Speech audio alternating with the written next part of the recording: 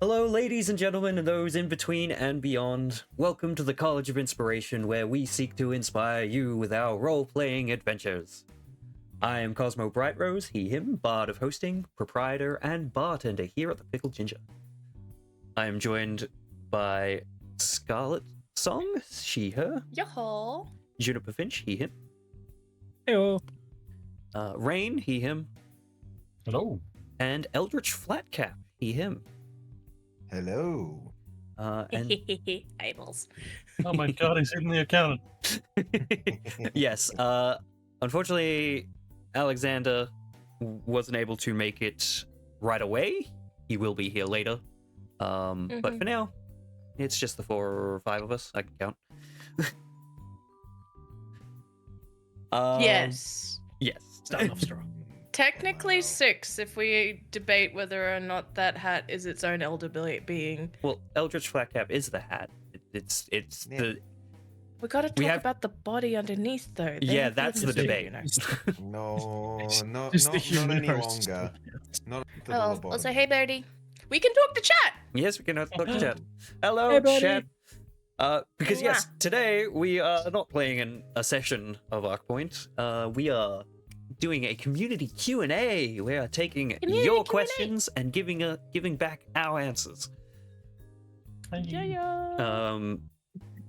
Basic idea. We're gonna start off. I'm gonna do a quick sort of recap of the events of Arkpoint and stuff, just because it's been a while. Good to summarize it, and then we've collated all the questions asked on our Discord. We will be there's enough of them that we can roll some d20s for them. Let's go! You guys want to know Roll a so cube. much, and we are so keen to let you know in the what we. Birdie, we love you. Thanks for doing what I was not strong enough to. Yes. It's a very chill session. We will, if you have questions, feel free to throw them in chat, and we'll try to get to them as we go through. Yar. Yes. Beyond that, I think we can just sort of jump into it, really. Not much Yeah. preamble, no. The only real Do we announcement I have gotta say, anything? I'll it's not a Q&A, it's a Discord interrogation. Yeah. Yeah, but excuse me, I'd like to interrogate Discord, thank you, about these updates. I just want to have words. 5 minutes, a locked room. It'll be fine. I guess the quick announcements. I should do the quick shout outs. As always, our music that I use for Arkpoint and for the stream is provided by Kevin McLeod. Thank you, Kevin. And Love you, Kev. Thanks, Kev. and the art you'll see is most of these character sprites were created by Scarlet. Eldritch did his own character sprite, and Yep. Eldritch is the man behind all the NPC art from Arkpoint. So thank you so much. The elder being Yeah. behind the NPC. The cat behind him. Exactly. So yes, It's good to be finally recognized. I show you out every session. What are you talking I about? I thought we weren't supposed to comprehend you. Isn't that kind of half the point? Well, you comprehend the hat. It's what's behind the hat that you can't comprehend. No. It's what's under. As a person. Oh, actually, may I do a quick shout out? Yes, yes. Another shout out to Patch, who's usually the person in charge of our intro. There are some questions from them regarding said intro that we'll be getting to at some point tonight. But I'd also like to very quickly shout out the Quest Junkies UK YouTube channel. If you've seen the announcement in the Discord, I had the absolute pleasure to GM a long session of Candela Obscura for their channel, and as about 3 of the players, 3 of the people here know, yeah, they know what I'm capable of. Candela is Atlas worse. Yeah, Candela is baller, and you all should watch it. yeah, and Scarlet is an amazing keeper. Lightkeeper? Lightkeeper. Lightkeeper. Lightkeeper is what they call. I'd like to consider, because the Lightkeeper is actually a person within the realm. Mm-hmm. I'd like to consider myself like the story weaver. Yep. And the character that is like sort of a GM NPC, the Lightkeeper. Yeah. But if you guys have a chance to check out that preview, please do. You wouldn't be the first one. Yeah, get But hype. I'm very proud of the work I did for that particular game, especially since I'm not normally the GM behind the face cam and yeah. Anyway, yes, thank you. If you know the hashtag to use when you see Scarlet's face, you know the hashtag to use. What the fuck do you mean, Cosmo? Nothing. People in the If you know know, will you know, know. and if you don't know, that's fine. If you don't And know, they'll ask in chat and behave. we'll answer the questions. Right? I made. All right. Anyway, Yeah, let's jump right into our. As I said, I'm gonna give a quick last time on Arkpoint. I guess we could always start at the very beginning, which was our one shot, where this all began. Sanguis Soiree, where a maid on the run, a noble's son, a party-crashing detective, and a man working for the mob all arrived at a big fancy manor for a party. Where Where's the punchline? that's the accountant's it's, job. Wouldn't call it a. Yeah. Yes. And at this fancy party, a murder occurred. And Murder. A murder. murder most foul. And these four had to work together and solve the murder. And in doing so,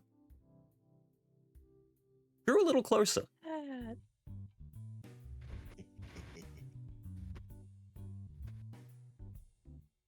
Yep. Cut to... Wanted a particular two to grow very close.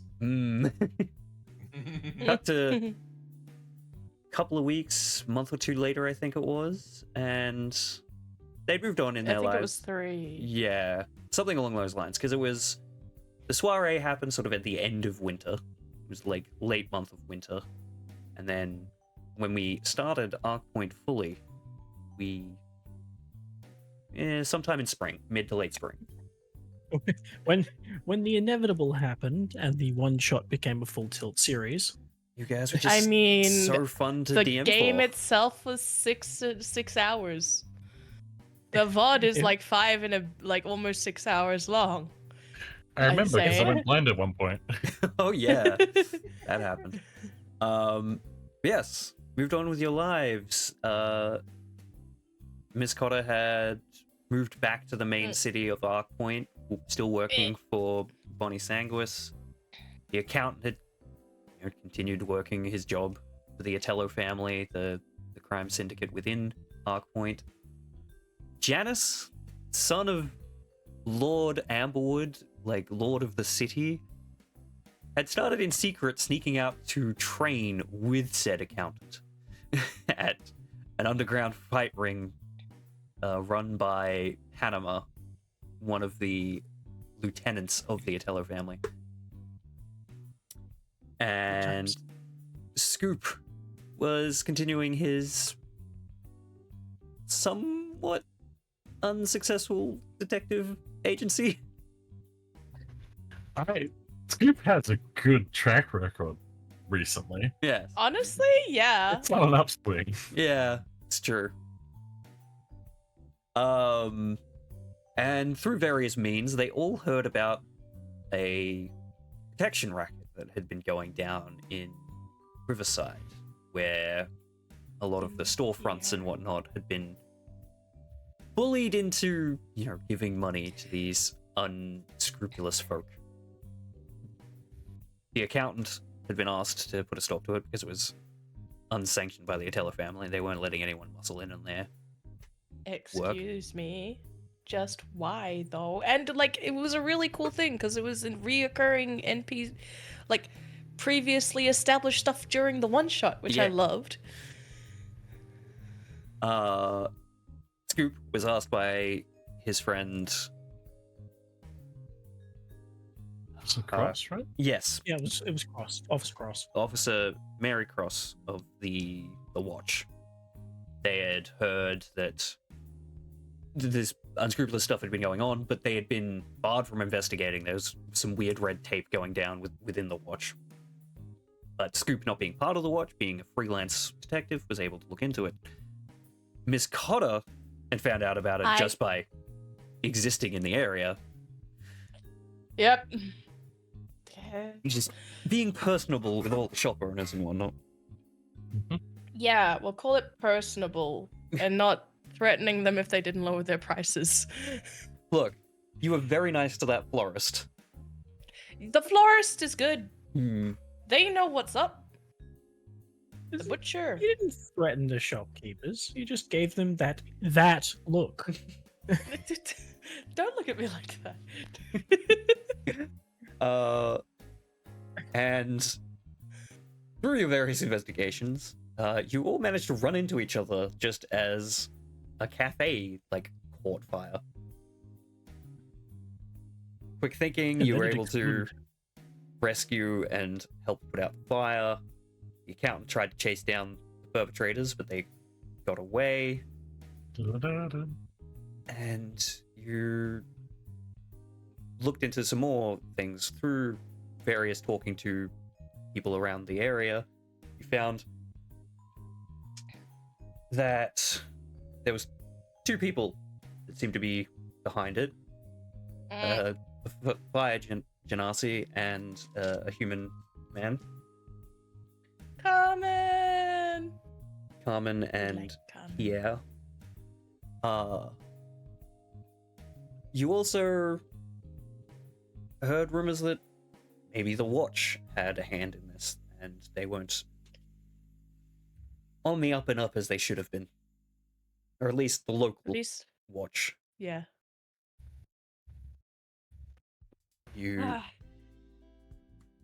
You all together held a stakeout to see if you could try and catch this pair of ne'er-do-wells. You said the name. Yeah, we did.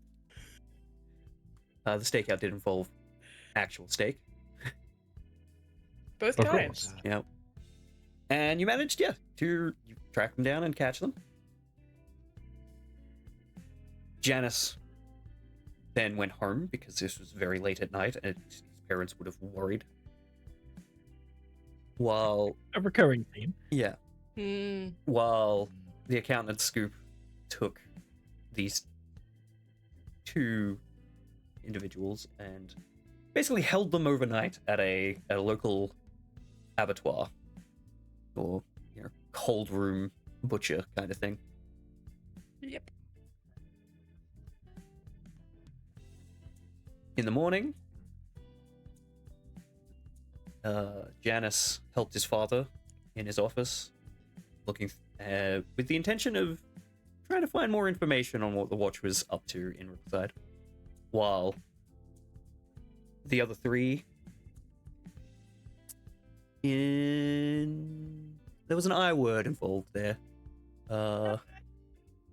Investigated, I think. Yeah. I wasn't there. You were there. I was there. I You- was interviewing. I was the other I word. Yeah, you were interviewing Carmen, while Didn't like the to see him accountants suffer. interviewed Pierre, which unfortunately Pierre He had it coming. did not He had survive. it coming. He only had himself to blame. Which has been playing through my head every time I've thought about that episode. Journalism in the old times was really different, wasn't it? Just a little. Yeah. Actually, did we ever get Carmen's surname? No. I hope his surname was Get It. Oh, I really thought That's you were going to pretty be good. San Diego. I was right there with you. I was thinking of the pun. No, what we got was worse. Or Yeah. better. Someone Better. hit, someone hit the pun jar there. Well, 1 second. Badink. Bink. Yes. Here now. 102.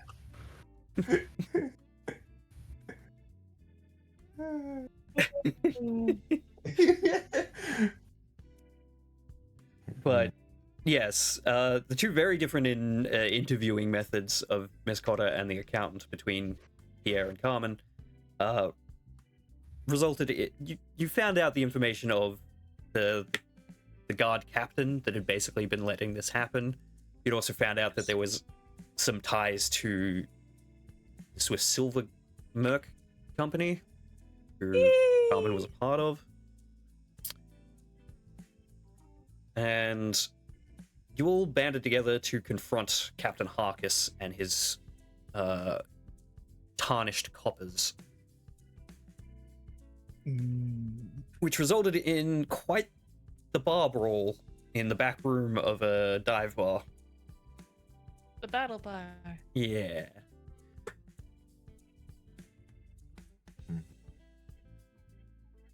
After putting an end to this protection racket, the Swiss Silver Mercs went on their way. They were honestly only just being paid to do it. They had no particular hand in this sort of thing, whereas the coppers seem to have a bit more of a personal thing. Harkis said that the end of the Otello family was coming. Something along those lines. But you know, they were put away. An investigation was led into corruption in the watch, and life kind of went back to normal on Riverside. And once again, the four of you sort of went your separate ways a bit. Miss Cotter got very busy helping Bonnie Sanguis organize a fundraiser. We had company coming. Yes, the visit from Dame Naval, a well-off woman from the city of Seraphor. She runs a few successful clinics. Detox. None of you guys can see it, but the look on Rain's face is immaculate right now. Yeah. I'm like retroactively putting pieces together. Clinics. Yeah. Mm. No, they're rehab clinics. They're just maybe not very good rehab clinics. But she has a reputation. She's quite famous amongst in Seraphor, and Bonnie Sanguis wanted to open up a rehab clinic here in Arkpoint, as in, you know, in memoriam for her late husband who passed away due to drug complications.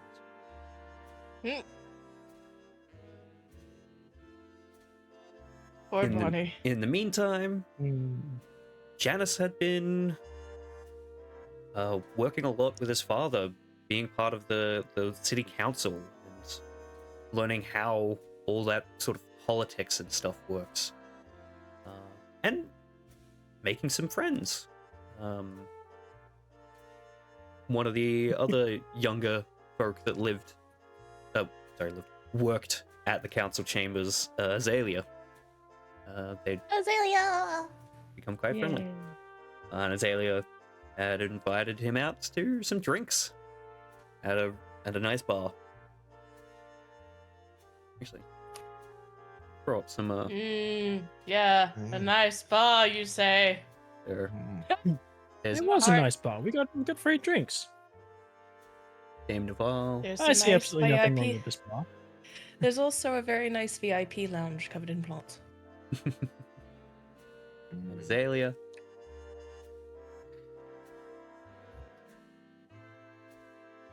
Yeah.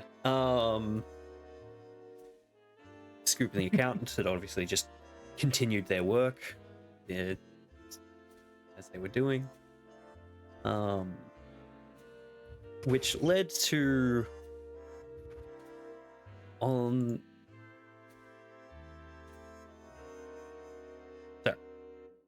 Janus and Azalea made their way to this bar, where they ran into the bartender, Ricky, who seemed somewhat familiar to Janus, as his bartender shared a striking resemblance to Panama, the woman running the fight club that he'd been attending with the accountant a lot. Which seemed odd, but Ricky was very polite, very nice, and gave him his first drink on the house.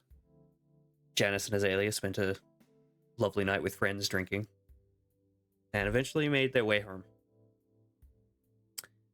Unfortunately, on their way home, they were accosted by a group of ruffians who seemed to be interested in kidnapping Azalea. They didn't seem to recognize Janus, despite Janus's lofty heritage. Energy. Ever-growing reputation at this point. Yes. I don't know. At the Yeah. end of this, people are going to know who you are at the end of the current arc. Yeah. So Janus wasn't wearing his armor and didn't have his sword, so it's easy not to recognize him. That's true. He needs his armor and his sword. And that was the last time he made that mistake. Ooh. Yes. Unfortunately, this group of unscrupulous people kidnapped the two youngsters and took them away. And the next day, the accountant was contacted by Mr. Otello, the Don of the Otello family, and Ricky, because Azalea was the child of a very important client of theirs. And the account was tasked with finding Azalea. Scoop was contacted by Janus's father, Lord Amble, because Janus hadn't returned home that night. And because Scoop's Where got a have you really good been, reputation, young man? and Yes, that's just the obvious call, right? yes, it was definitely Scoop's reputation, which the Lord had seen firsthand, and not just the fact that Janus had mentioned spending time with Scoop. That Scoop was Sorry asked for to a help. thought like that. Sheer coincidence. Just a life It, lesson. it may have been a Connections. bit. It may have been a bit of both. It may have been a bit of both. It's not who you know, it's how you know them.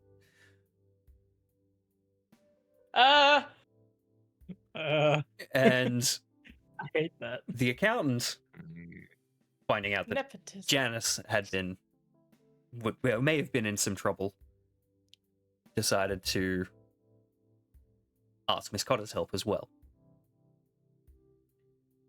The three of them met up Yes. and organized to, look for clues at the various places where they could get the information. They talked to Azalea's father, found out that Hold up. Sorry to interrupt, but no, I have to call this out because there was a beautiful scene when when Scoop told her before the accountant, because the accountant was trying to call her while Scoop was on the line with her. Remember? that is true. So realistically, Scoop told Miss Cotter. Miss Cotter informed the accountant that she knew from Scoop, and then they hung out. Right, yes, my mistake. Sorry, it's just such a funny scenario because I still picture Alexander who was faking being on the phone and fake tapping his foot and fake pacing in the background while Scott was on the phone with Scoop. I remember that. From Azalea's father, you found some. You heard about a disgruntled, not client of his, but someone who may have been hurt, like ruined financially by a client of his. And then you decided to go check out the bar that the pair had been last seen at, the Fox's Glove, which Miss Cotter seemed to be very hesitant to visit.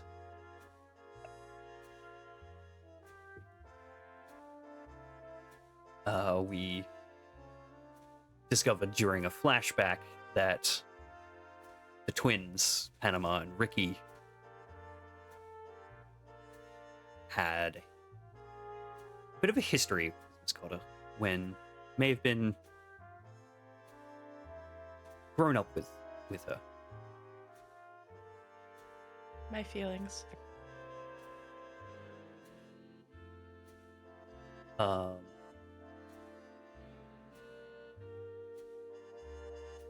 At the bar, Scoop and the accountant talked to Ricky and Panama, who was also there, though she didn't seem to have any idea what was going on. And Ricky mentioned the same disgruntled person that Azalea's father had mentioned. And through a combination of various clues, you sort of realize that they may have been somewhere near the industrial area of Arkpoint, West Warnborough. Which, yes, Scarlet called it. I said it! It's fine. It's fine. During Anyway. this time, Janus and Azalea had been all tied up in the back rooms of this metalworking factory. And Janus tried his best to just get to know his kidnappers and understand the situation. He was very... I don't know what the word is, but very polite. Protagonist Not for the last time. No. Not for the last time. Hey, are you a kidnapper? Are you in desperate need of someone to actually listen to the problems that you seem to be having? And really just want someone to, like, listen? Kidnap Janus, apparently. You'll get your problems heard. A force for change, while in chains. The first chains. Wait. Then... yes, but then their Scoop, Miss Cotter, and the accountant tracked down where the pair were being held, busted down the door. Janus used the opportunity to also launch an escape, and after a very quick battle in which Scoop seemed to have a bit of a breakdown when Alchemist's fire started flying and exploding around him. Needed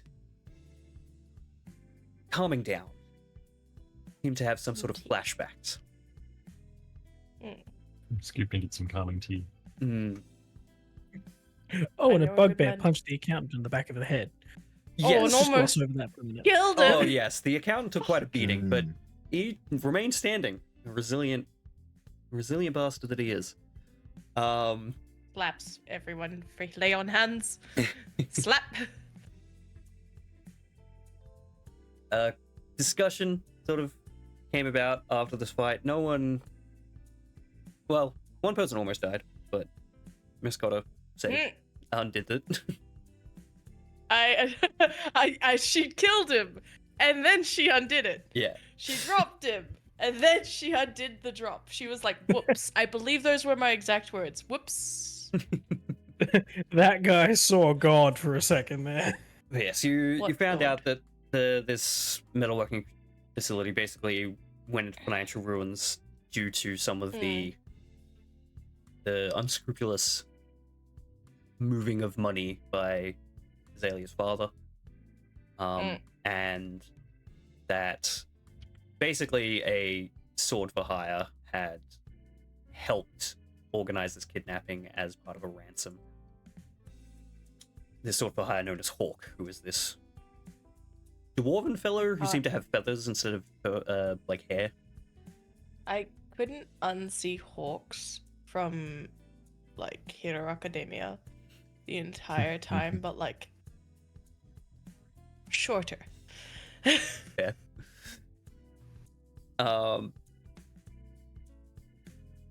But you found out that like Hawk was hired through some sort of like dead drop information, not dealing with whoever actually hired them directly. And when you went back to their abode to try and just get some sort of information, you found the place basically ransacked. However, Scoop's keen detective skills managed to find a single clue. A like orangey white kind of hair found in the alley below this apartment. Skip's like, got way too much hair.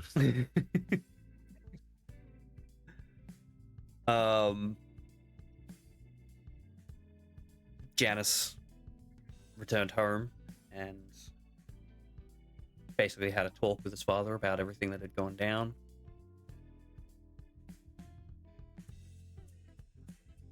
And Miss Cotter and the accountant went back with Scoop at first to Scoop's office, and they had a bit of a debrief about the events. But then Miss Cotter and the accountant went back to the accountant's firm and had a long and emotional conversation about, well, sort of their past, maybe a bit of their future. Just feelings that they had bottled in. I can't exactly remember if Miss Cotter talked about her history with the twins to the accountant. She did. She did. Miss Cotter essentially explained to him that in a previous life, she had been their guardian to some degree. She'd been put in. They'd been her charges. Yeah. And so he'd learned during that the acting during that scene that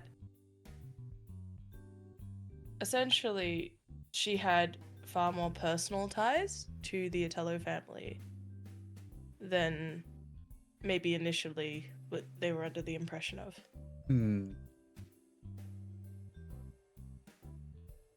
Yes. And then time continued. Oh yeah. About another month passed. We're deep in the middle of summer now. And time had come for the Sanguis fundraising gala.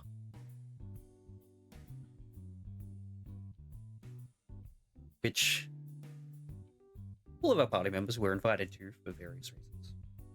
Obviously, this was a fancy fundraising party for a lot of the wealthy elites of Arkpoint. So the lord of the city, the Amberwood family, were obviously invited. Fancy. TM. Miss. Are we switching? Yeah, if you want to switch to your fancy sprites. Fancy. 'Tis the Ark. Just put a little bow tie on mine. Yes, so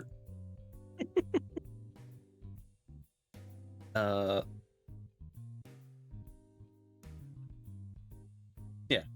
So this fancy party, organized by Bonnie Sanguis and Dame Naval, to raise funds for the rehabilitation center that Bonnie was trying to open, was set on really nice sort of river slash bay paddle boat known as the Cardinal Majesty, which is exclusively catered to the sort of the rich folk. Which, yes, Janus's family had been invited to. Scoop was invited to as well, as sort of a favor to Lord Amberwood for helping rescue his son from being kidnapped. And Miss Cotter was invited to as a guest of Bonnie Sanguis, who... How to feelings. Bonnie was like, yes, like, you've helped me so much that I want you to actually enjoy this party and not just be working there. And Miss Cotter was allowed to bring a +1. And she invited the accountant. Yes. Who also Because brought his she own was under the impression. +1. Yeah, +1. And we got to see Prague. Praugustine in a fancy bow tie. We love Prague. We do love Prague. Best boy in action. Absolute fucking ninja. Nat 20s on self every Also- single day of the week. MVP. Also, just once again, big shout out, Black Eldridge. You made some amazing art. Yeah. Thank you. Take pride, I dude. was very proud of how Prague turned out. The fanciest good boy. He is. Yes, you all were attending this fancy fundraising party, mingling with high society, some better than others. Mainly the accountant doing well. Definitely, Miss Cotter was feeling uncomfortable in the whole situation, hiding knives all over the place. This is.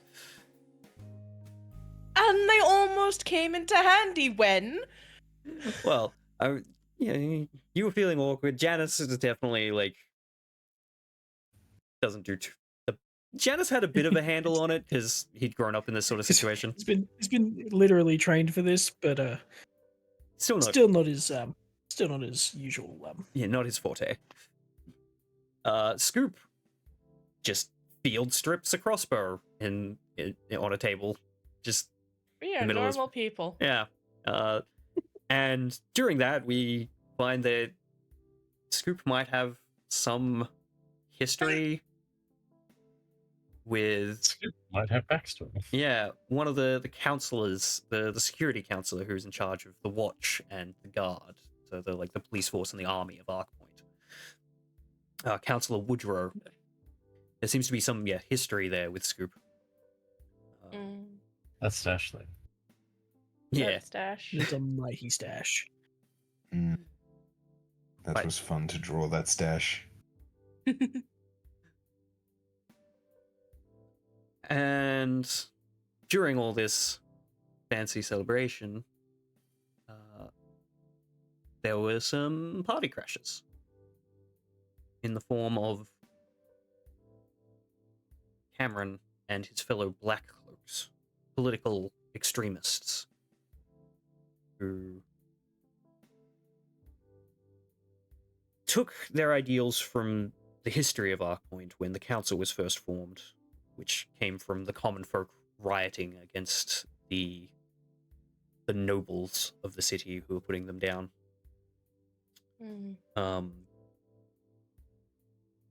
That happened generations ago, and it was one of the Amberwoods, the Janus's ancestors, that made peace between the people of the city and organized a more democratic solution to running the city, in that the council would be formed and those that would make up the council would be chosen by the people.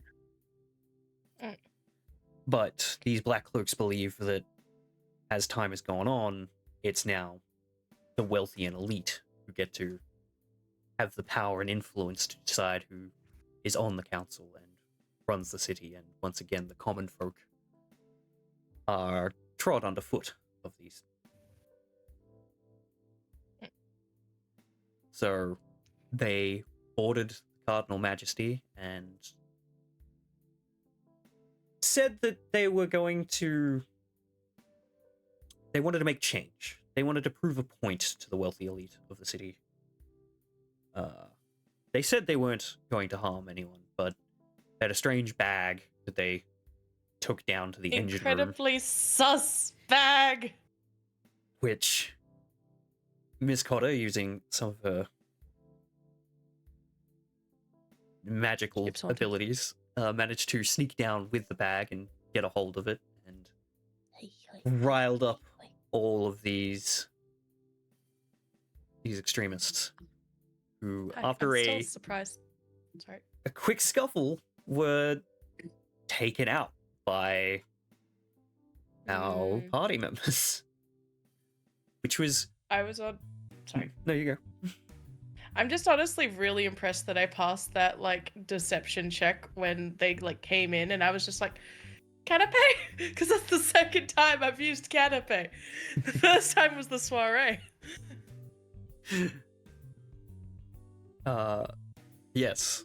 In an impressive display, the Black Cloaks were defeated, which obviously showed off to her employer Miss Cotter's skills from her past life, and showed off to his parents that Janus has got some strangely proficient combat experience. Yeah. And then in the aftermath,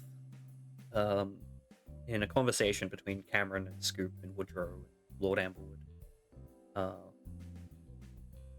was revealed that Scoop, Cameron, and Scoop's father, Snoop, had all been in a squad together during a war that had happened 20 years prior. They were under the command of Woodrow back when he was an officer in the army. And in the final battle of the war, Snoop didn't survive. And Cameron was injured.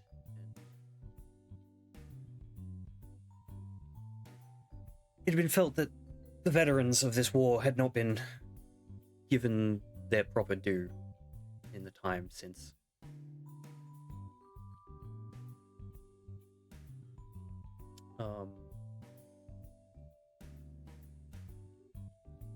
Miss Cotter had a conversation with Bonnie Sanguis, who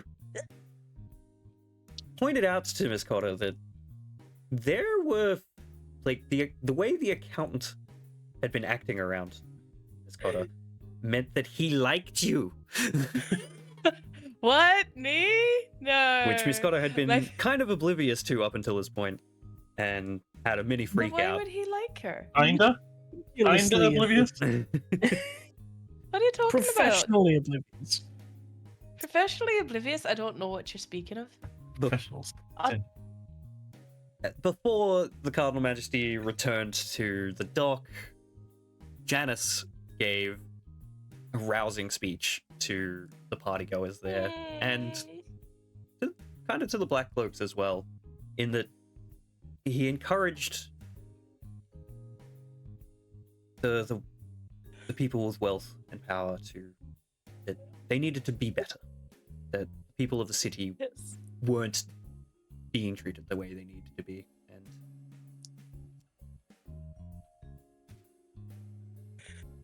things needed to change. And then on their way home, the crew sort of stopped off and had some dinner together. Then went their separate ways. Janus back home with his parents. Scoop back to his, well, what was his father's office and is now his. Oh. A big thing I totally skipped over. Before all this happened on the Cardinal Majesty, the accountant Oh yeah. quit That little plot point. the Atello You know, family. Like, Just casually. decided that he dropped just didn't want to be a part of the mob anymore. Just did that. That's fine. Which, surprisingly, the Mr. Atello was seemingly okay with. Obviously there were stipulations, like don't ever cross the family because you know We what will fuck happen. you up if you do. But Well, yeah, he was just allowed to leave. person usually in charge of And that's then not there anymore. asked Scoop if he could become a partner of his detective agency. Which I did not see coming. No.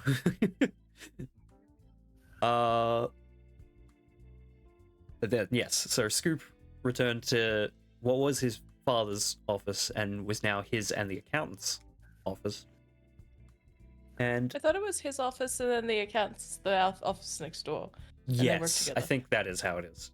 You are correct. I think Scoop still has his office to himself. With its one glass. And then Miss Cotter and the accountant Ah!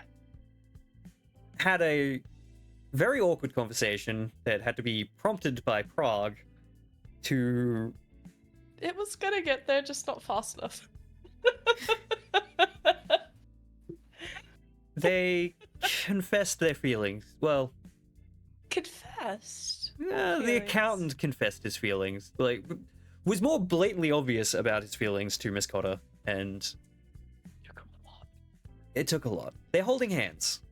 We they got may- to holding hands, guys. It's a miracle. There's definitely some work that needs to be. They have issues with intimacy that they need to work through. Yeah. What are you talking about? Holding hands is ultimate depravity. Dude. And that's where we Really should have faded kind to of left black. off. That's where everything that so far has happened. You mean they left all of the viewers screaming? I love the comment from Birdie a little earlier that made me die during like the recounting Janus scene. Cosmo doing the equivalent of making Barbie dolls kiss was great.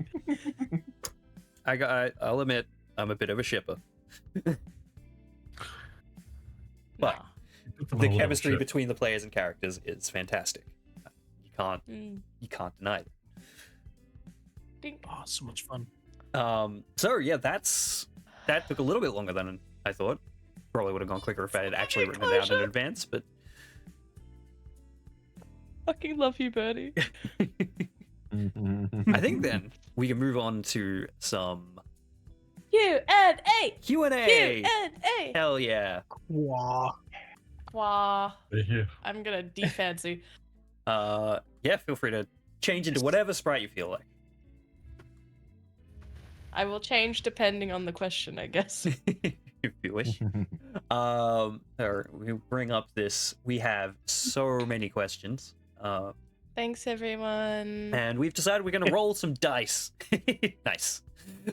We have D20 questions Oh, I actually see. for everyone, which is great. Yeah, so the questions that are directed to everybody, we have like 20 of them, so we'll be rolling a d20 for those ones. And individually, we have like 5 to 10 questions for anyone individually. But I think we can start with a few of these for everyone ones. Yeah. Ooh. Roll, Cosmo. I'll happily roll the first one. Let's go. Yeah. I've got myself a 14. Ooh, this is a question from Scarlet. Dun. Who is the character you fear most in Arkpoint at this point? Very simple. Cole. Ooh. Oh yeah, that kid's going places. Yes. Like, as a player, Cole. As a character, honestly, Lady Violet. Just the Hmm. idea that more specifically, she doesn't know what Janus has gotten into. Like, the fear for Janus is very strong right now. Oh yes. Yeah. Violet Amberwood. So, Yeah. yeah, Violet Amberwood. I would say, like, as a player, it's Cole. I don't know what that kid's capable of. That kid's just capable, and that is already both brilliant and terrifying. But character-wise, Miss Cotter's scared of Lady Violet because they're friends with the person that they work with the most. Like, they're friends with Lady Sanguis. They're Janus's mother. And if Janus's mother ever found out exactly what Janus has been doing, that kid's fucked. So we need to make sure. So that's where I'm at. And he knows it. All right. In an unusual show of insight, Janus is aware that his mother really shouldn't find out. So, same answer for Janus then, or? See, that's interesting.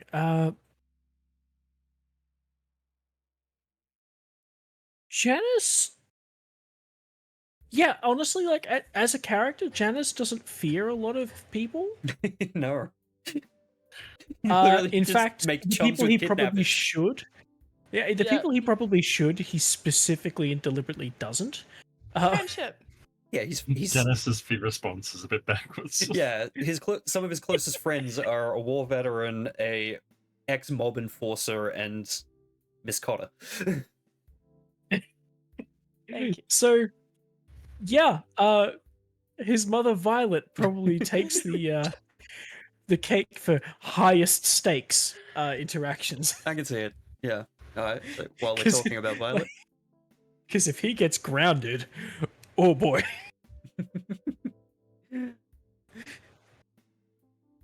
Like, beaten up and kidnapped and threatened, that's one thing, but grounded? Oh god. Mhm. Rain. I'd say. I just want to go first. I want to say, like, out of character as a player, I think Miss Cotter is the character I'm most afraid of. Like twofold. You'd think, actually, it's more like, you think, like, oh yeah, like, because they're scary. They're like maybe they've killed people. I don't know. No, it's because, like, I fear the genuine emotional heartbreak from every little new bit of information we get about their backstory. Huh. Get ready to hurt, honey. This hurts the player. Oh my, that is the fear. The in-character bit, Scoop, I think, is afraid of probably Woodrow, because so far Ooh. Woodrow is the closest to getting him to confront, like, represents parts of his past that he just does not want to deal with. Comprehend. Yeah, that's fair.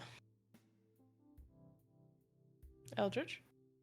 Okay. So I think the character I fear most so far is definitely, I think it's the Don, honestly. Ooh, that's a good one. Don. That's Ooh. That's fair. We He's don't know what always he's like, capable of. exactly. We keep having these interactions with him where he's either a neutral or, in the at least when the accountants went to leave, he seemed to be like a good guy. He's like, oh, I'll let you leave amicably, and I just don't trust that. I don't trust that at all. You don't get an eye patch being a nice guy. It's not just an eye patch. He has a very particular tie clip there. Yes, that's true yeah. as well. Yes, I remember that in the character I love that description. tattoo. What kind of tie clip is it, Cosmo? Seems to be like the claw of like a like an Aarakocra or something. Mhm. It's a This is big not nerd Aarakocra, claw for Pepper. some reason. Yeah.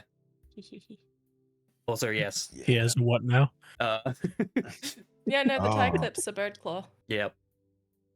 Oh, lovely. Yeah. Messages. My I remember brain's seeing like, that in the character description and going like, ooh.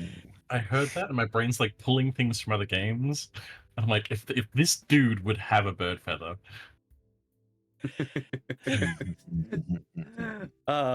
Yes. And also, once again, Eldritch, amazing work on the art. Thank you. I You was, got- I you was got some- actually you got very some, proud of them. Got some compliments in the chat, sir. Good to be able to Cosmo, what about Yes. you? Who do I Who fear are the you most? scared of? Oh god. Yeah, as someone who knows the plot inside out, future, past, present. Well, as a DM, the players I fear the I was most. gonna say, Yeah, yeah, we that's- feared the that's unknown. Like, I know what everyone's motivations are in terms of NPCs and stuff, and given what they're capable of and the story I want to tell, I'm fine with that. But I have no idea how any of you guys are going to deal with stuff. Like, at various points, you've With all just been like, Roleplay. yeah, your roleplay, it's, I gotta say, yeah. I can't say an NPC, it's definitely just the party as a whole.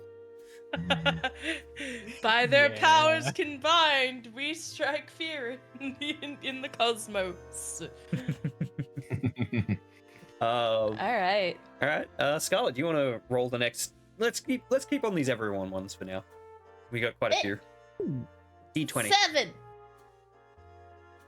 What is your favorite class or race to play from Birdie? Should I go first or shall I wait? Or Yeah, Go last, if or- anyone has their answer, I actually kind of have to think about that one for a bit. my personal favorite race to play. I've only played it once, but I would play it multiple times again. I actually really prefer to play like the semi-animalistic races. So I've played an Aarakocra before. I've played an Aarakocra. I've played a Kobold. Both were very fun. But my favorite race to play that I would love to play again is actually Shifter. I really love Shifter. I also really love Kalashtar because of the inherent, like, part of my biochem is the cool shit that I can do with it. Also, it's the closest I'm gonna get to being able to have a doggo race in fucking D&D. And that will perpetually upset me. As for class, it's definitely of 3. I really love playing paladins because I don't know. There's just something about really enjoyable about saying I bitch slap you for 20, and it's healing. But also like just the fact that they are, you know, I am a person who kind of knows where I'm at and knows who I am and what that means. But both characters I've played that have been paladin don't actually know who they are, but they know what they're about in like emotionally and where their moral lines are, which I really love. The other one is Bard, duh. Mm. But I really love Bard as a multi-class because one of my favorite classes to play has been Barbarian. Like, I love Barbarian so fucking much. Bardlock 2 is just, immaculate. Yep. That's me. What about you guys? Artsura has a lot going on as well. I think we Mixing know. Bard and Sorcerer I think we know well. Janus's answer for class. Juniper's answer, sorry.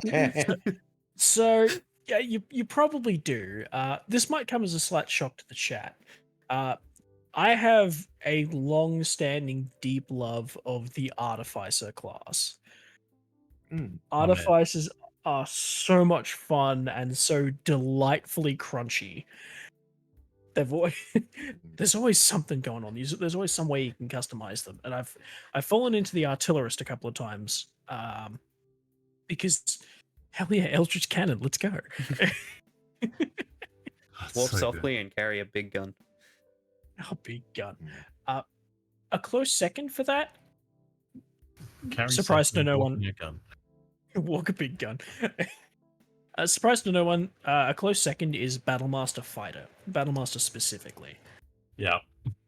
For the same reason, I suspect. despite being like a close quarters martial class, it is also crunchy. You have a lot of options. You have essentially like the melee equivalent of meta magic, and I think that's a really cool feature. For context, for people at home, this is the same guy who also plays heavy bowgun in Monster Hunter. He's not joking that he likes crunchy. He like playing through Mass Effect. He plays a soldier with a gun and ammo type for every occasion. Like, Okay, Yeah. a gun for every occasion and a bullet for everyone present. I'm sorry. Yep, there it is. What talent tree did you pick in Lancer? Oh, what talent tree did you pick in Lancer? A few of them. Walking armory, the one where you have a Walking bunch of armory. different ammo types. Oh no, I've done it again. Oh, the chat's. I got it.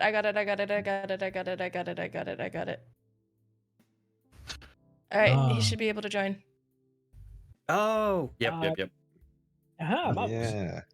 And as for a race, I've tried to play a spread of races over the years. Oh, Hello, Alexander. Hello. Hello, it he's is me, behind Alexander. Misty. Welcome. Yes, Actually, you, I'll switch, Alexander. Hello. we'll switch over to the battle bar so we can fit everyone in. Hey. We're in the battle bar. The only downside of this is I don't have any of the NPC We only sprites. just started questions. It's fine. Yeah. Oh well. As far as favorite race goes, I'm probably I try to play a variety, but I think Dragonborn. Oh, Honest- Dragonborn's I would fun. Yeah. There's a lot I you don't can know do if- there, and a lot of fun variety you can have. Hmm, What did I know? I've that? never played a Dragonborn. It's good fun. Rain? You want to answer this one? It's a tough one. Mm-hmm. I like. I don't have my favorite classes. I just have classes that I. Honestly, I have the opposite. I have classes that I don't like. Yeah. I don't like. I can't play bard. I can't play sorcerer. I can't Whoa. try and I can't play. Actually, I sort of can play monk. But like, I love artificer. I love like, artificer, wizard, warlock, druid, and ranger are also up there. Oh, I might go ranger. Rangers are fun, actually. I've Mm. really enjoyed playing Rangers in the past. I've been playing. I play Adventurers League every now and again, and some of my recent favorite characters have been my Drake Warden and my Beast Master. Drake Warden! Drake Warden is so fun. Okay, but Knack's a Drake Warden. I fucking love Knack. Knack being my That kobold. is great. I also want to give a shout out to multiclassing. That's just Oh, so yeah. much fun to mix and It's match. just so Oh. good. Gods, yes. Hmm. Specifically with Rogue, apparently. Yo, Apparently. we didn't Master know. Paladin Rogue, favorite build. Paladrogue. You're hit with lightning bolt. No, I'm not. Okay, you take half damage. No, I don't. It's been fun. Just the idea that I mm. can smite with a sneak attack Favorite race, is just Smite with sneak attack is just outrageous. I might do Tash's custom lineage Oh, because Ooh. I love it because I very The frequently reflavor races. Hmm. Like I've played a bugbear as an elf. I've played a changeling as someone that's cursed to be part of a painting. Sorry, what? That was a Forgot complicated about character. All right, Uh, Dorian. they What speak. was- oh, there was another one. I had, and in custom lineage, you can make your own races and make them up. So I have played I actually do plan on playing a dog race, and another one I made was like a little woodward What? dude who's a little archer, and he was so much fun to run around as. Hell yeah.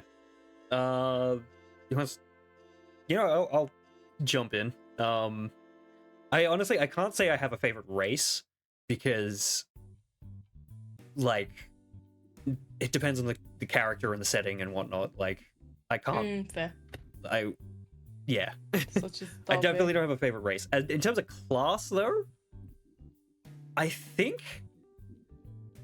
I'm a big fan of cleric, and warlock, Oh yeah, clerics are really. just because of the how versatile you can make those different classes within themselves. Like, you could have a party of all warlocks and they would all be very different.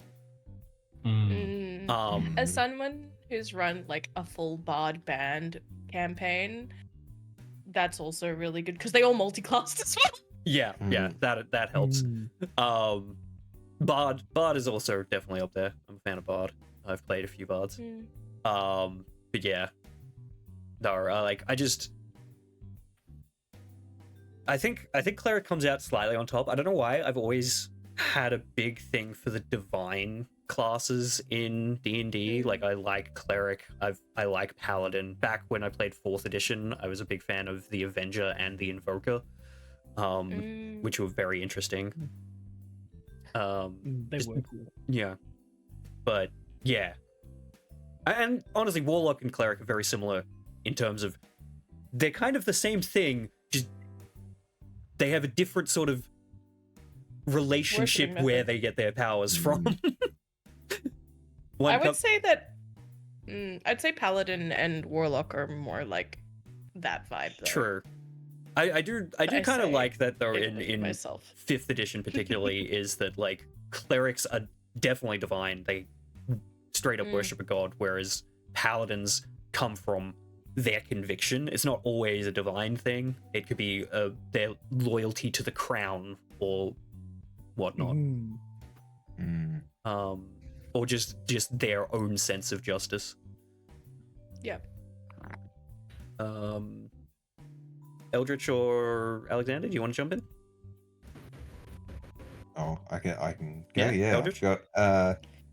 When it comes, I pretty much agree with you, Cosmo, on race. Like, it really depends on the setting. I'll kind of look at what I usually ask my dungeon master, like, hey, what details do you have on the setting and what's the lore and everything? And then I'll go, ooh, that sounds like an interesting place to be. What races are particularly active there? And then usually I force the DM to try and be as unique as possible, and then normally force the DM to write a 2,000 word blob.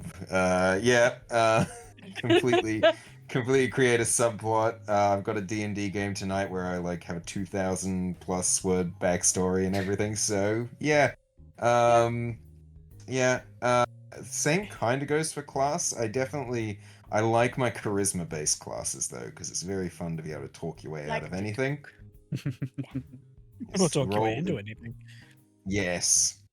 I specifically liked playing a certain paladin with very high charisma, and I'm pretty sure I managed to get expertise in persuasion and a few other things to convince everyone that our cooking was delicious. Oh, right. Wait, is that the one I'm thinking of? Yes, Am I yes, thinking it of is the one you're thinking. Yes, paprika. Paprika. Yeah. Paprika, I do love darlings. Darlings, with your Bayonetta wife. Yes. That one did not have a 2,000 word backstory, but it was a fantastic backstory nonetheless. That one was a good one. All right, Alexander, what's your favorite class or race to play? Now, like, obviously context really does play into it, but blank slate, if you will. Generally, I'm like, I go with elves. And I think for me, it's because there is such... Naturally, they have just so many things about them that I think are really fun to explore. The idea of being something that lives that long.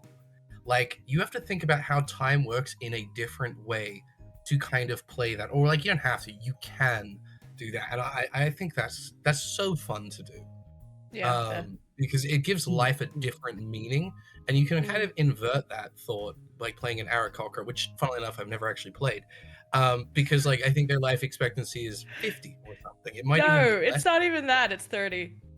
Yeah, I'm like, can you imagine what your life is like if you have 30 years to live? I'm 30. I would be a dead bird, right? Like, that's insane. I don't even have my life together yet. So exploring those things, I think, is absolutely amazing. As for class though. I love all of them. Like each year I build a list and I try and work my way through. I play every class at least once with a character because it's just fun to do. But you know, if you say, hey, if you got 5 minutes, what are you doing? I'm a paladin any day of the week, because that's what I love to do. But I They're will also double versatile down. in that way. They always fit, you know. I mean, yes, it's also that I just love being a big dumb hero, and that's a paladin to me. Like that's my go-to. Yeah. Sorcerer is a close second. Again, because it's like a fun exploration kind of thing that you can kind of really wrap your head around with.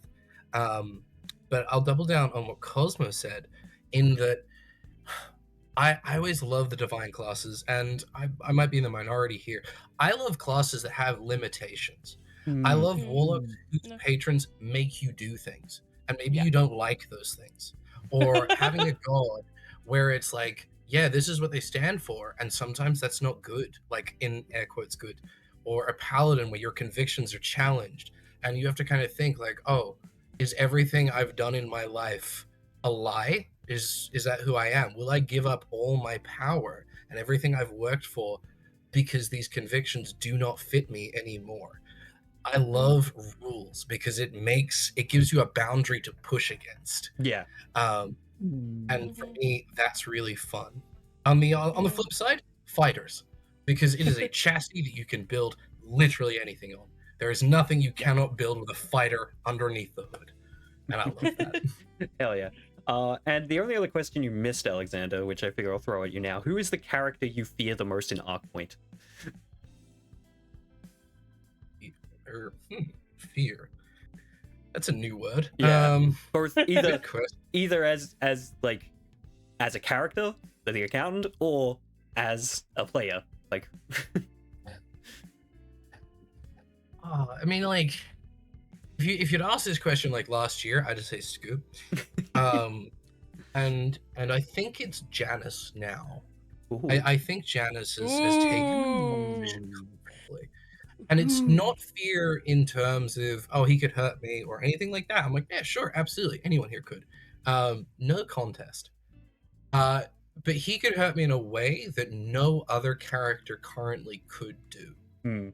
Because it's not Fair. something that has ever been experienced before for this character. And yeah, that's something I'm thinking about it. I'm a little terrified about. Yeah. Like, otherwise, it's not that I don't trust him. I'm just like, I know you could stab me in the heart in a perfectly unique way. You could hurt him by getting yourself hurt. It's true. No, not even. Like, I mean, like, yes, Yeah, absolutely. But also the idea, I'm like, the accountant has this idea of what Janus is, what he stands for, and the person he could be one day. And the accountant is like, he's not dead set on that, but it's like it fills him with hope in a way. And that's like, there's no certainty there. You know, Yeah, like that's there's nothing locked in that Janus will be that person one day. He could be anyone. And that may not align with who the accountant becomes. I'm not gonna lie, all throughout this, I'm been picturing like Janus with like the best dad mugs, like #1 dad mugs, but it's like Gohan with Piccolo and Goku. That's what my brain's at. Yeah. And you are, It's not a that being said, controversial he's got fucking Gohan energy though, doesn't he? Oh, absolutely. Also, Piccolo is the best dad. Full stop. Yes, he is. The hell with Goku. I don't care about it. Did you Terrible. see the first episode of Gohan's training arc? My god, man. Good dish. Piccolo is Excuse me, BG. that probably looked exactly the way Janus's first day at training arc would look like. No.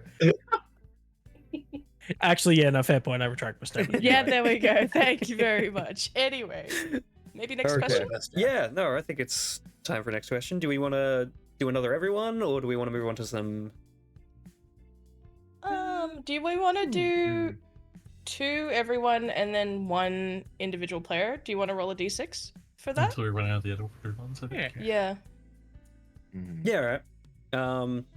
Yeah, we'll do. I'll roll a d6. I didn't add a d6. Someone roll me a d6. 3. That's it. 3. Janus, roll a d6. Okay, I got you. It's gonna be that one. 5. Your question. Do you want to read it or should I? Ooh. Let's have a look. So Janus, number 5. How different do you think Janus would be if he wasn't born into nobility? That That's is number number 4. 4. That's That is fine. number We'll go 4, with and I that one. can't We'll agree. go with number 4. We'll go with that one. Okay. That's a good question. That is a Alright. good question. If Janus wasn't born into nobility, that's a really interesting question because, for the most part, he was shaped very much by his sort of Yeah. noble upbringing. I might, Yeah. I might sheltered like from- preface this not just nobility. What if he wasn't part of high society? Because I think that's the biggest difference. Because noble is sort of just automatically part of the wealthy in Arkpoint. It's not necessarily noble so much anymore. Yeah, so if he wasn't high society, I suspect he might be a little bit more jaded and a bit more of a rat bag. Janus Sanguissoire ATM.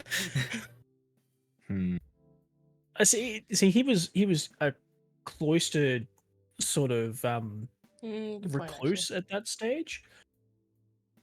A sort of a low society Janus might be a bit more like Cole. Yeah, I was just thinking running with Cole. I like that headcanon though. Yeah. You'd be a big brother. Yeah. Again. Yeah, Janus. It also probably steal shit. Well, yeah. Oh, Good luck. we didn't cover that in the recap, There's did the we? dark time. Mm-mm. That's in the roles. I Honestly, did not catch any of that. Sorry, Rain. You cut Yeah, out all the way. sorry, Yeah. Randy. That's my mic. I just figured, like, in a dark timeline somewhere, it's like the version where Janus is on the other side and Cole's like the scope equivalent, or maybe Oh yeah. Ooh, that'd be interesting. All right. Okay, but like of the potential dark timelines, I think the one where Janus is born into a low society and is a petty thief is like way less dark than the one that Janus is still a noble but turned nasty. Janus could join us in being rogues. This is probably like a headcanon at best. But for me, because I'm like, you're right, Janus started in that cloistered kind of thing and then developed this idea that he could kind of like, what's the word? That there was something that should be right and he was going to kind of bring that forth. And I wonder if he would be like the kind of like, I don't know what the name of that character trope is, but where they start and then they have like this heart of gold and then they end up almost unwillingly becoming like a revolutionary. Oh.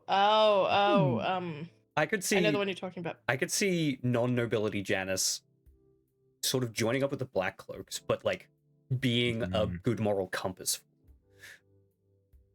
See, I wonder if in the darkest timeline, Janus is just the protagonist from Land of the Lustrous, where they're like literally remade by the things in their environment, by all of the trauma they go through, and they just become someone else. And that would be fucking heartbreaking. So don't do that. We're all good. We have noble Janus, so For now. all right. With the world's best role models, right? Yeah, I'll point over to the accountant. He's doing better than me. All right. Let's That's get a a. role model. 10 out of 10. Next. I'm gonna do another individual one. Janus. Scoop. Ah. All right, what do we got? Rain. Roll My- you D8 for you. You A have 7. D8. If it's Yeah, an 8, okay. roll again. Yeah, you have 7 Let's see what I questions. got. Yeah, that's the funky looking one that isn't. Anyway. So I got 1. What's my one? Thank you! Yes! Please use. There's a bit of a story here. I Guys. even joked about this with like with Cosmo. I feel like right in the lead up to this, I was discussing like how to do these things. All right. We So should my we should we camera's should read out the question though. That's a good point. Here's Scoop. I Oh, suppose. Scarlet ticket. Yeah, your camera / mic is having a day of it right now. Why buffer steak? Why? Or is that something we'll find out later? Not how buffer steak. Not what buffer steak. Why? Specifically. So, legitimately, like, buffer steak, I have a lot of moments, like, a lot of players here will tell you that my GM style is to make up stuff on the spot that just becomes canon. Yep. And that was just, I want Scoop to, like, we're doing a stakeout, I want to be, I'm having a nice time throwing things out, and it came to mind, it's just like, oh yeah, Scoop doesn't know how to cook. Because Scoop's, like, got a lot of elements to his personality that are sort of, like, a show, like a fake out. He's, like, trying to be, like, oh yeah, I know what I'm doing, but doesn't. So when he goes to cook, it's like, yeah, I know what the hell I'm doing. So he's trying to like be confident and make this dish that's like, oh, it's the best thing ever. You got to try it, and it's just a nightmare. But it kind of still works. And on top of that, like as if it was on top of like there was something underneath it that was getting crispified. On top of that, so after the fact, because I was seeing a lot of like talk about it. Like, I started to go, oh, maybe I should come up with, like, a reason for this. And as I was going back and forth with Cosmo about, like, Scoop's backstory, which you've now got, like, have been privy to part of, or, like, a fair bit of, when we're going through the different permeations, and I was having the shower, it's like, oh, maybe I'll do this, maybe I'll have this be this way. Like, for a bit there was a version of Scoop's backstory that was much darker, and we decided against because it was, no, we have merch of this. Let's not retroactively make that merch sad. Because there was gonna make the buffer steak sad. There was gonna be a version where, like, Scoop's positions of Scoop rained with fire, and like Scoop's trying to like crawl out of there, but he can't quite make it, and like his dad like crawls under him to protect him from the fire, and that's the buffer steak. God. And I'm like, yeah, no, that's messed up. Let's not do that. That is messed up. Damn, Thank you for not ruining that merch. Just looking at the steak being like, it tastes nice. It tastes like father. It sacrificed itself to make the top steak better. So, there's that. I knew there was a potential fucked version. Yeah. Let me try and fix my camera again. All right. How about another? Miss Cotta. But can I answer your question? Ooh, it me. I roll dice too. Yes. Ooh, number 5.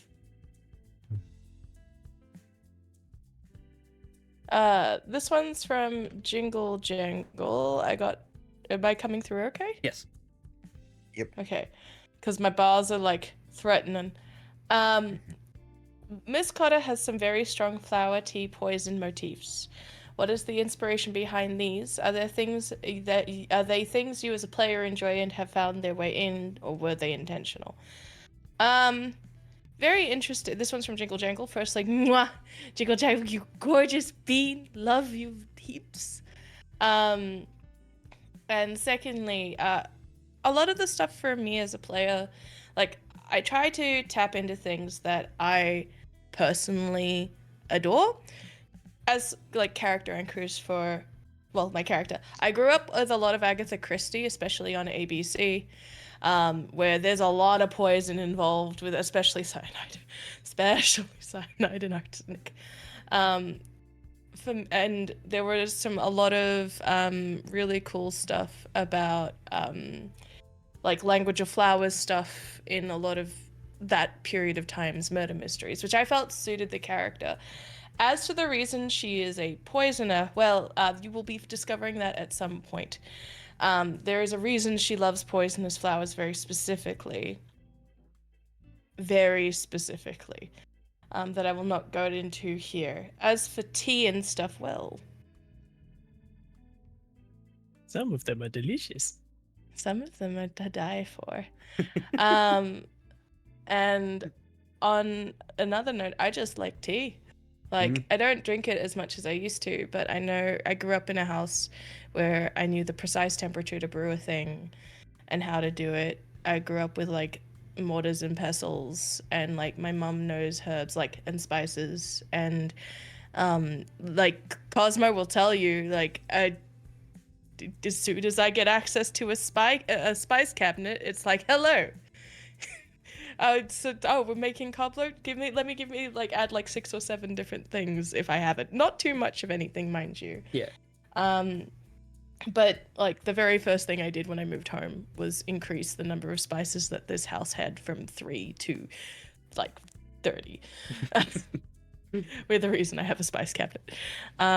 But yeah, no, in terms of the flower motifs as well, grew up in gardens, and Miss Cotter is very of the earth, shall we say. She is a character kind of grown from her circumstances, and I really wanted to reflect that in the way that she is, in the way that she moves herself along in the world as well. Yeah, I think that's answered all of it. Yeah, no, I think that covers it pretty well. Yeah. But thank you for the question. Yeah, it's very good. The next one I rolled was for the accountant. Do you have dice on you, or should I roll for you? I have a virtual dice, yes. Give us, well, if it's virtual, a D5 would be good, but a D6 is also fine. Yeah, it's not that virtual. Calm Okay. down. 3. Your question is, when do you think the accountant realized he liked Miss Cotter? And that was from Birdie. Yeah, okay, fair question. So I'd say it's actually twofold. There was a point earlier on, I think it's in the first arc, when Ms. Cotter kind of says to the accountant that, and I'm going to paraphrase this because I don't have the quote in front of me, but it was something along the lines of, you don't have to be, what you are. You can decide what you want to be, and you can be more than just who you are now. And to him, he looked at this person and went, oh, like, you are the living example of this. Like, you're something more, because you have done that. And that kind of like really, it sparked something. And then I think it became a little more concrete in his head, at least at the very seed level, if you will. After he killed someone, and told Miss Cotter that, and she didn't immediately hate him. She was actually very understanding. She was disappointed in his actions, obviously, but she didn't resent him, or she didn't hate him, or didn't kind of treat him like the thing that he was being, because she saw more than that. And that, I think, was probably like the initial seed that started from there. He is not intuitively with himself, is the best way I can describe that. Yeah, feel that. So at a very, very deep layer underneath a bunch of things, that's where I'd say it started. Yeah. That, what is it? That cleansing scene almost was really, really solid as well. Just like the idea that she was washing his hands for the blood that he just spilt, but was not unacknowledging of it. Was really just oof. Tasty. Wow. I had forgotten that exact part of it actually until now.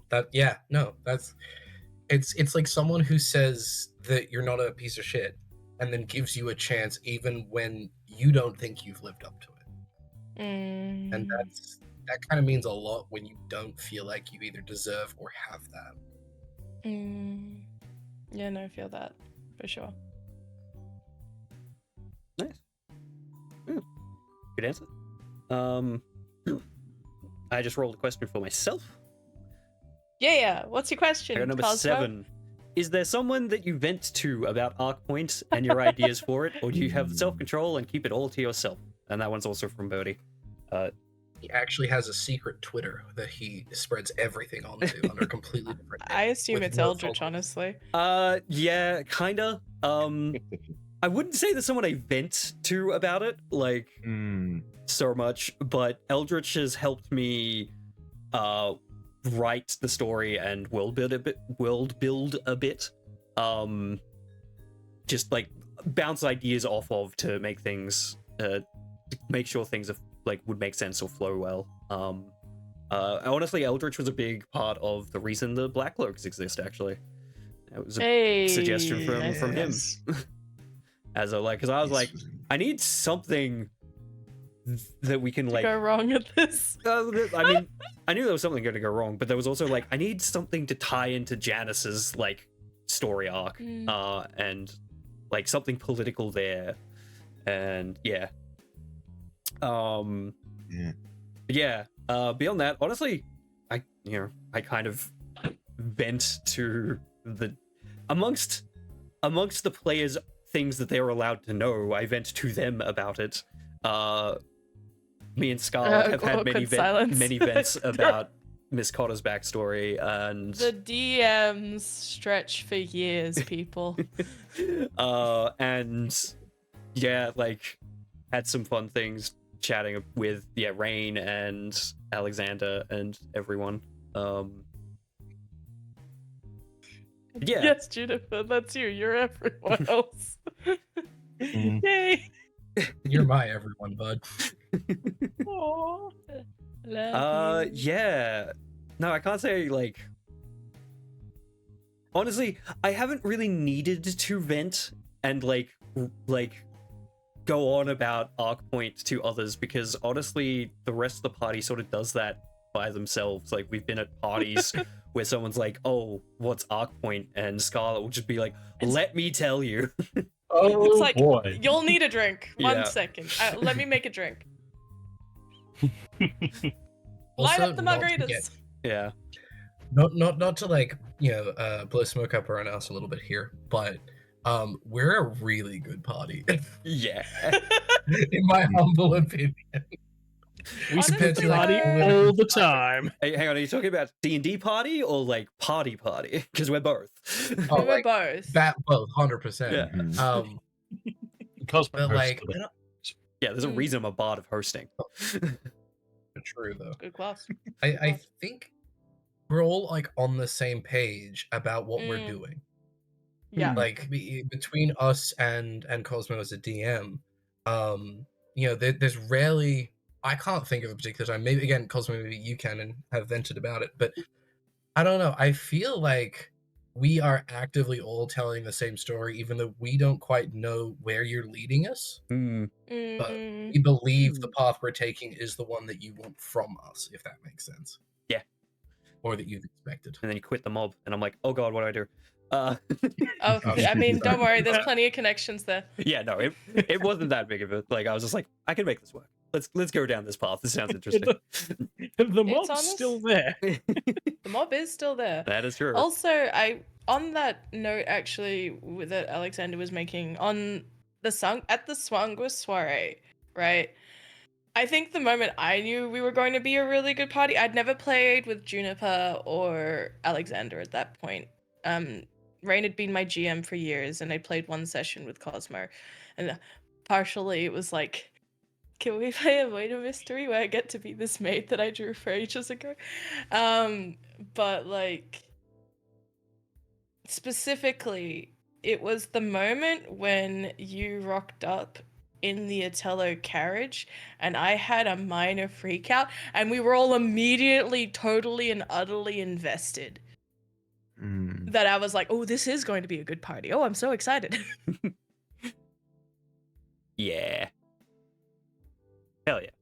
But yes, the one person I kind of talk about background stuff to would be Eldritch, definitely. Both because he knows a bunch of NPCs, so I kind of need to give the context for some of them. Though I don't give all the context. No, I've been curveballed a few times.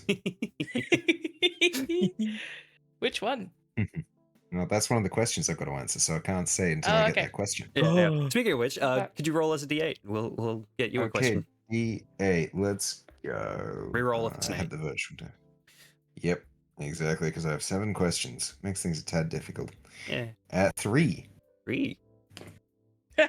Hey. Oh. That question you were gonna answer. Pain, laughter.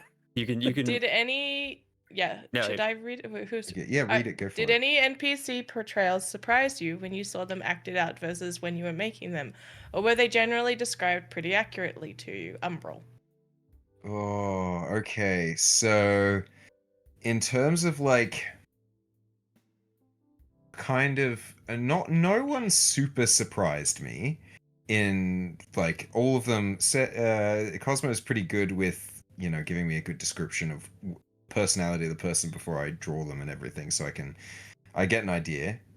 There is one NPC who you are yet to meet, who I got really surprised by, because there was a hint to them, and I'm like, wait, what? They're being used that way? This is how they show up? Oh Holy gosh. shit. Yeah. There's NPCs you haven't seen yet. What does it mean? I refuse to Secrets. believe that. We've seen all of them. It's gonna be great. Oh yeah. So that was. I mean, I love how it's sus that it's is. sad. I can't give more spoilers than that. But Yeah. that threw All right. me. Well, the ones that you've seen so far, or like the ones that have come out. You, Is my internet dying? yeah, you cut out quite a bit there. Yeah. Where?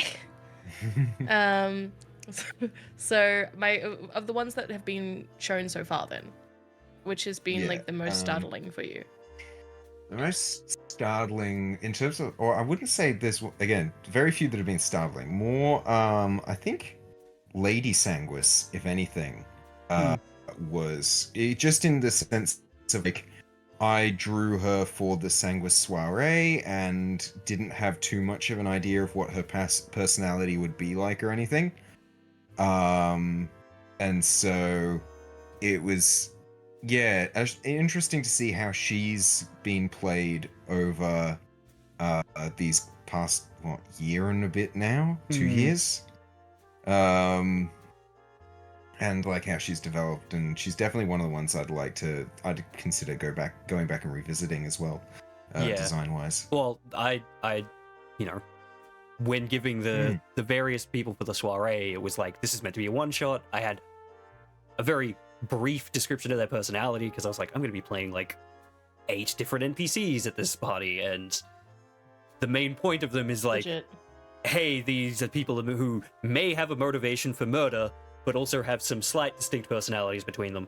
But Yeah. obviously her personality has changed and grown. Well, not so much changed, but mainly grown Yeah. since Yeah. the soiree, and especially her relationship with Miss Cotter, which honestly Mm. I adore. I adore Yes. playing that I- out. Oh, it's been wonderful. I really love those two. It's like the older sister Miss Cotter never had. Yeah. Mm. Actually, just quickly, now you've mentioned, Lord Sanguis actually was the biggest curveball. Just in the sense of like, I drew him and I'm like, yes, I love this guy's design. I'm really happy with it. And he's dead. Oh. I'm sorry about that. I was I just- one of the ones I was most proud of. Can I just kind of like tag a question onto that specific thing? I was just gonna say, like, you've done so much art for so many NPCs. Are there any that you regret that have like not made it past their episodes, basically, where you're like, I drew this, I was really happy with it, and now they're dead? Would like to not have them dead. I think only 2 of them have died. yeah, no, there hasn't been that many Yeah. die. Ones that I'd like to see reappear, or maybe Heimer. He was very fun to draw, and I really liked how his design came out. So I'd be happy to see him reappear. Woodrow as well because of that mustache. Woodrow's Hanging fun. mustache. Ash's Prague isn't always happy when it's on screen. Prague is great. Prague We love Prague. brings Oh, me Prague. joy. Yes. Honestly, I loved your Pierre design. That's one of my favorites. Yeah. He Yeah, is such a good. dick. I love him. What a smug. Oh, I You was captured so his happy with personality The so most- well.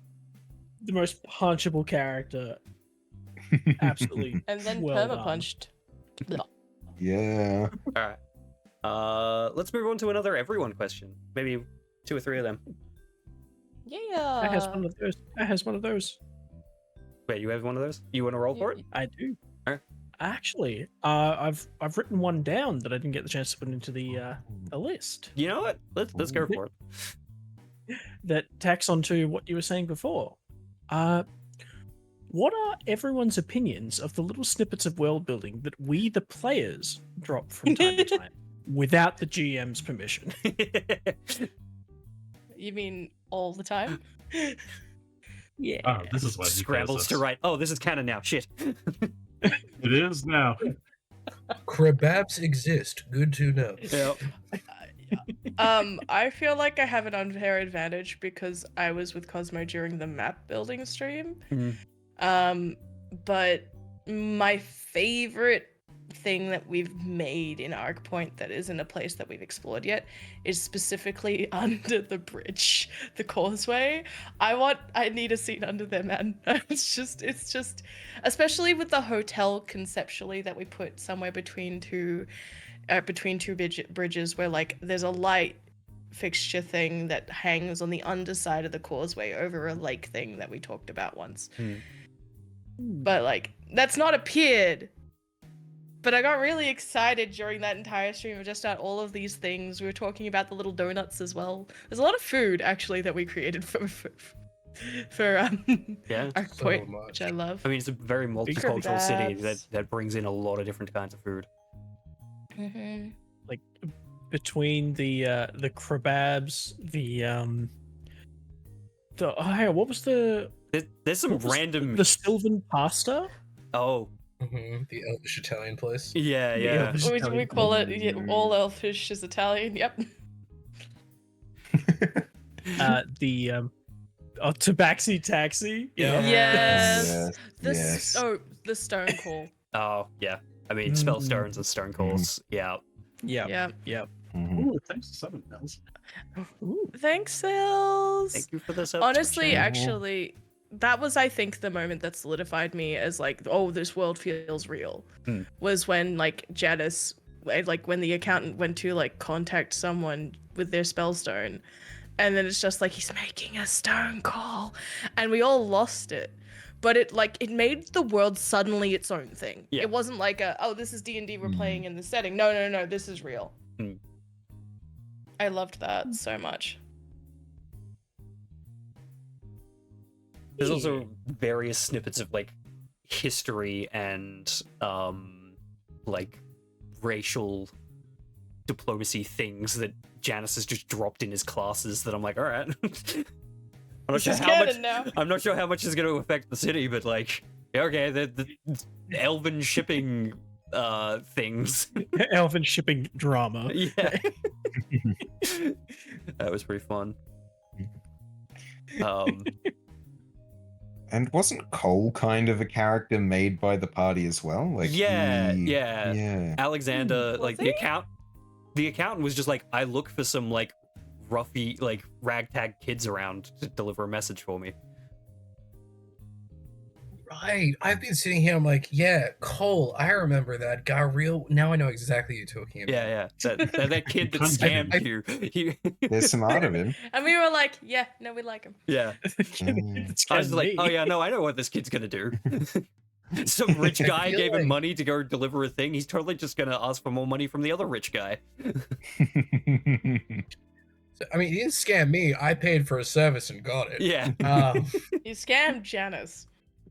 I feel like my little world building things like that are like they're almost with permission because like it's always like, hey, is there one of these, Dungeon Master? Is there like a meat hanging place somewhere around Yeah. here? Oh, is there a kebab place down at the docks? Do I know that guy? Like it's always that type of world building. Yeah. Okay, but also like You're the just like, Seraphor is sure. 10 days away is cool. I wasn't sure if that was canon or not, but like that drop was like smooth. Yeah, honestly, before the accountant specifically mentioned that distance, I don't think we had solidified the distance, so yeah. Alright. I mean, it could be any distance. That could be 10 days walking, 10 days on horseback. Who's to say? Yeah, it's 10 days. That's variable. 10 days on a boat. Yeah. Alright. Yeah, it's a pretty good question. Motherfucking boat.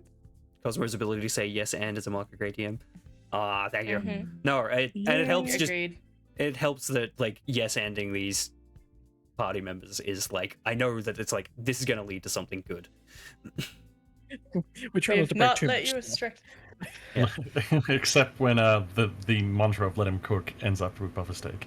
Yeah, and we have merch of that. It's great. We have merch. All right. Somebody made a buffer steak. Yeah, someone Heal over Yes. time. Mwah, bless their soul. Made a fucking buffer steak. It exists. It has They happened. cooked a Justice steak World with a here. steak underneath. Crazy.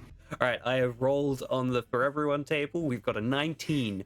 Do you have any rituals or phrases that help you get into character by Jingle Jangle? Ooh. I absolutely do. Hmm. Like 110%. Every time like we're in the start of stream, and Cosmo, like you're reading through all the appropriates and stuff. If I'm actually on camera, you'll usually see me turning to the side, and every time I'm just like, "My name is the accountant. My name is the accountant," and I'll just repeat that because like that's my go-to phrase because it's like his defining line Yeah. in my brain. That's That's a good one. that's always how I go into it. Anyone else? I've got one. Mhm. I every now and again, like as we're starting up, I'll like go on mute and I'll just look and go, no, don't leave that.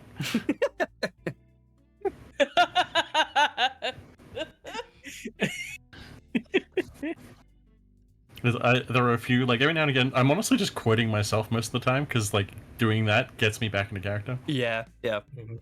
understandable. Scarlet, Juniper?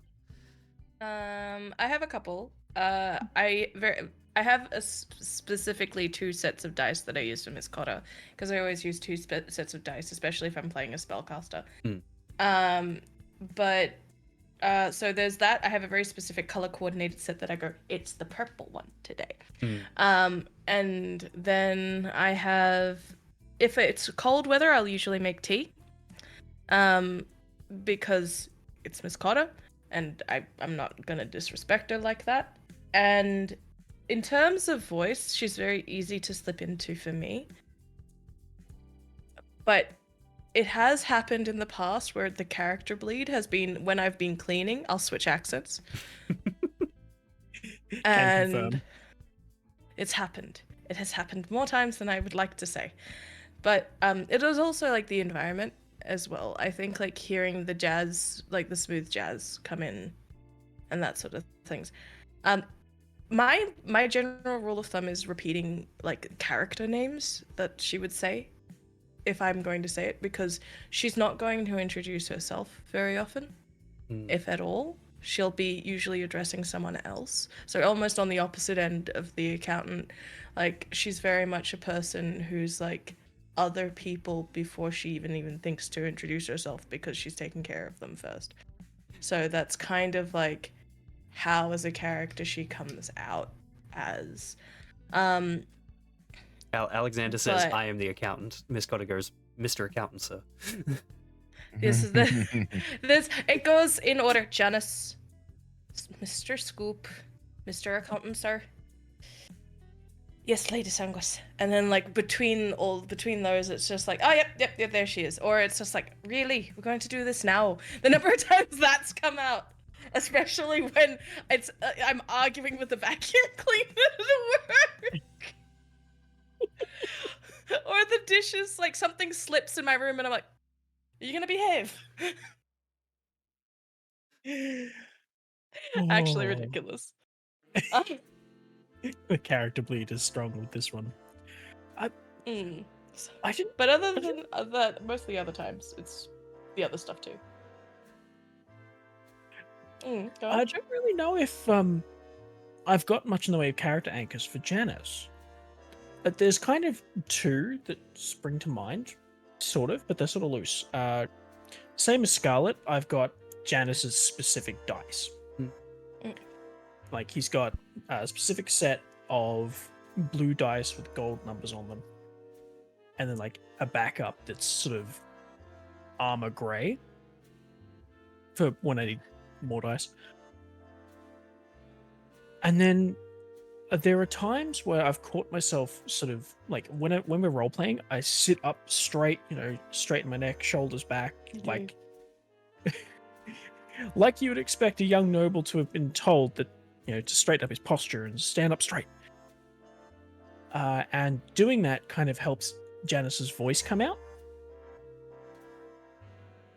But aside from that, there aren't any sort of rituals that I go through to slip into Janus, which is why, admittedly, Janus's accent might be maybe the weakest of the group. I think you're pretty on character most of the time. Also, That was I mean, you've got distinct he's a character mannerisms, that's. like- I was gonna say going through puberty, but he's just come out of puberty, I guess. But like, you can use that excuse. also got a good amount of inflections, I think. And like the little things that are added, and we goes, oh, things like that. I'm like, that is a Yeah, Janus no. noise. It's not really a word. It's a noise that you make. Aw. Thanks. Dave. No, but it's true though. Like one of the things that I feel like I've had people go, you do a lot of really great voices, and like it's great and all, but I think that you don't need to be a voice actor to be an excellent player or a character. Like if you need to demonstrate character change, it can just be as simple as like tonal shift or Yeah. bounce in the voice Or just the mannerism. speed That's fine. you give like you put the words out. Like, are they fast Yeah, talking exactly. or more methodical? Yep. And even It doesn't have to the words you be. choose as well. Yeah, like they don't have to feel like they're in your mouth, or you need to constrict parts of your throat to define, like, go up or make a squeaky or whatever. But like that sort of tonal shift, you can always tell a Janus O. Like what Birdie's saying in chat right now. Every time I hear the Janus, all I can picture is literally his character doing the jump. The little sprite. Yeah. It's true though. Oh, goodness. All right, someone want to roll another d20? Let's get another question going. I guess I'll do it this time. Sure. But wait, how does Eldritch get into character? Oh, I put on the hat, obviously. Yeah, I just grabbed myself a tankard and a cloth. I put on the man. The hat adorns him. Yep. Yeah. Yeah. So that's I a call 13. on to my host. 13. This one's from Scarlet. As players, role players, and game masters, what is your favorite thing to tell in your stories? Character actions, dialogue, world building, etc. Oh, I want to take this to start. I love just little things, knickknacks and stuff. Just like, I think this came up just yesterday that like I was playing a sci-fi game or running a sci-fi game, and I was like, oh, you guys find some curly fries. It's instant curly fries. It like cooks as you That like was fun. pull the tag out. Or you're trying to find the bounty board in this bar. Oh, it's carved into the fold-out part of the bar. Oh, there's a dartboard here. It has a laser blast in the middle because the barkeep got upset at people throwing darts around. Those little bits. I like to set scene-setting things. All the little I details. definitely feel. Yeah, I'm with Maureen on this one. I really love describing the sensory effect of something. Like, I've described tea, and like the way I describes tea, or like the way that when Miss Cotter is bringing something, it's like, oh yes, no, it's wisteria for the season, because there's this delicacy in somebody picked this cup for the purposes of for the reason, maybe they just liked it, or maybe the smell of it has maybe the way the handle sits is more ear-shaped, and so they can rest the pinky on, like, their middle finger on it, and that pinky that they may have injured at one point, it doesn't need to support as much of the weight. Like, I really love describing things that have an emotive purpose for characters that they don't know about yet, but they very quickly do. That's one of my favorite things. I'll tack onto that. Your descriptions of like sensory stuff, like the little sensory details, is probably why your horror hits so hard, Because it's like it's the little details that you're like, ugh, makes you shiver. Candela coming soon. I think my favorite things to tell is honestly like, and this comes from having to be like, it works only in a group so much, but like character interactions. Like I love bouncing off other characters and just seeing character relationships and stuff. Yeah. And when I have to have like character scenes alone, I try and make them sort of, you can still feel the emotions that the character is having. Yeah, no, felt that with Lady Sanguis in the last session for sure. Yeah, and even as party members, I try and go out of my way to have like scenes with other party members to, you know, show that sort of stuff. Slap band. Oh, I love slap band. I think, yeah, that's kind of my favorite things to tell in stories. Anyone else? I think, yeah, actually, I can tell you what it is. And it's very self-indulgent of me in two ways. Because it's the same thing as a player, as a DM. As a player, I adore the moments where I get to perform with other people. Like, I love the idea. I get to pretend to be this person. And, you know, for me, that's just like getting pretend to be a really specific version of me that I just really like. And that's awesome. It's so much fun.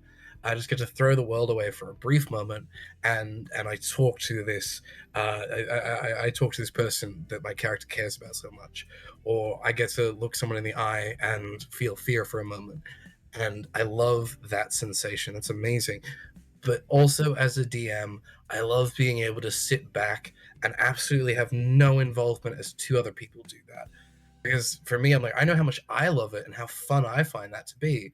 So, you know, again, self-indulgently, I assume that when other people are doing it, they are also having that experience. And I'm like, yeah, I'm just an audience member right now. I'm just watching these other two people go at it, and it's amazing. Yeah, I love that. I would definitely agree to that. You can, throughout Arkpoint, there are plenty of times where I don't say anything for a good 10 minutes and just let you guys roleplay. Just like, Until I get One direct time- specific question, they're like, "Oh, hang on, what's the weather like?" So we can like incorporate that in the right roleplay. I'm like, "Oh, it's this. Go back to it." sorry, what was that, Eldridge?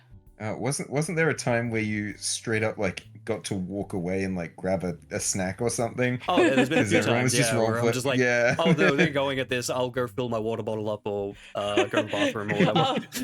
They've started to speak. I'll be back in 5 minutes. You guys hold down the fort. I'll be back. Where's the fucking lie, though? I mean, yeah.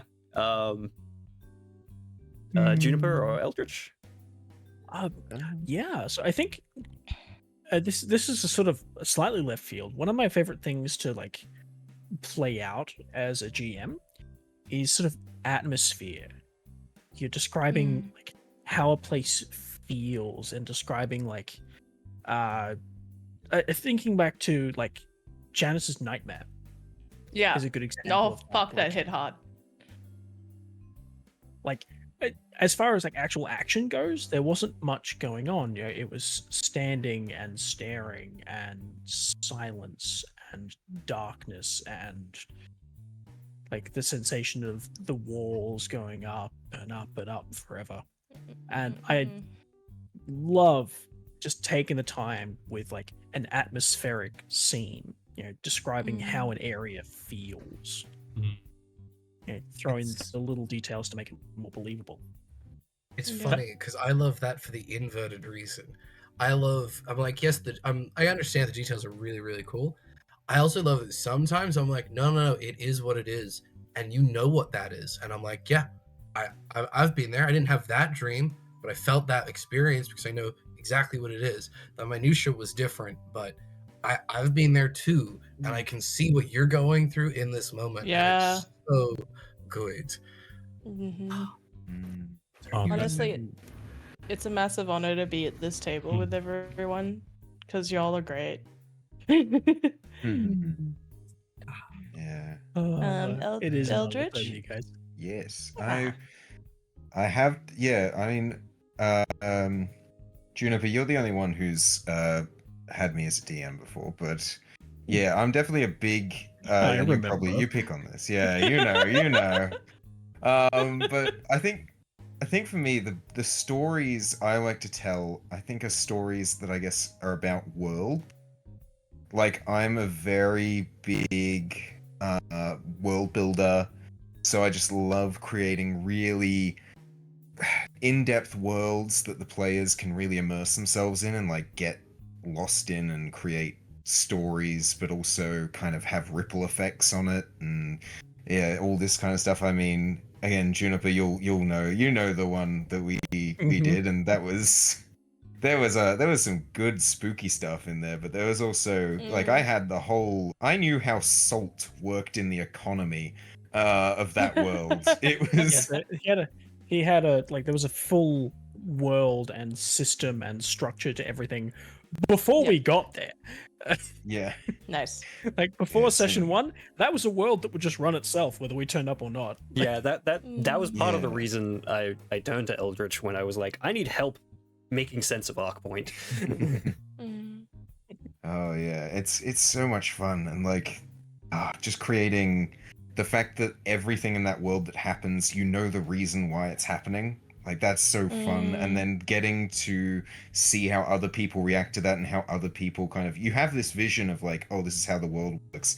Then other people come in and introduce their own ideas, and at first I think that was a bit of a learning experience for me because I was just like, whoa, my beautifully crafted world, what? But then I'm like, no, this is actually really fun to let other people have this influence on it and to see where they take it and what they think of it. I suppose like that's a big part of it, right? Like we are all when you're a player, you're just as much a part of the world as the GM is. And like it is a collaborative storytelling game ultimately by the end of it. And if there is like very little agency, it can feel really restrictive, like you are a guest in the world. But like one of the things I really adore about Arkpoint, and a lot of the games that I've played with many of you outside of this, is that like feeling that no, this is our world. The stuff there is real to all of us, and that's really like quite powerful as a connection point. It's also why I struggle to play like official content because like I enjoy the stories and stuff, but unless it's been slightly tailored, then it's not as fun. I think Fudge though, everything. I'll throw out the flip side of that. As mentioned previously, I'm a boundaries guy. I love having a box to play in and push against. And the thing I love about Arkpoint is I'm like, no, I get the box is a bit hard and fast. The walls are a bit softer in certain places. But I know what it is. It has a tone, it has a mood, it has a vibe. There are things that you don't want to do because it breaks how that world works. Yeah. Yeah. And they're functionally soft boundaries, but they give you context, which inherently gives meaning. I think if anything can happen, nothing's super important. But in this place, there are things specifically that happen, and so when something pushes against that, steps out of that, it feels important. It feels different, and I love that. Sorry, Rain. I think you were going to say something. And I just want to, on that note, in regards to boundaries and like the things that seem possible in the world. Also, I would like to put forth that like certain like if you do world building well enough, like for example, I feel like Arkpoint does this very well, that you can sort of get a sense for the things that are possible within the confines of this story. For example, I don't expect anyone to come back with like, oh, wizard rocks up and revivify someone, or cleric probably, or and things that are like, oh, I don't expect a dragon to swoop in and such. I'm like, okay, I know totally what I'm expecting, and honestly, like the little parts where it sort of presses like against that. For example, the tabaxi. I'm like, oh yeah, tabaxis exist in this world. It didn't strike me as a possibility, but it's entirely possible that in this world there is just no tabaxi. So that when we find that, we're like, okay, so they're now an established part, and every little bit like brings us like starts to like shake loose. I don't know how to put it. Like like a puzzle that has This like is a bunch of just sand in it, swords. and like it starts to like Yeah. become more and more like all the edges are sanded off, and now it's okay. I have this pretty solid vision of this world now, and I can understand where I can push things and where yeah, that's just not going to happen. Even if I try and force it, it's just I'm going to be out of character for the world, which is in its right its own character. If that makes sense, I'm starting around a bit.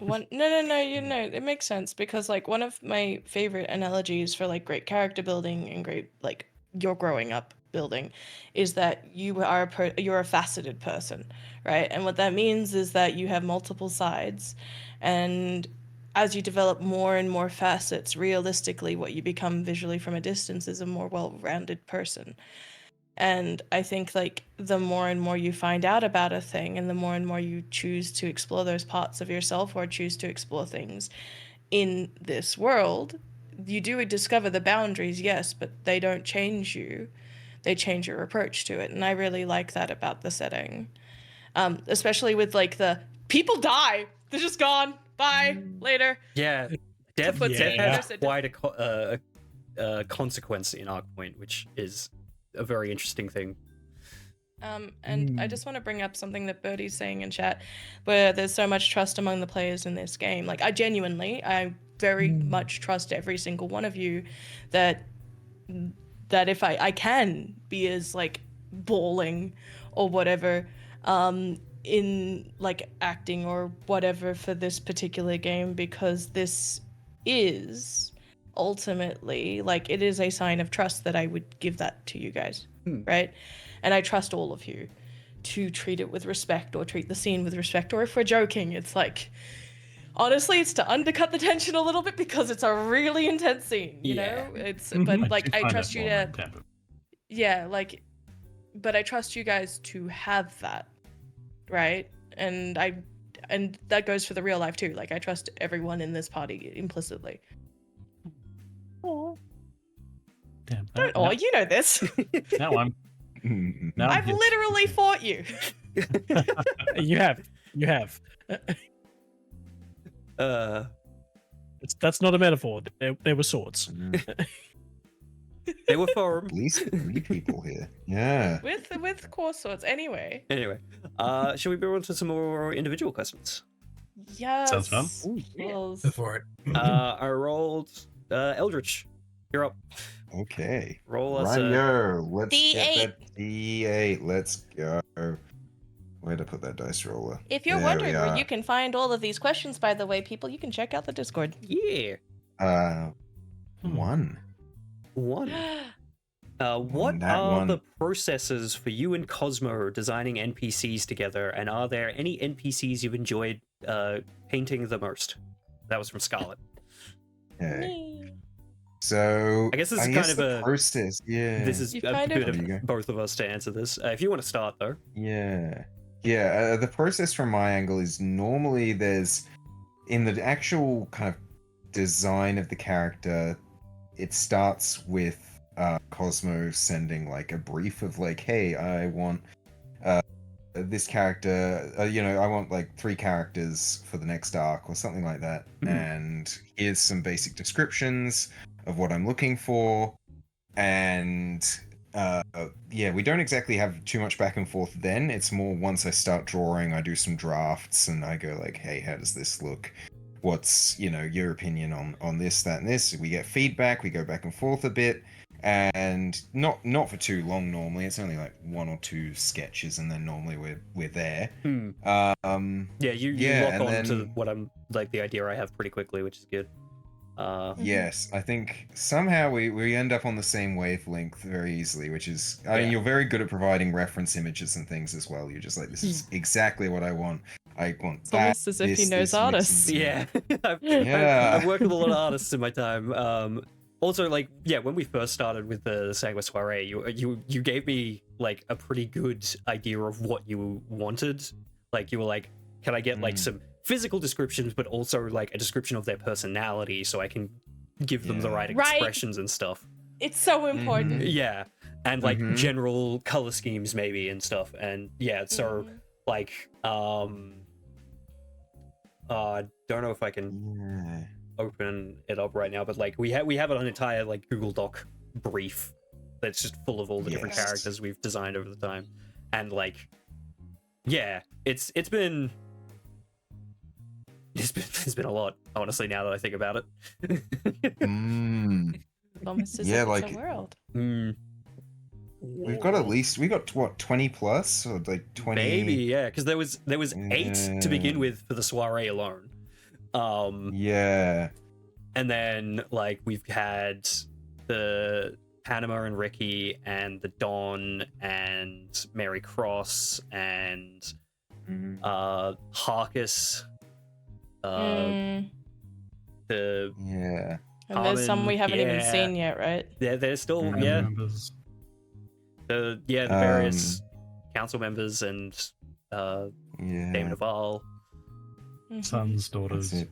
wives, Yeah. brothers. And yeah, But yeah, different and it probably goes up. The number goes up if you include different expressions as well. yeah, some of the Oh, more that's recurring Yeah. characters have like angry and happy A couple. expressions. Yeah. Mm. Or you mean like happy and panic for poor, Yeah. For Azalea, I'm for like, poor Azalea? yeah, they didn't get like a. I was like, no, I know what emotions they're probably gonna feel throughout this. Can Or I can Pure think on- cold-blooded panic. Yeah, I can or think on the off chance, like with Prague, Prague's had 3 variations. He's got his happy, his fancy happy, and his angry. Okay, but we like they are all perfect versions of Prague because Prague is perfect. Yes. Agreed. Yeah, no, the process is yeah, design brief, send some sketches, and we sort of go back and forth over that. And then once the Mhm. sketch is set in, send through a full color version, and then that gets sent to me, and I put it into the stream and stuff. Yeah. And the other half of that question: who's your favorite that you've made so far? Like, what was the most enjoyable making? Most enjoyable to make. Okay. Definitely actually the Don. Yeah, Hands down the Don. The Dawn looks phenomenal. Dawn is such a Dawn- good. Absolutely. Panama is Such a a vibe. second. Yes. Yeah. Panama's aesthetic was that was so fun to Yeah. just design. Yeah, she came out so well. So happy.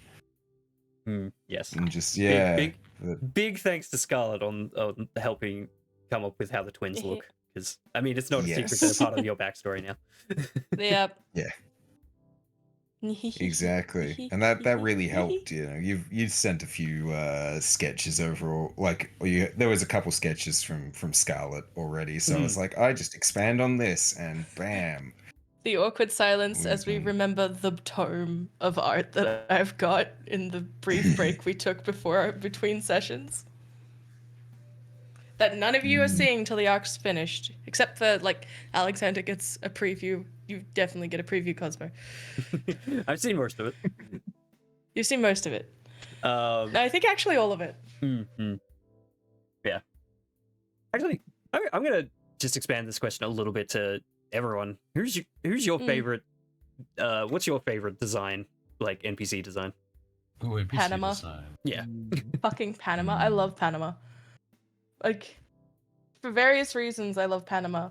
But also just, like, when originally concepting her as a character, in Miss Cotter's life. Or in her past life, right? Just the sheer level of, like, she's doing this to be petty against Ricky. Like, it's not something that's mentioned. But, like, due to puberty, Ricky got taller than Panama, and so she starts wearing heels to make sure that she's still taller than him. And I just like little details like that made me really happy. Yeah. I feel like I'd be remiss if I didn't give a shout out to Eldritch Flatcap's rendition of Oh, Kit. Kitchen. Yeah. That was a fun Yeah. little like. He's a fun, just Mm. little cameo from My boy. Crime Brulee, Crime Brulee. which was one of the first things we ever did on the college before it was even the college. Yeah, when this was my old channel. Yeah. I do. Oh, massive kitchen. Whoa. Oh no. Yeah, here's Oh, another that's thing I can enormous. talk about in terms of the whoa. All right, never mind. Calm down, calm down, calm down, calm down, calm down, calm down. Too big, too big. It's that small section. transform. That's kitchen. Fit to screen. There we go. There's kitchen. There we go. Cook some Oh. real then.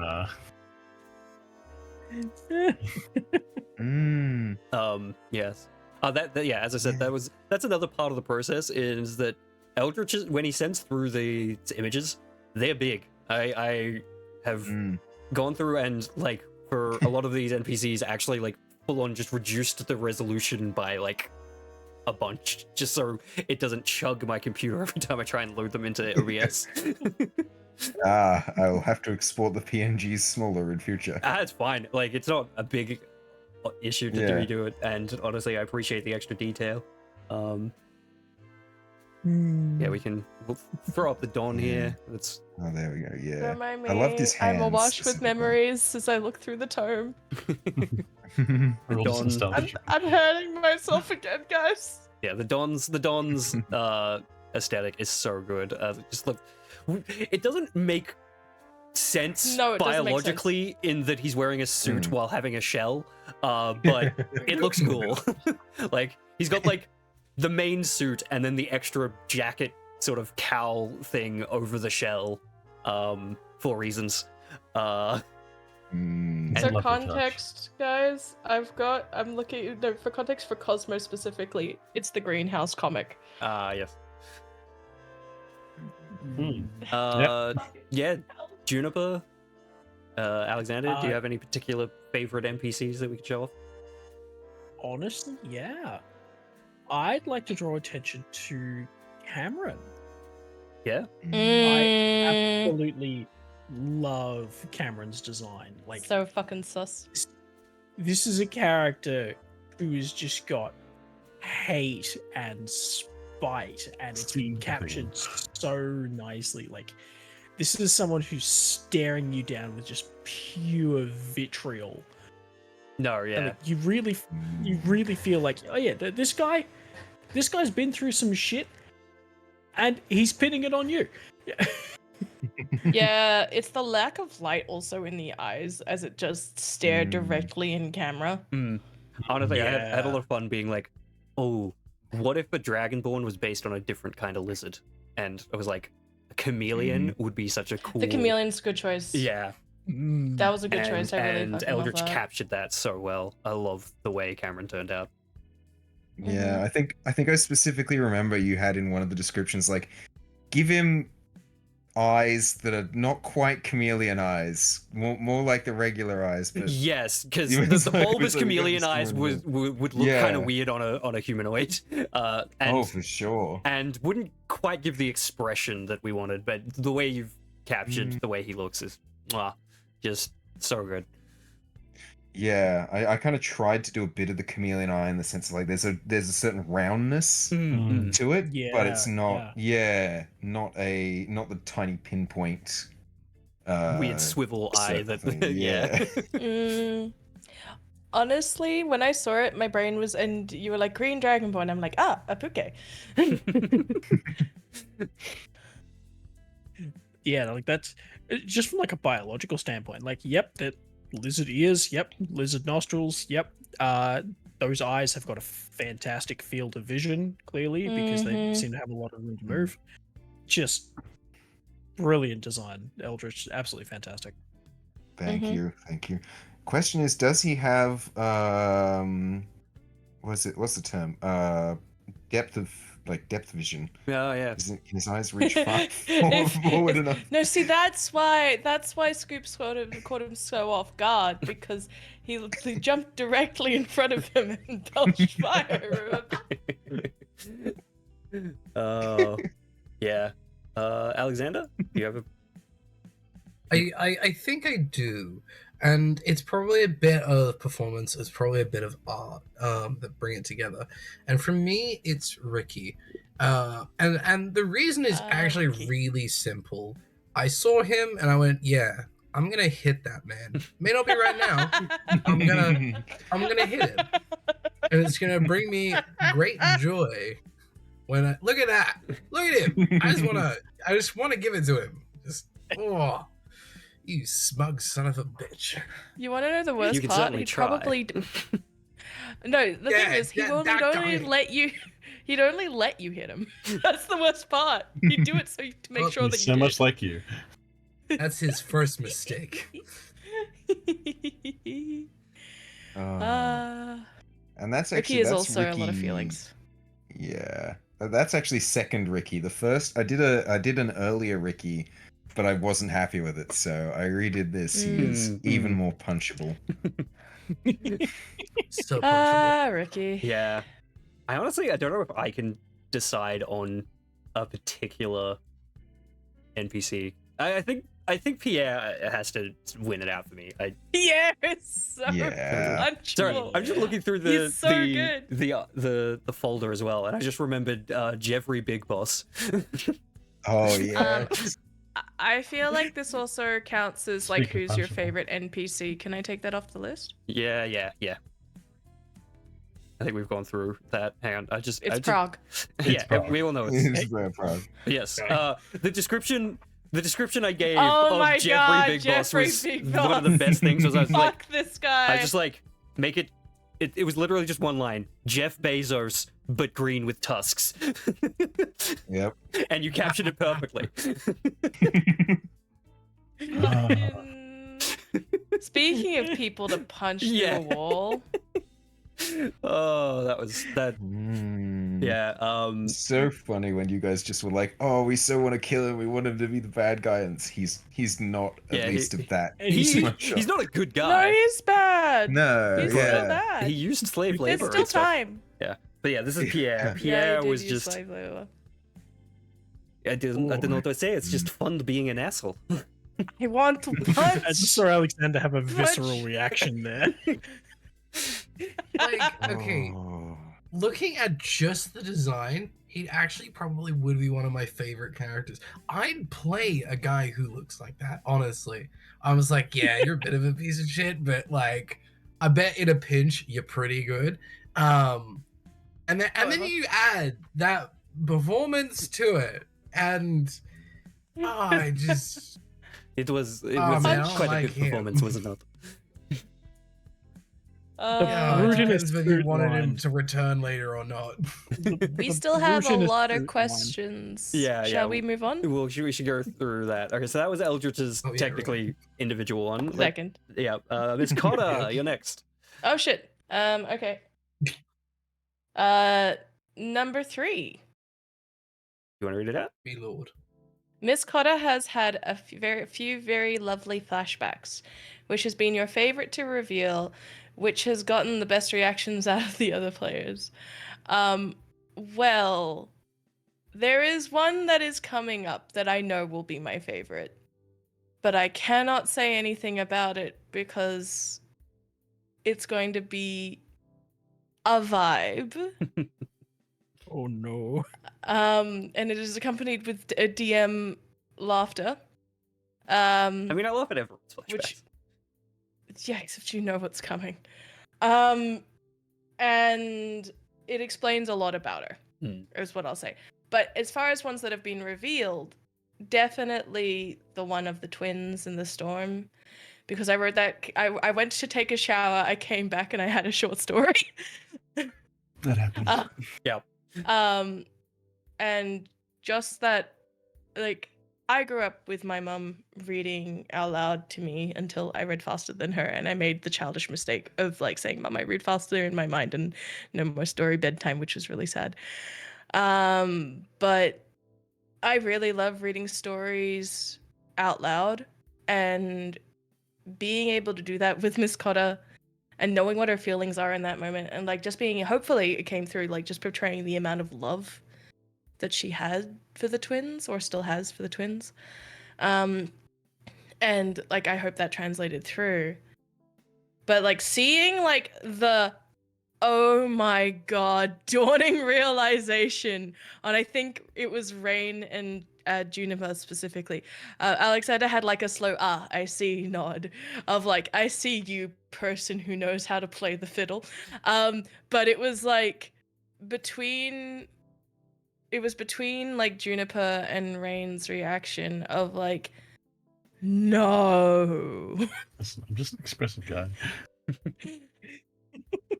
But it was like the utter devastation on your faces on our end. And this is something that I do like about us being a PNG stream. It is like having this face cam on for us is like the way we keep it a personal game. Like we're not putting on a performance for anybody else, which I really enjoy. But just that, yeah, no, that flashback scene was my personal favorite. But I know that my new personal favorite will come up soon. Yeah. Oh boy. All right.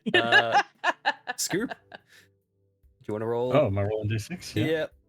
Oh, it's D8, right? Oh, we have 6 left. For you, Feel it's free to roll D8. 6. Let's do D6. Flip a I D7. just enjoy how Miss Cotter's favorite One, scene two, feels three. like a threat. It is. We've recently been really getting into Scoop's backstory. How have you been feeling about that? Is there something in particular you've been really excited to share about Scoop? So I've probably mentioned this before, but like a lot of my playstyle, my GM style is making stuff up on the fly. So very frequently when I make a character for something, with the exception of on the college, because I make an active effort to do that, whenever I play, I tend to play my first session without any backstory.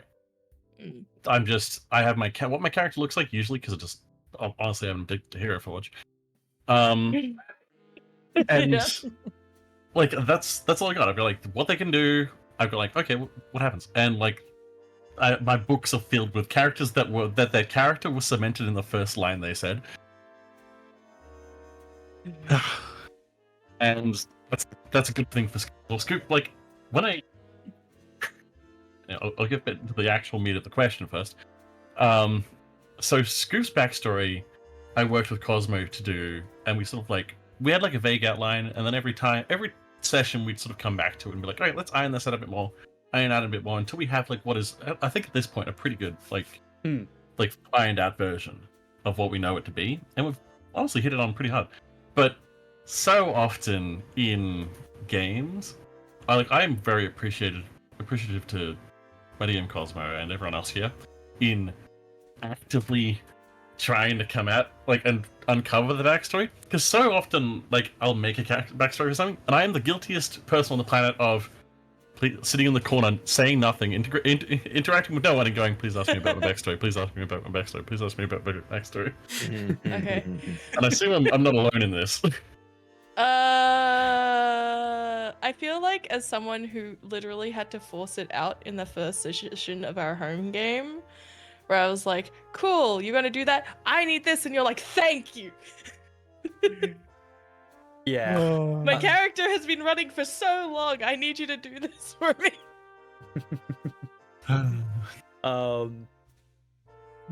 So yes, I'm very happy to have, I feel I've accomplished something that is very hard for me usually, which is to, honestly at this point I feel like we've done a very good job. There's still some things to uncover, but Yeah. just to have now put the foot in the door, I feel like I've taken the leap. Yeah, I think basically everything has kind of been revealed, and from here it's how Scoop is The gonna knock-on effect. is gonna deal with it. Because obviously, in the most recent arc, all the major things, this is Scoop's past. I think there's probably almost certainly a DM from Cosmo to me, which is how much of your backstory do you want to read? I'm like, please, just help me. yeah. I was like, I have I'm not ideas. going to do it on my own. Yeah, I have ideas of getting into this with, My this first next arc, instinct is to as be we were leading coy. up to the Cardinal Majesty stuff, I'm like, I want to get into Scoop's backstory. How much, is this too much? And you would just Left to my own send it. devices, I will say nothing and keep everything a mystery. Yeah. You need to force this out of me. I was like, okay, easy. We'll have a couple of flashbacks, and then we'll actually have the in-character reveal and golden. Yeah. I think at least Scarlet can can testify that very frequent when it Yeah. comes to like the backstory of something, I will tease something out forever. Okay. Or it'll come for you Mhm. because you've left it waiting, haven't you? And it doesn't like to wait. All right. Mm. Next question is for me. Yeah. Exciting. All right. D8. Go. That's a 4. What part of the campaign has been the most fun to watch the players deal with? Ooh. Honestly, everyone's reaction to Janus getting kidnapped was so good. What about Janus's reaction? Yeah, being I'm including kidnapped? that in there. Janus's reaction to getting kidnapped, but also the way the accountant, Miss Cotter, and Scoop all reacted was just like, ah, yes, this is like, this shows this group. This is character work right here. Scoop is just like, oh yeah, I'll just call up Miss Cotter. He's probably fine. The After accountant calling is up like the accountant. crushing things. Miss Cotter's like, what? Okay. What? What do you mean? So actually, like, I don't know if this was intended, and it's like maybe not. Maybe you like Oh my are God, Bernie. well and truly beyond. But also like you're a bastard. I have to put that there.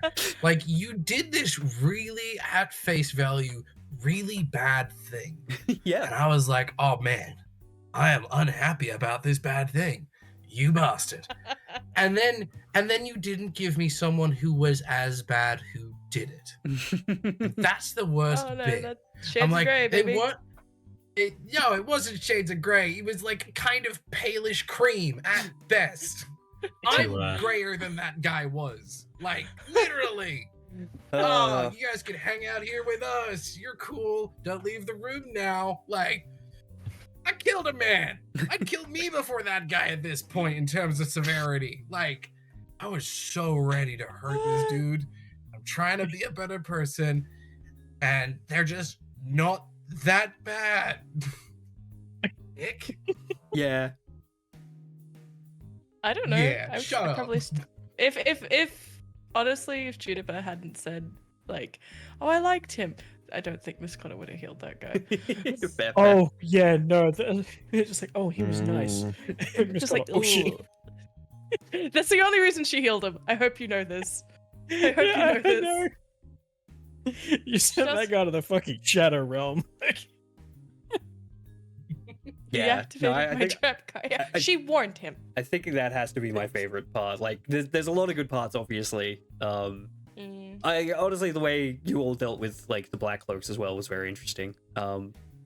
With Scoop hiding, Miss Cotter also hiding, but in a more active way. Dealing with the thing. I mean, Scoop tried to poison them, I guess. The thing is, I The felt like accountant it just spoke being like, wonders. I'm just gonna talk with them, and then Janus being like, I'm gonna talk with them, but in a more innocent way. Like, What I really at love- the second of sorry. violence comes that Janus being ready to just explode. Yeah. yeah, no, that was great. One of the things I really love about this party is that we can split a scene, Hmm. but it never feels like anyone's inactive, Yeah. right? Like, Mm. everyone is like doing a thing even when the party is split. Oh yeah. And I fucking love that. When I'll we- never get over that. The passing of the scene in like Arc 1, I'll never fucking get over that. That was so good. Yeah, it's like I feel so they've Ooh, paid too nice. much for something or broken something, I and it's feel like a someone transition. spent way too much money. Perfect. Literal Um, smash cut. Also, just a heads up, we do have a cap time for one of our humans, so would be we willing to ask more of their questions to Eldritch? Yeah. I'll go. Yeah. I'll just finish this round and then we'll get back to Eldritch. Yep. The next one is for the accountant. If you wish to roll, you have 4 questions left. If you want to just roll a d4. D4. Wait, no, you have 3 left. One was Four. very, Yeah. one was very similar to the other one. No, we'll just go with the last one then. We've gotten some hints of backstory during the series, but what defining feature do you think is most changed since his inception? Okay, so I did spend a little while thinking about this one, and I don't know if I like this is the answer you're looking for, but I'll give it as best I can.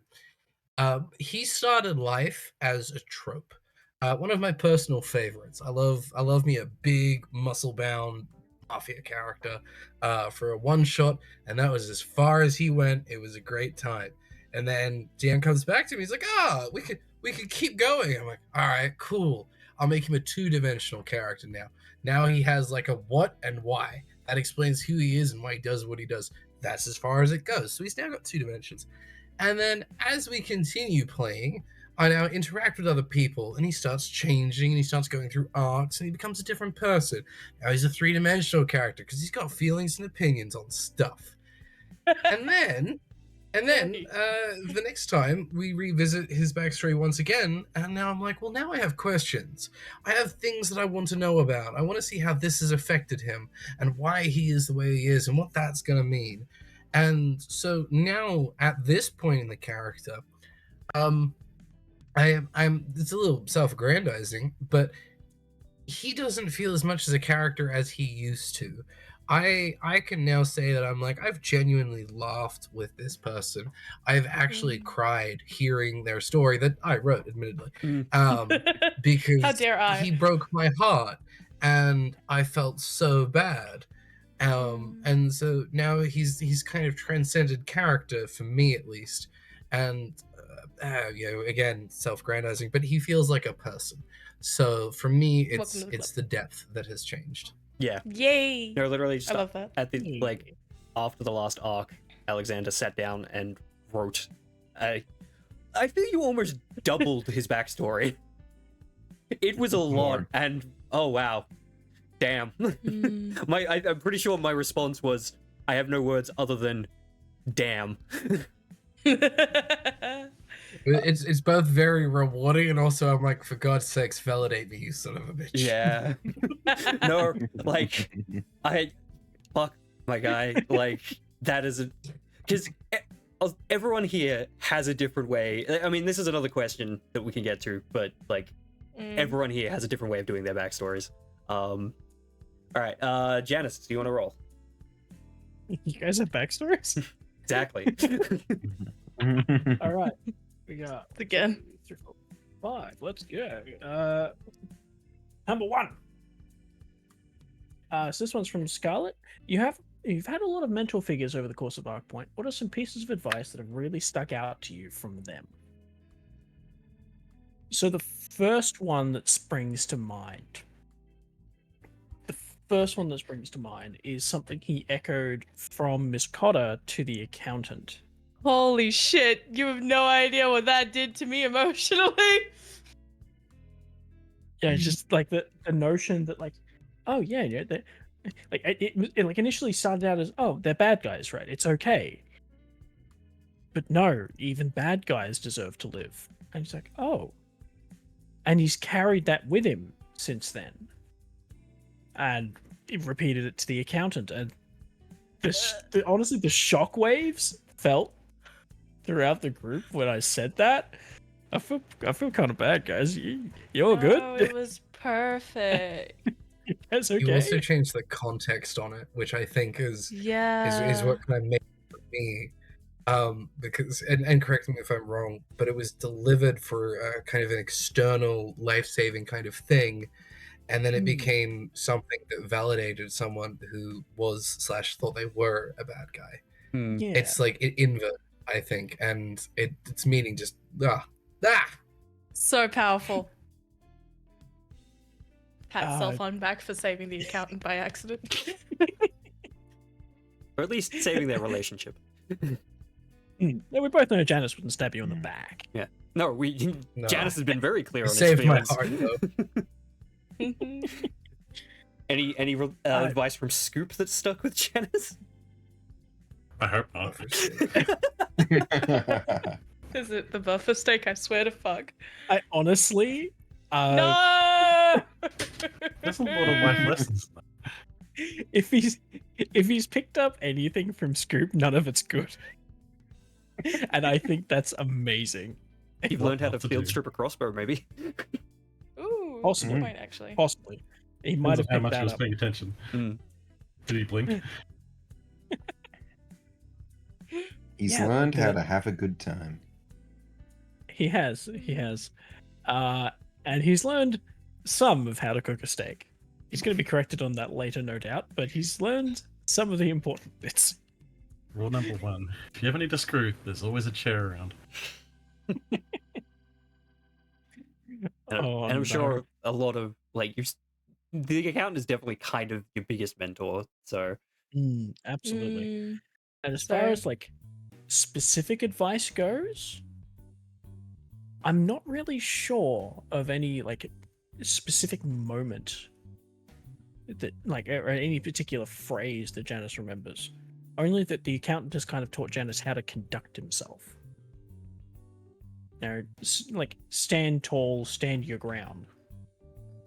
And stand for something that matters to you as well, I think, is also part of that. Yeah. I could tell you one thing that I think that I hope has been instilled to some degree, is that, like, there is not just one world that is happening. Like, you started in one, and this was this little noble bubble type thing, and it's cool.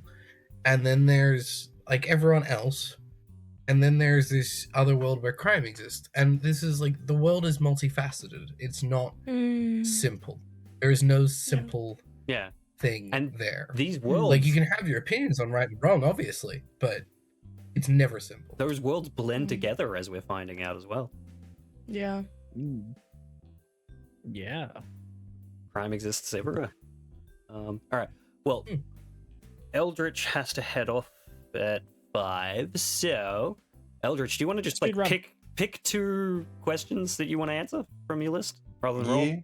Yeah, I can do that. I was looking through them earlier actually, and going like I've answered a fair few kind of inadvertently. On tangents we've kind of answered them already. Yeah. Yeah. I'll probably go with I'll go number 2. Number 2 is definitely from Scarlet. As someone who understands the game for as long as it's gone, what are you most excited about working on in a series like this, or working on a series like this? You're right the first time I misspelled that. It's all good. I feel on the art side of things, I'm most excited just about the ability to really expand my repertoire in terms of character designs and drawings. Like, this is always manages to challenge me when it comes to like Arkpoint portraits. There's always something that kind of pushes me that bit further, especially in terms of jewelry and really complex, fancy fashions. Because I'm very I like fantasy of like the medieval type, where it's like everyone just wears some nice simple tunics, or maybe something that's a little patterned if it's trying to be fancy. And I'm so... like, no, tiefling with gold inlay on their horn and fur cloak and... Yeah.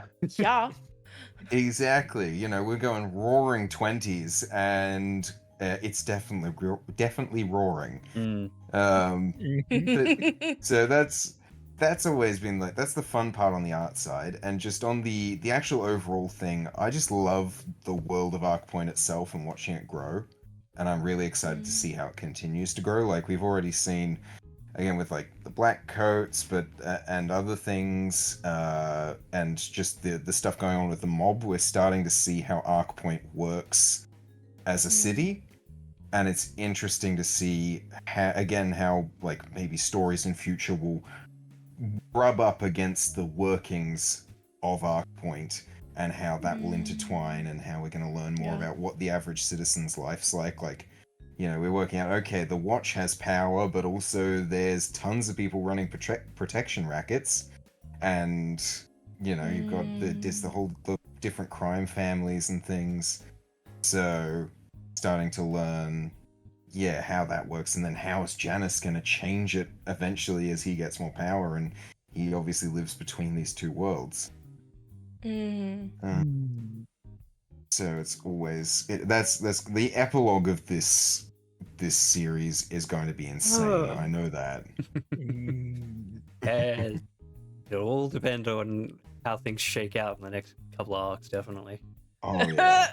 My heart. And is there any other second question. Yeah. Oh wait, what? Yeah, hit us with another question. Yeah. Okay, second question, which was number 5. Are there any characters you found particularly difficult to design, any that were easy from Jingle Jangle? So, I really wanted to answer this one because Prague was actually super hard to do because I don't draw Really? that many dogs. No, the Yeah, the first sketch was pretty. It wasn't the best. Yeah, no, there's a Prague there in the depths. I'll have to when I get back. I'm currently joining in this from outside of my home office area. So on my home computer, there's some Prague drawings that are not up to snuff, and I'll have to put them in like the art chat or Sniff, something at snarf, some point. sniff. Snarf, not up to no, but no, they're pretty shocking. Pretty rough, you would say. Thank you, Barry. Yes. Oh yeah. I was barking up the wrong tree. Manja. Yep, you're on it. I got it. Yep. Yeah, and so I needed to definitely go back to the drawing board and go like, okay, so that's the exact shape of a dog's skull and the face and everything, and that's where the eyes are gonna be. And I was very happy because it was a good experience. But yeah, difficult. In fairness, And- drawing perfection is known to be challenging, so I get And it. Prague Yeah. is perfection. It's true. Oh, I It's true. agree. My magnum opus. I'll never do better than Prague. Yeah, no. I peaked. Pico, I should just stop feel- now. Oh. I'm sure a bunch of you have seen Dimension 20, but there's a particular line from Brendan Lee Mulligan that comes up every time people talk about how much they love Prague. Oh, Mm. I don't want to say it out loud Oh. because you'll all hate me. But if you know the particular line about Brendan Lee Mulligan and dogs, if this is, oh, I do. Fuck you. Don't you fucking dare. Sus. If it's like Iraqi from JoJo with dogs, like Oh, it's that I vibe. see. I'ma kill that Yeah. dog. Make That's the that thing. mistake. Yeah, Make that mistake. as I say to all the characters in Arkpoint, I'm not going out of my way to kill anyone. But The plot, however. the plot and dice happen to go that way, people may die. I'm not. Yeah. People been- or dogs. You've been pretty lucky in combat so far. We have. Yeah, I've managed to keep Prague out of it, so like that's Yeah. helped. I just happened to forget he was there on the Cardinal Majesty. It's okay. Prague was handling it. We're good. It's fine. It's fine. A couple of lucky crossbow shots in there as well. If I could hijack something very slightly from you, Eldritch, I'd like to draw attention to something I find rather amusing. Cosmo, could you bring up the sprite art for Violet and Quincy Amberwood? Ooh, yeah, okay. I know where this is going.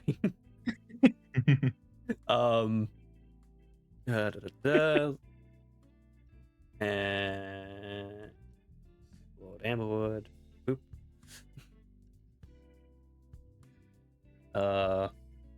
Let's shrink these down. Okay, just in the way. I'm sorry. It's just kind of funny to me that, in the current lighting, I'm not gonna lie, Alexander looks like your dad, which is hilarious because he's also kind of playing your other dad, which is great. So, aside from a brief mincing of clothing color palette between Violet's blue and Quincy's sort of cravat, Gold. Gold. I'd like to draw attention to the hair and eye color. Yeah. Alright. There's a super easy answer for this one. Cosmo, can you please bring up a sprite of the mailman?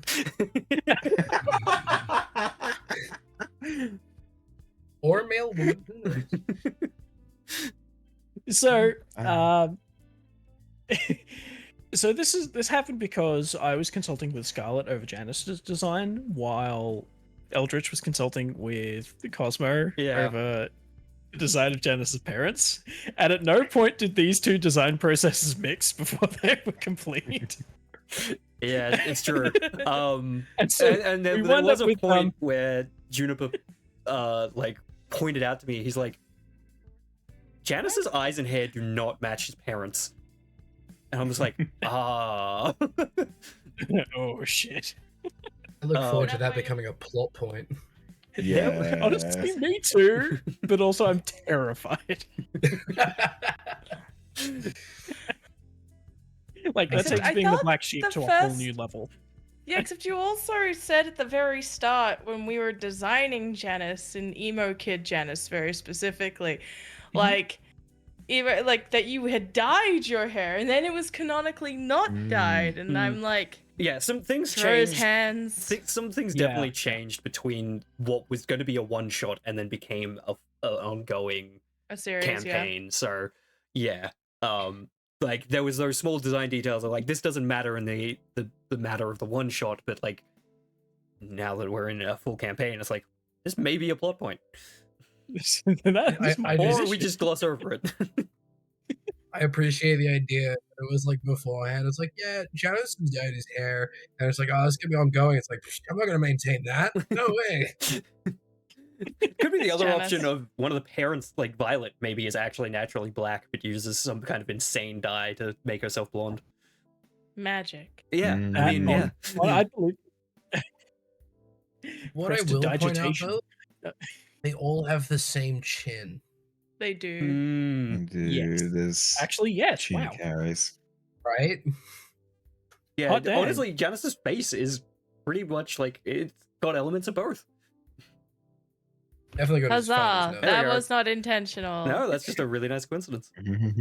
Are there any other Mm. like? Are any of your any of your remaining questions you want to touch on, Eldridge? Oh, yeah, sorry. I guess I just touch on like the number 7 of just like who would I go back to would probably be the because I feel like the others we've touched on, but yeah, I would actually redo Lady Amplewood, just because I'm like it was okay for the Squire, but again that was like 2 years ago, and I'm like I could improve so much with this. Yeah, and you mentioned I you feel mentioned you so Lady much. Sanguis as well the other earlier. Yeah, Lady Sanguis as well. Yes, that as well. Lady Sanguis, basically both of them. I'd redo, add more detail. I know that feeling so well. Yeah, dude. well, technically you did yeah. do Lord Amberwood. Yeah, I You did. redid Amberwood. Yes, because I was especially like, I was like, yeah, he's all right, but the original Lord Amberwood had too much chin. Yeah, Way too much. and you also aged him up a bit with My the stubble and stuff. Like he looks. Yeah, I aged Yeah. him. Yeah.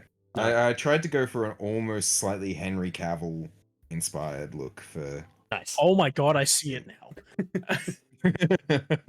Hang on. I'll With admit, lots of like, Guys, Mhm. Henry Cavill is not your father, no matter how much you want it to he be can be in true. this world, okay? Take that back. I want him to be my gaming buddy. Yeah, I want to play Warhammer with him. God damn. Yeah. Bring his custodies. Yeah. Let's go. But yes. No, I remember because you were actually sketching out the updated version of Lord Amberwood during one of our long conversations on like world building and plot, which is really cool. Mm. But yes. All right. Well, is there anything else you'd like to say? No, I think that's well. Apart from the Oh, fact do you that have you're any- wonderful people and I enjoy Like your- spending time with you and Mwah. doing all this art, it's Mwah. great. I love it. Mwah. But no, in terms of questions, yeah, if you guys have any questions for me, go. Not off the top of my Do you head. have any questions for us as well? Oh, do I have any questions for you? Oh gosh. I do. Oh, there's a question from. Oh. I just Question want to from- know: does the Eldritch Flat Cap have an expanded universe? Like, is there more lore that follows the cap? I need to know.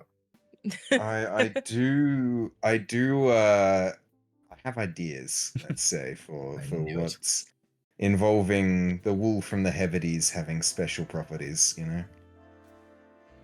It would be the wolf So- of the Hebrides. Yep. Hebrides nuts. Way! That is the one Gotcha. problem with. I On did that for note, you, Eldritch. I knew you'd love it. Thank you. I do. This is Innsmouth all over Yes, again. thank you damn for it. being here, Eldridge. It was wonderful to have you. Thank you so much Yes. for answering questions and Mwah. giving us an insight on the NPCs of Arkpoint. Thank you. Well, next time we do a Q&A, I'm going to come on to that too. It was great fun. Sounds good. Me. We'll probably do There one we once go. we wrap up the series, honestly. Ooh. Yeah. We'll have a lot more questions, I'm Gosh. sure. All right. Ooh, yes. Umbral, yeah. thank you. Wonderful. Okay, we'll see you guys later. Catch See you you later. Have later. a good time Bye. Q&Ing. Bye, chat. There's art of Janus. Janus just came into art gallery. Hi at the dawn. Oh my god. That looks It amazing. reminds me of something, and I can't put my finger on it. I'm gonna throw it up on stream. Let's do this. Witchcraft. It's so pretty. Uh, I think it's safe to say Birdie approves. TM.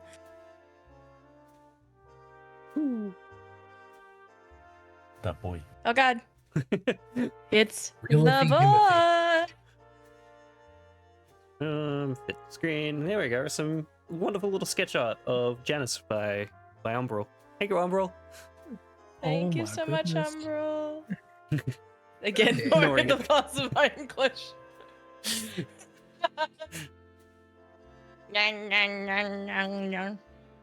That's amazing. All right, let's continue with Is it some of these Scoop's turn? questions. Scoop had a second one. For everyone. Oh yeah, if Scoop wants to roll a d20 for us, see what everyone question we get. Oh, it would have been more of the body, Okay. but I couldn't figure out how the coat worked, so I cut him off there. I Fair. think like the Completely dynamic. understandable. Nailed it. Oh, number 1. What do we got? It's from me. The characters have grown a lot since the soiree. What's your favorite piece of character growth in other players' characters and your own?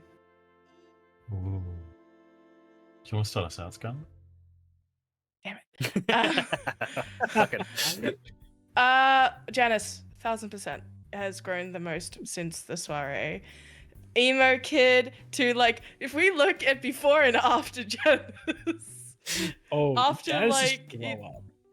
Jonas has had like a super mad glow up. But the other thing I really like, that's my favorite piece of character growth, just because they have grown, right? And I really love that we're seeing a story where we've grown.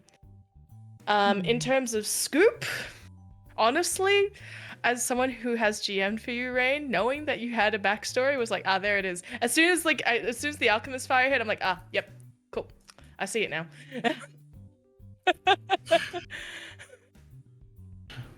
You laugh because it's true. It's the cat with the widening eyes. I'm talking to quiet.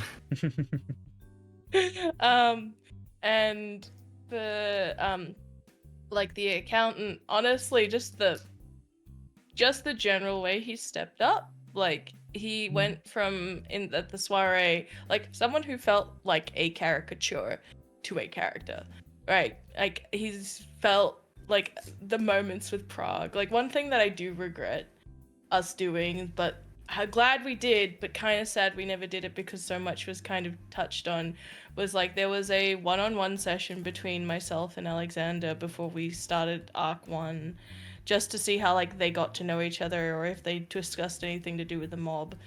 And I'm like, there were so many like wonderful beats in that I'm so sad. Oh yeah. No, yeah. I do remember Yeah. that. Wow, you're right. I Yeah. forgot that wasn't even on stream. Right? Yeah, that wasn't. I have a recorded. cheeky answer to your question though. Oh. Yeah, Janus's dad, Lord Amberwood. Oh shit, that's a good one. Huh. He's actually growing in like real time as a dad, Yeah. and Yeah. like that pulls at my heartstrings personally, and it's so satisfying to see that in him. And because I'm just like, my brain's like, oh man, this is so good for Janus, but also I'm just like, it's so good for you, my man. Mm-hmm. Yeah. Yeah. But before I forget, as far as character growth of my own, from I mean, Miss Cotter has hilariously, even if she doesn't feel like it, loosened up a lot. But it took having people around her to do that, and she was never going to do that on her own. It's really good, or at least so for me. weird. Yeah, no, it's there are reasons. And it's honestly the way that she's grown emotionally as a player has been very satisfying to witness, being like, oh, look at you go. That's my baby. Yeah. But yeah, no, so that's for me versus the character growth in other players, that one, yeah. What about you guys? I actually want to I personally feel like in terms of character growth, that I think the accountant probably beats out Janus in terms of character growth. I mean, Janus definitely, because or at the very least they're very close. Because in the soiree, the accountant's in full swing being the accountant. And at jump to now, who the accountant is not that person. They are different entities. Janus is Janus, but he's now found himself. The accountant is unrecognizable as the two people. in my summation, if that makes sense. My heart. Yeah. Like, yeah. I don't know anyone that on the boat when he was threatening those two and they popped I think one of them hopped off and knocked the other one out. When he was threatening them as you know me as the accountant, I'm like, he's pretending to be himself, or yeah, actually. I feel like I got that a bit also with not Duchess. What am I thinking of? Rain. Dame The Naval. lady. Dame Naval. Dame. The Dame. He's conjuring the ghost of himself to threaten her. But also that one was genuine. Yeah, that one I Sorry. feel like they tapped into it. Okay, but Jiggle Jaggle / Stinky's being a dad has changed him. Where's the lie though? Yeah. Where's the fucking lie? What about this is basically God of War. Like this is boy. Boy. But what about your own? Yeah, what about Scoop's own growth? That's the thing. I was gonna. Scoop, I feel like hasn't done the growth yet, but it's just started. Yeah. We've arrived at Scoop's start line. Staring down the barrel of it. I think we're at the second step because he crossed out the accountant's name at the end of Act 1. And I think that was a step for him. I was gonna say I'll actually double down on that.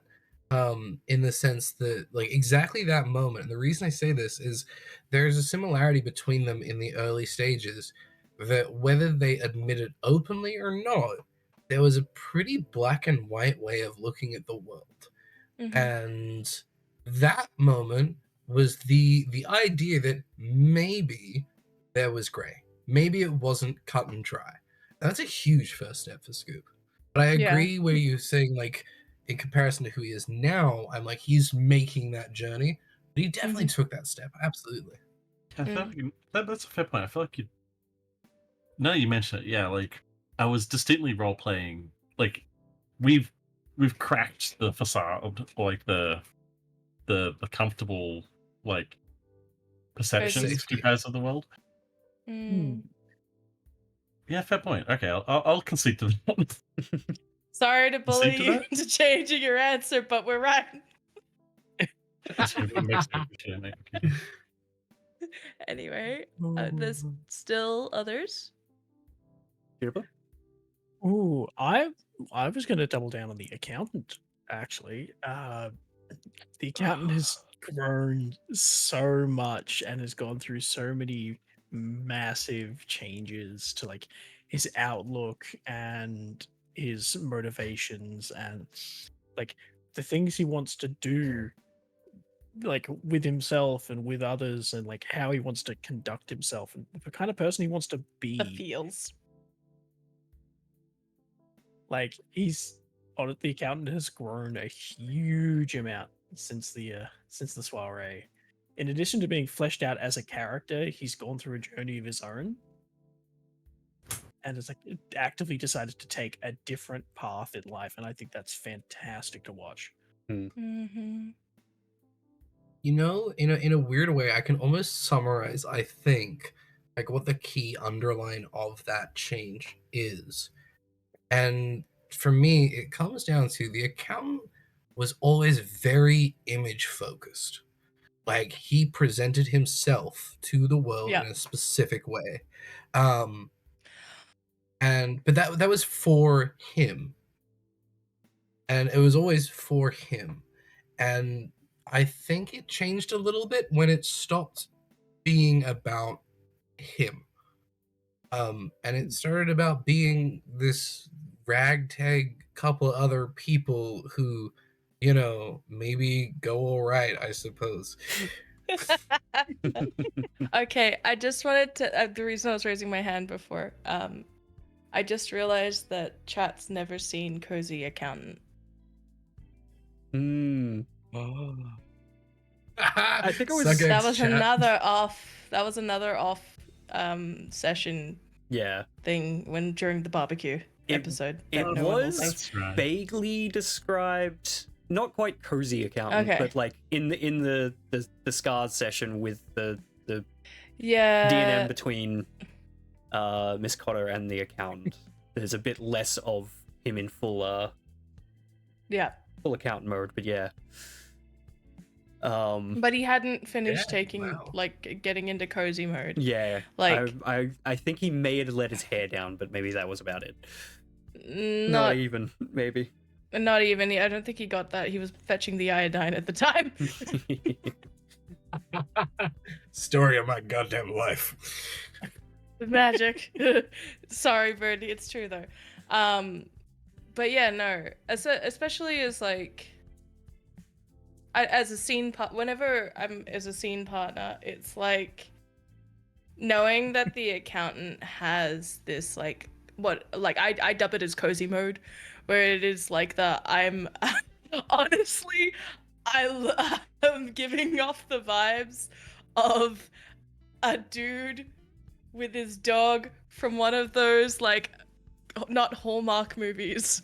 But like, dude, you know what I mean? He's sitting by a crackling fireplace and with the dog and like Hallmark accountant, love him. Jingle Jangle apparently needs reference because they want to draw it. I can send you something if you would like, but only if it's okay with Alexander to do so. Oh, absolutely. Guys, he wears comfy sweaters. Look. Given how the last session kind of ended, maybe we'll have a scene with comfy cottons. Oh my god! in the new arc. I forgot about that. You're talking. Your mouth's writing checks that I don't know your players can cash, bud. Yeah, that's true. Yeah. Scarlett's eyes just went all kind of dreamy for a moment there. That was great. One part dreamy, one part like shipper vibes, yes, but the other part is like, what would that even look like? The thing is, if they ever did carnival games together in like the quote unquote cozy mode, right? She'd win most of them. That's also something. In the same vein that we haven't seen the accountant in stream at least in comfy attire. Have we seen Miss Connor in like comfy, like hair down attire? She Miss Connor does not hasn't, have in much. fairness. So Miss Cotter doesn't really have a this is the most hair down. Like the recent soiree was even half done up. Like I'm very much a communicate my character through the way that they're displayed type.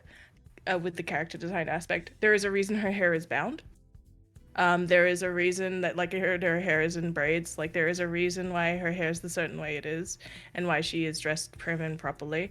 She's not lying when she says she only owns 3 shirts because that's all she really feels like she needs.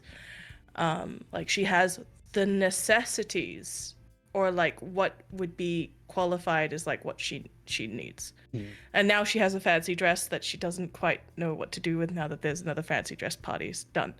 Right? And so she's not the type to have very many, if any, pieces on her that are not without purpose. And so if she were to have her hair down properly, I'm loving the chat losing their minds. The closest that you will find her cozy and comfy would be with a book somewhere. Probably somewhere And green. we haven't, probably somewhere green, probably lots of nature involved. Like, she is the like cottagecore archetype. Sorry, I but said somewhere not. green meaning like nature and stuff, and then I realized I look at the accountant, I'm like, The oh, oops. Yeah, no. There's also a reason like her hair is long. There's a reason that she presents it like much like the accountant is a very image focused person. I don't think anybody realizes just how much Miss Cotter is as well. Like there are like she doesn't make a show of it, but there is a reason she presents herself the way she does, and I'm like I live for that as a character designer. Yeah, genuinely. I mean, I suppose I should probably answer the character growth question as well. I mean, you've kind of we've all touched on all of it. Yeah, like definitely the accountant and Janus, his growth is quite significant. And Scoop and Miss Cotter are taking those little steps forward. I'm honestly keen to see where that goes in the future, because they're going to be pushed out of their comfort zone. Spoilers. It's gonna be great. What? It's gonna hurt, but it's gonna be great. Hold on. Pushed is such a soft word too. Like I feel like with Janus, I'm like his growth has been like this steady trajectory. And the accountant has been this change and this turmoil and becoming something else. I mean this in the best possible way. I think you have to break Miss Cotter down and rebuild her. Oh yeah, no, that is the plan. I know what it's going to require. I don't know how Scoop will change. Like that one's just a straight up mystery. Because he's a mystery. Yeah, like we've seen. Like I know, with discussion with Rain, Buddy, like, you're not gonna want to see it, but it's gonna be good. Yeah, it's gonna happen. I'm gonna tell you that. Scarlet gave me mentally prep myself NPCs that I can. To character death. Yeah, no, I know what I did. Ooh, it's gonna be fun. But yeah, like honestly, also shout out to sort of the growth as touched on earlier in the stream. Like Bonnie Sanguis has definitely changed as a character since the soiree. She's had it rough. Yes, She's not had a good fucking time. rough. Both of her partners. Yeah, but yeah. This mixed business. No, I've enjoyed everyone's growth, and even like the unintentional NPC growth that I've done. I'm like, it comes naturally interacting with your characters. It's great. Sorry, very quickly. My favorite part is that chat. You have no idea how much foreshadowing you're doing right now. It's great. I can't wait. It's gonna be great. All right. Yeah. Well, that was Scarlet's tell. My tell is the evil laugh that I know is a tell. How do you know I'm not doing it on purpose? Because I know you're doing it on purpose.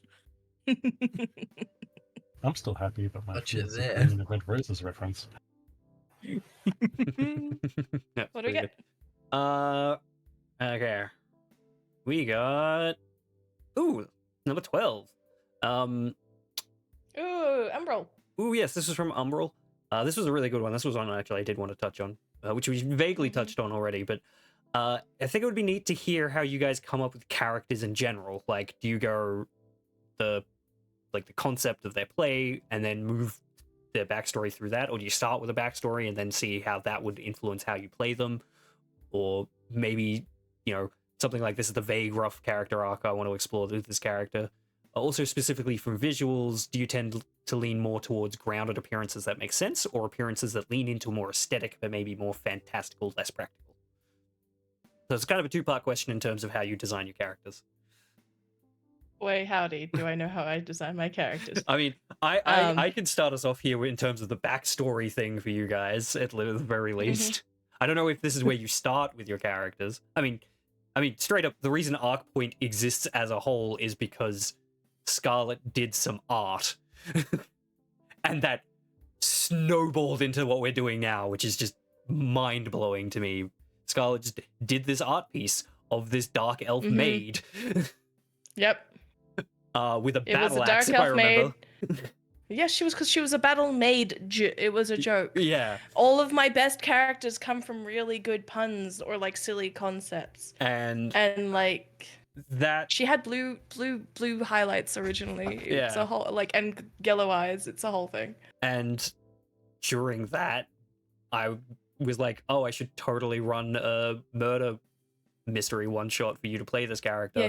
And here we are now. But yeah, in terms of backstory, everyone here does it differently. Alexander has sat down and writes out a story. And sends Alexander's also an amazing writer. Yes, it's an amazing, like, honestly, if at Don't whisper a fuck off to me. I've read your stuff. You fucking Yes. say it to my face. I will, like, honestly, if it's cool to share that backstory once this is all wrapped up and done, that would be very, like, I think people deserve to read it. It's a fantastic story.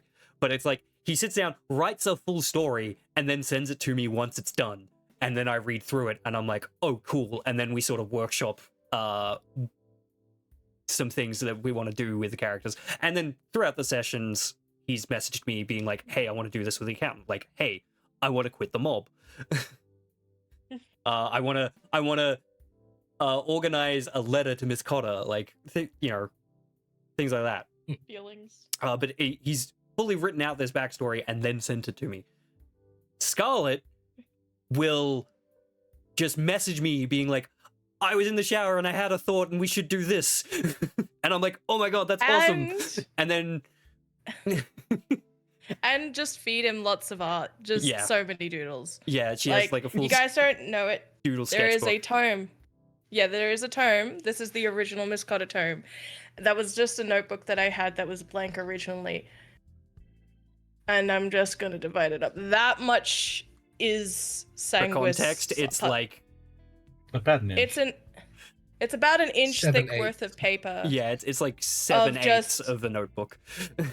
There's like sketches, there's backstory There's comics, comics, there's like just... there's Lots like of cotton designs. comics, there's That's a like pretty thick moments notebook. from her Hmm. past. There's like moments of like alternate universe stuff that I've drawn as well. And it'll just There's be bouncing off of like, she'll send this one thing and I'm like, oh, that's cool, that could lead to this. And then she'll respond to that with like, oh, what if we do this with that? And we just... yeah. Like, there was times where we're like, we need to just get into a voice call because we can't keep typing. And then we called for like 3 hours talking about it. Like one of the sorry, very just to go on with that backstory very quickly because it's something that answers another person's question, but she is built to be broken. Yeah. I literally built her that way. I know that's gonna happen. Like a miniature for a movie that needs to be blown up. No. Not quite. Like, if I were to equate it to anything, but the thing is, it would be spoilers if I equated it to the thing that I'm thinking, so I gotta pause there. Yeah, it's fine. Rain, You get a PNG of a Yeah, hero you're just force like, thing, here's and what a the name character- that says, it's Scoop, they're a detective. yeah. Nothing else. he's a detective, he looks like this. Let's go. And I'm like, okay, like, I didn't know what kind of detective he was going to be. Was he going to be a Columbo? Or was he going to be a Pink Panther, like, character? Like, I had no idea. I had to ask, like, Until okay, how? Luso Escueta. Yeah, like, how is he showing up to the soiree? He's like, I think he's gonna just try and talk his way in. I'm like, okay, let's go. And Scoop seems to like, Rain seems to build his characters by playing them, as he discussed earlier. A lot that happens in really short succession, Yeah. right in the first scene that they're on screen or they're in a thing. Yeah, It and happens really fast, and then that's what they're going to be for a while. yeah, so a lot of things that have been like revealed as Scoop's backstory, those have come like we were like sessions into the game before those were actually established. So like I wasn't able to like there are bits where like I'm like, okay, this doesn't we're not retconning anything, but it does work within I gotta check these things. Yeah, okay, we can make this work.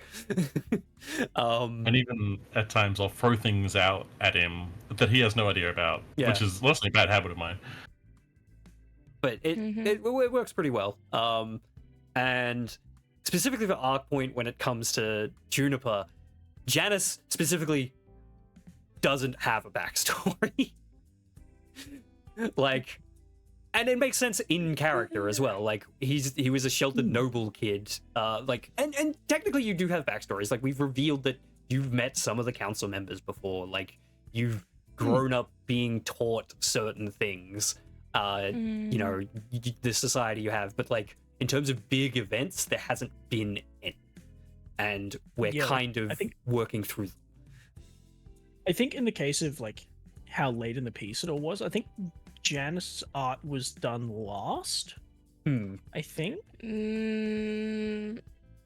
or at least Janus's art brief came in last. Yes, it did. I think because the way that I tend to do the character sprites is that I'll sketch everyone else at the same time and I'll do line art the same day. But I think I was waiting a while for yours, yeah. Yeah, so like the general design brief for Janus visually came in the latest. We had an argument about your design too when we were doing the I remember that. art. You wanted browns when it should not have been browns. Yeah. It hurt me. We got browns. And now you're adopted. Great. No, specifically around his fashion, we're like, fabric doesn't work that way, and it will You're clash. like this, and I'm like, no. And you're like, and it took both of us to be like, no. I'm sure I didn't come up with anything that impractical, but I definitely had too much brown. Yeah, it was just like you did. From an aesthetic, it looks not the best, and we both had to sort of be that. But yes, as Umbral is saying, the backstory is the session themselves. Yeah. To some degree, yeah. But like Janus was all improv, similar to Scoop. That's characterization. The backstory stuff from my end. I guess the question to you guys is: did you have the idea of how you wanted to like mechanics of the character, like class and race and stuff, before sort of settling on a backstory, or do you start with a backstory and then move into that? Alexander, you handle? I was gonna say I can answer this one super easily. Honestly, I have a list of character concepts sitting there. It's up to like 32-ish, and I go through it. And I'm like, what do I feel like? And this one was half orc boxer but urban. Yeah. That was the concept behind this. And it was specifically inspired by the song Shadowboxing by Parkway Drive, because I just loved how that like felt to me. And from there, it was like, okay, well, how do I make this concept of a half orc who boxes fit in this world? I'm like, all right, well, he's in the mob, he's an enforcer, he's a gangster kind of guy. That's who he is. And then from there, I kind of wrote the backstory to justify why that was true. And then it moved on to the mechanics. So I went, okay, how can I mechanically be a boxer? And there is literally only one real way to do that as far as I'm concerned, which is why he is a monk. Yeah, I remember because like we met up at a cafe to have a one-on-one conversation about like this, and you specifically were like, I kind of want to play a monk, but like this character idea I have is like he's meant to be big and buff, and I'm like, make him a strength monk, I'll allow it. Like that is such a cool character idea, like go for it. Like it's your character. If you want to, if you instead want to reflavor a barbarian or something, I'm not gonna say no, but like if you want to just be like a strong monk, you're being a strong. There's I am as a DM, I'm very big on like we can I want the characters to be fun, and I want you guys to have fun building them. So if we want to rework some stuff, let's go for it. I want it to be a battle mage. And as far as I'm concerned, in order to do fighty and the magics, I needed to do a combination. So that's kind of the other reason for paladin. But also just, I don't know, a maid who is determined that, like, to get things clean is the most paladin oath, like, kind of vibe. A position of servitude in terms of, like, the way that they display their sense of self was really strong. I'm also looking at the lyrics to the song that Alexander briefly mentioned, and I'm like, oh, I see it. But sorry, this was the designing the character. I usually go from a concept, and then that concept will be, like, furthered. So very rarely will I start with a class I want to play or a race I want to play. It's almost always like somebody will tell me about a story or what the plan is, and then I'll make a character for that.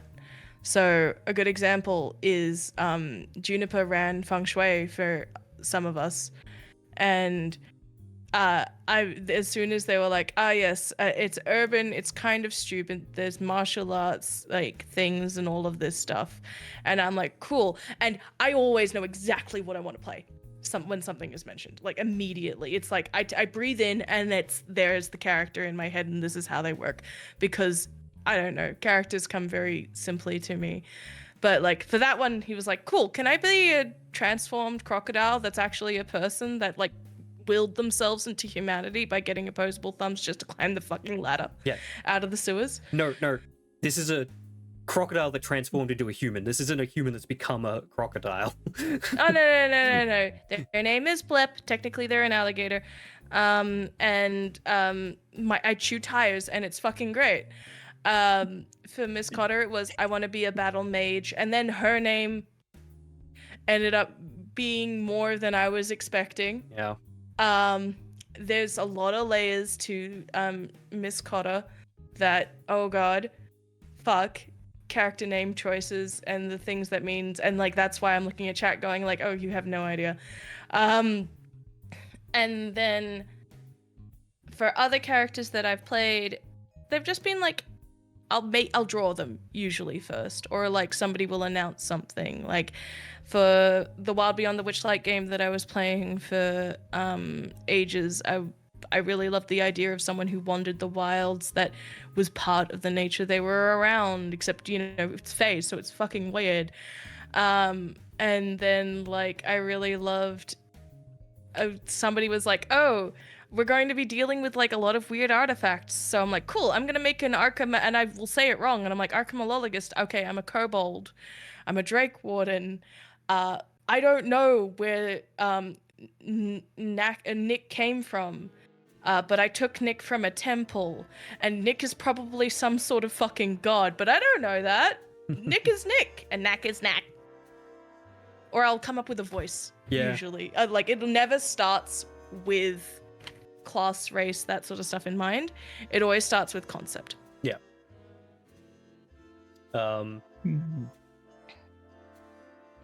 And the second half, like visuals, do you tend to lean more to grounded or fantasy and fantastical? Yeah. I mean, artist brain. I like to be like, what does the character need? Right? I try to make a defining feature for a character. For Miss Cotter, it's the pointy down ears. Yeah. All of my characters that I've played, regardless of the setting, have freckles because that's just something canonic to all of my characters. And then I'll have like, I prefer to use the tricolor rule when it comes to color choices. I prefer to have like a neutral with a warm clashed with a cold, or it'll be within the same hue. So Miss Cotter's actually, despite her cold character, a very warm, like warmly designed character, but she's using colors that are traditionally cold colors. So like the purple she's using is a warm purple. Her eye color is actually a cold red, to like parallel that, and those, so that sort of conflict is there as well. Yeah, that tends to be how I go for it. Like, I put a lot of thought into Yeah. this sort of stuff. I mean, you have an Yeah. artist brain, so that helps. Woo! Our brain. Woo, Juniper, do you want to brain. go next? Like how do you on do the- your character on the concepts? far opposite end of the spectrum, engineer brain go burr. Yes, dear. Janus is my third Battlemaster fighter. And I tried so hard, so hard not to build another Battlemaster fighter. I really tried, but I just couldn't do it. I just had to make another one. Lordy. Yeah. Hey. And so we start with the Battlemaster fighter, and then coming out with Janus's design for the soiree, I wanted to create someone who was suspicious. Someone who didn't want to be managed there. to do that surprisingly well. Yes. It looks over at Scoop.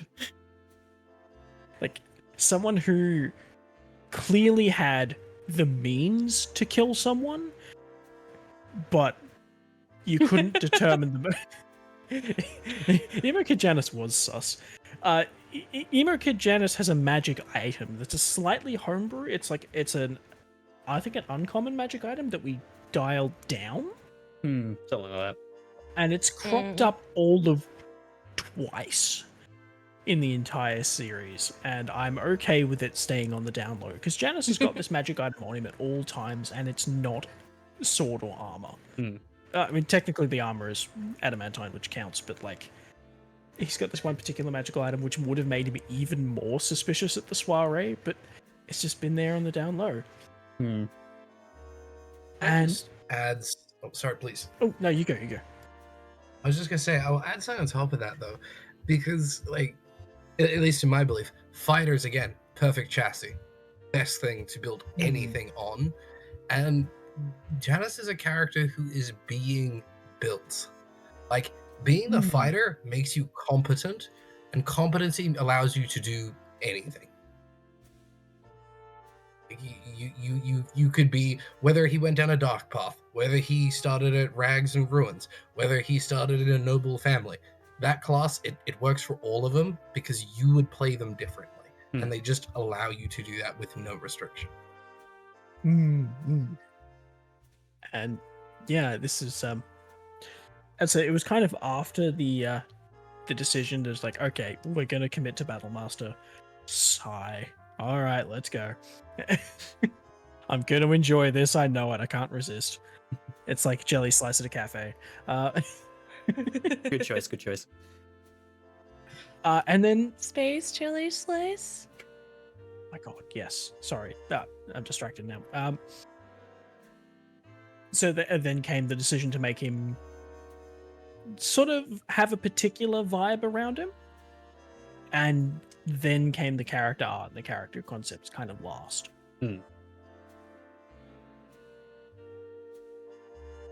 And specifically for the aesthetic, where do you feel you fall between like practical to fantastical?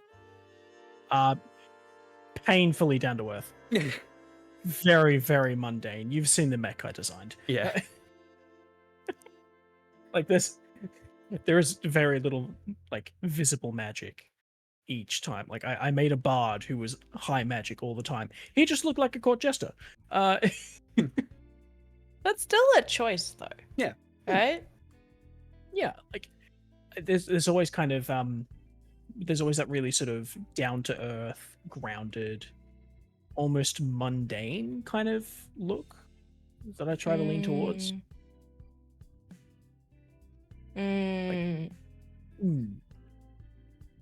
Yes, Rain. One answer. I I mean, I think So, we kind of touched on it earlier, but just want to like throw a few things out here because like while everyone's been talking, I'm doing some research on my computer and finding the original character sheet for Scoop back from 2016. Yes, because What? this character was designed Fuck. long before Okay. Arkpoint. Long before Arkpoint. Yeah. I was about to say.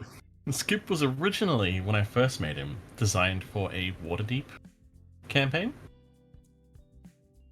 And it was actually going to be the second game of D&D 5e I'd ever been in.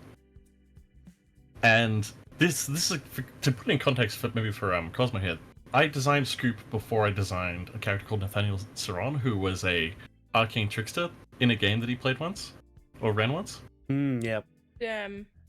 Scoop is the first ever character I designed in Hero Forge, back before Hero Forge had color. Wow. Natsukashi. And Scoop was originally a ranger. And I believe he had the magic initiate feat because I really wanted him to have Firebolt.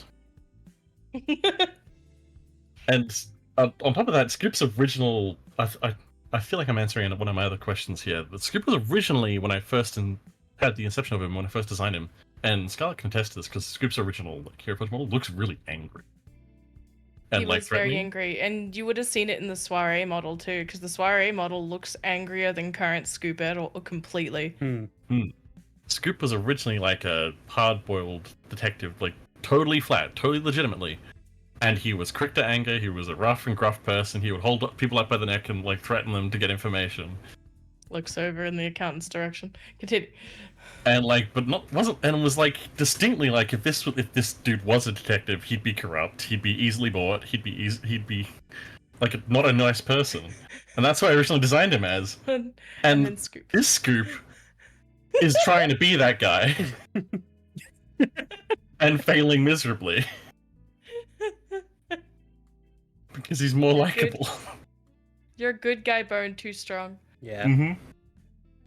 So and on a more broad sense in regards to designing my characters, I tend to design characters that are very fantastical, but very often mixed with something grounded, or have a grounded element to them. Like very often they'll be wearing like the things that their character has on them are like realistic in a sense of it's made up and it's fantastic, it's a magical thing, but I can see that that's like got a level handle on it. I can see how that might work. I can see why they chose that thing.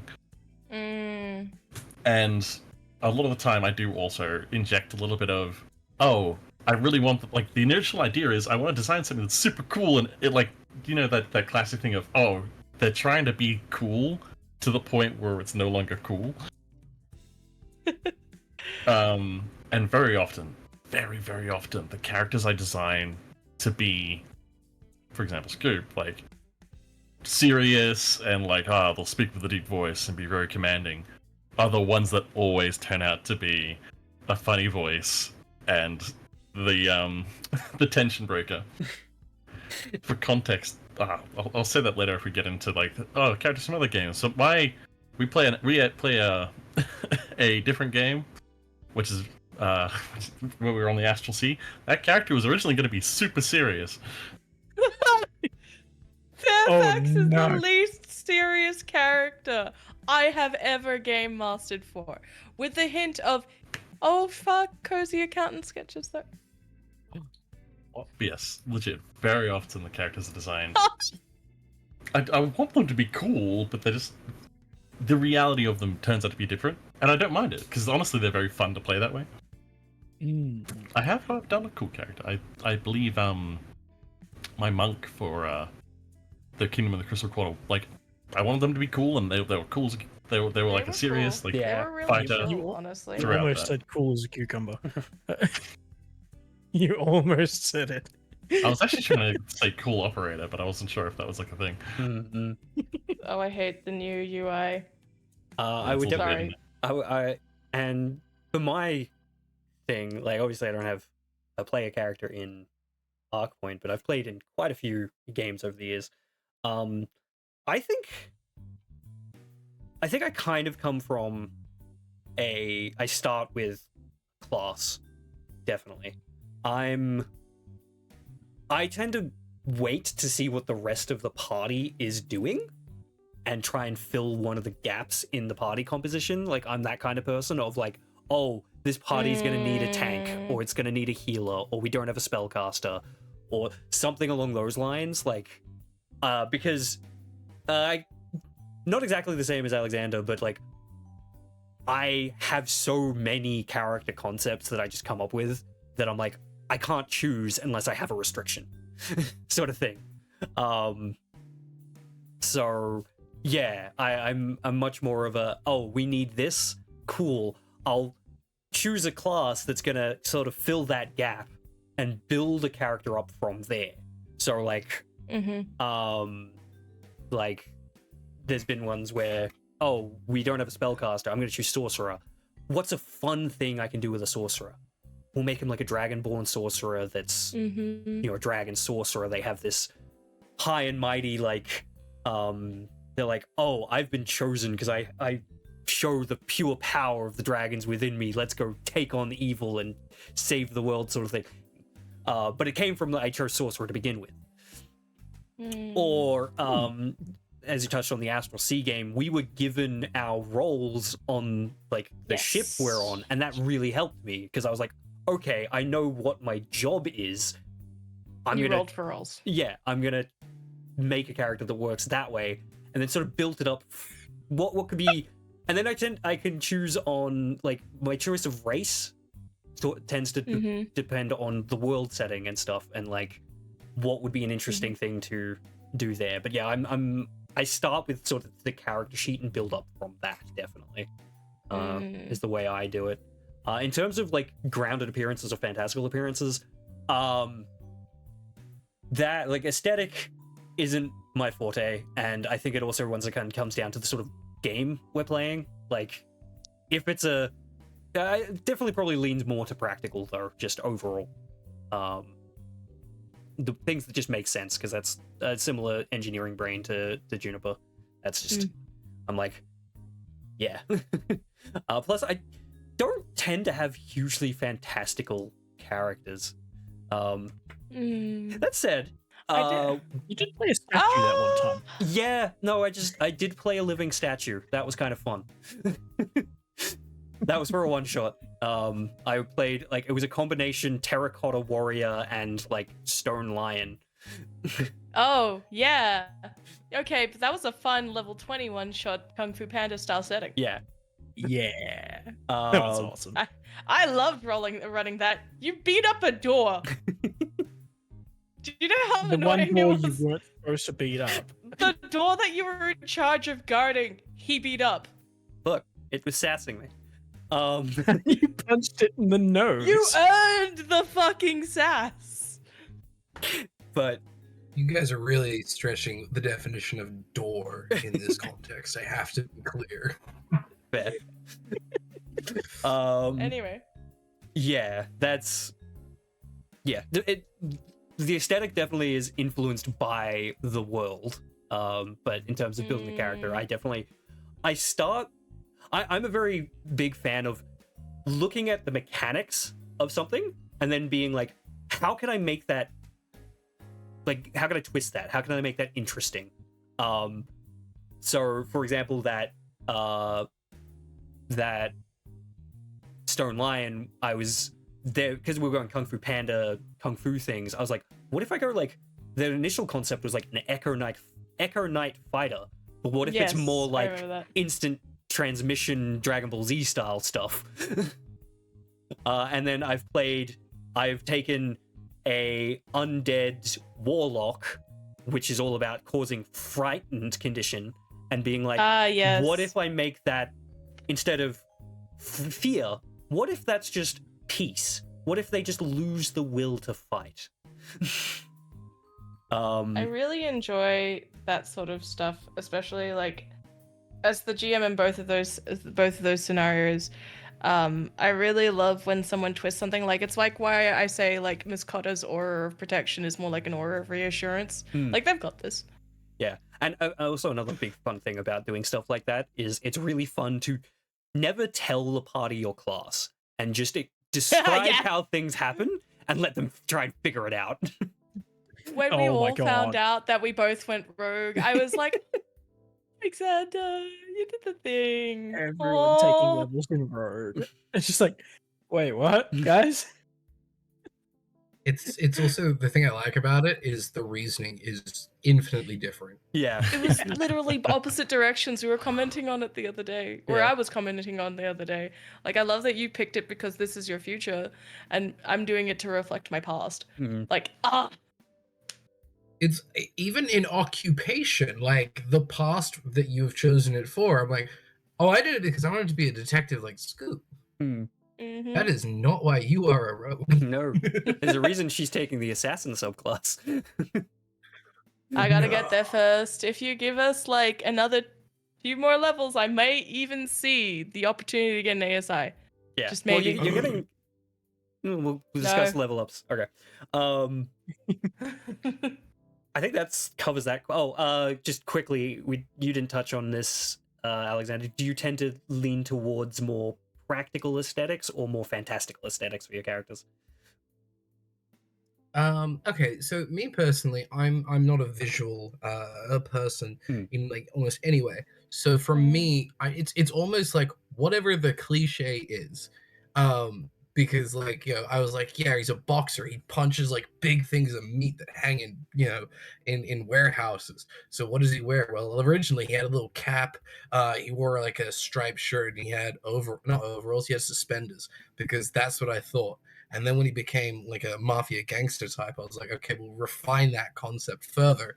But it's the same thing. He takes off that jacket, he rolls up the sleeves. It's still that same. This is what a boxer in this context is to me. So that's what he looks like. So good though. So fucking good. Cool. All right. Okay. Do we have a? Well, that question had some legs. Yeah, It did. Damn. It did. that's a good There's a one. lot of feelings there. I'm glad we actually were able to get to that one. That was what I was looking forward to talking Yeah. about. Does someone else want to roll a d20? We'll do another for everyone. I think we got Has time for maybe. Alexander rolled one yet? I don't think so. Alexander, you want to roll a d20 for us? Oh, me. Yes, I shall. Although, admittedly, I'm like, I have a question that I just specifically wrote for Janus that I'm curious about. I mean, we could do that. if Yeah. we could get to that at some point, I'm I'd alright with that. appreciate it. If you want to ask that right now, go ahead.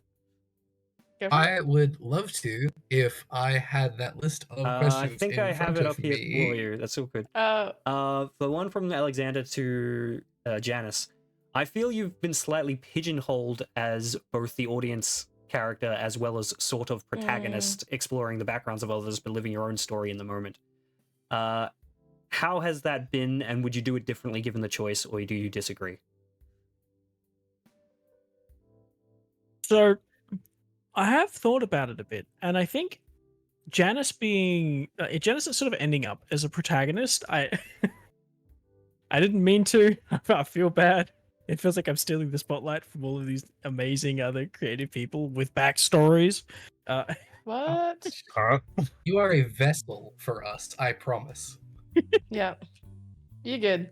It says the shit. Creating a character that's like an Look, we gotta take care of our son, okay? creating a character that's ended up as like the audience surrogate. I honestly really love that because it means like I get the opportunity to like explore ideas and explore world building and see things from a perspective that's believable. You know, like having Janus find out 2 seasons too late that Miss Cotter has a sword. Yeah, honestly, You in the soiree you belted some sort of golem with a halberd, and Janus didn't notice. Like it was a broom. It was a halbroom. Perception check failed. It was literally a halbroom. yep, and he didn't catch on. And so I think like creating that sort of limited perspective has been really, really fun and really, really interesting. And also having the audience see things through his eyes, I think is there's something really special about it, and I'm genuinely honored and privileged to be able to play that. Oh, That's a good one. Damn. my feelings. I think I'd also just touch on that, like, from a perspective of what Arkpoint is as a not just a D&D game, but this is a show we're putting on for an actual audience. It feels good. It is very helpful to have like an audience surrogate character. Like, it wasn't intentional, definitely, but it definitely has helped. I think it's definitely a part of why I think Arkpoint is so approachable and accessible and we've managed to grow this good community. Is like they're learning with us, or with Janus at the very least. Shall we have? Season 2. What? Miss Cotter handing Janus the umbrella. Janus, what? Picks Why up do a I need an short umbrella? sword off the ground. It's a good thing. Yeah, I think we've only really gotten through half the questions so far. Do we want to do one more? Do we want to do like one more everyone, or is there any, I'm gonna put this out there. Is there any particular personal ones you guys want to answer? I feel like we could rapid fire the rest of mine. Yeah, if you want to like All do of them? Good. I want an answer. Yeah, Scoop, if you want to kind of answer some of yours. In Because regards to, you have Let me the see next if sort I of can- time limit, if I remember correctly. So oh, I'm good. when In regards to like, how, like I think question 2 of mine is how have you felt translating Scoop's past combat traumas into his like current actions and how you're playing? Like that's sort of like the whole encompassing part of Scoop's thing is he's trying to like avoid that. So he has created another persona. I've been role playing that, and I've been enjoying slowly touching it, chipping away at it, and having that eventually Shadow will be the thing I look forward to and also dread the most. Feel that. How did I develop Feel the idea that. for Scoop? I think we touched on that. That technically just sort of happened. I woke up in a fever dream and it just sort of was there. And I was also still sitting at this Scoop. table playing it on stream at the time, so it probably wasn't the best time for a fever dream. Do you intend Scoop to be as funny as he is? Yeah, we touched on that one too. He was gonna be serious and didn't quite turn out that way. But I think for the better. I think we can all agree on that one. In a strange way of looking at it, your character's the most emotionally distant from the others, in my opinion. This is from Alexander. Do you think this is true? And if so, is it a player choice you intended? It's not what I intended, but I do think it's a fun thing to roleplay. And I also Sorry. Scoop. I like to think that Scoop and Miss Cotter are both distant from like the players and trying to hide their past, but for completely different reasons. Miss Cotter's fully aware of her past and is worried about what people might What do. everyone's gonna think, yeah. for Scoop is denying his past, and if anything, worried about who he is without who he currently is. If that makes sense. Or who he believes himself to be is probably. And once again, like I feel like that's the part where Miss Cotter and Scoop are similar. There's a lot of like dichotomies. I and, love connections the between all these multiple characters. parallels. It's so good. Can I just tail onto that question? Absolutely, go for it. I mean, I know it's my own damn question, but I'm like, all right, so in the same vein, who are you the emotionally closest to character-wise? Like, what other character that you think, which one does Scoop care about the most?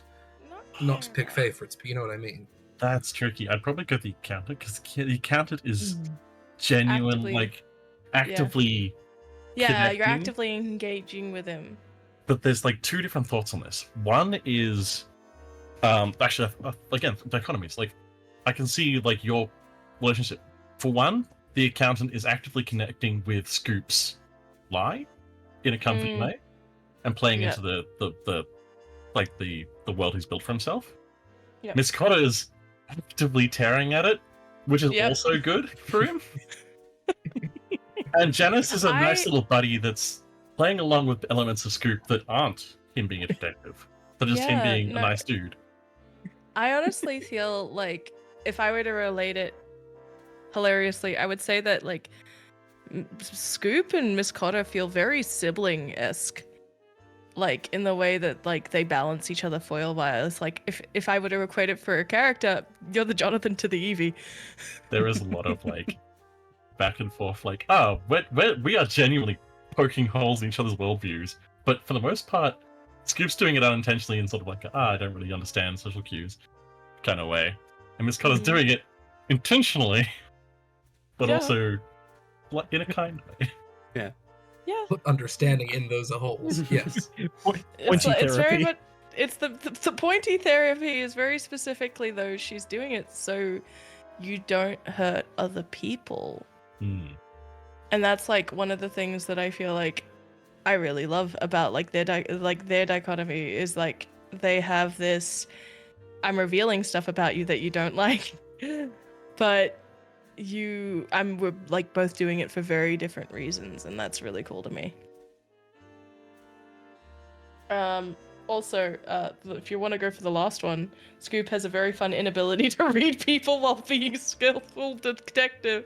It's hard to balance. A few times. Yeah, I've seen this a few times, like off camera, that distinctly, Scoop is really good at doing a lot of the stuff in this game.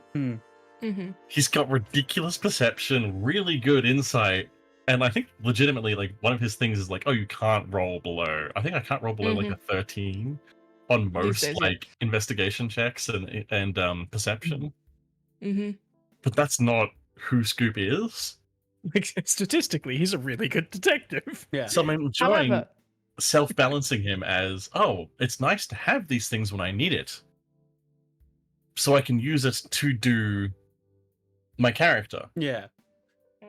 If I was playing it straight and power gaming it, I'm gonna explain it as him bumbling into it. Yeah. It's the Inspector Gadget side of him. Yeah. There's like every now and again he'll blindly just put together a crossbow. Yeah. Scoop, like statistically wise, is competent as hell. And that comes from a part of me when I make characters. I'd like to genuinely, I can't help it, it's a compulsion to try and find the best thing, like the best build I can for what I think we're going to be facing, so that I can not use it or use it to try and make a moment good. Oh, curious to know if Rain himself is good with social stuff. Yes. Oh yes, Rain is very good socially. Damn. Stop. No, it's like this is so interesting because what the hell?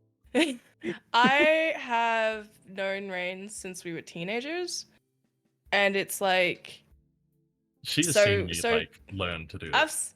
It's been so good.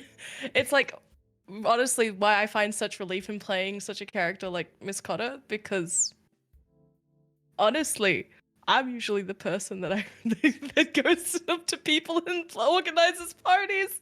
It's great.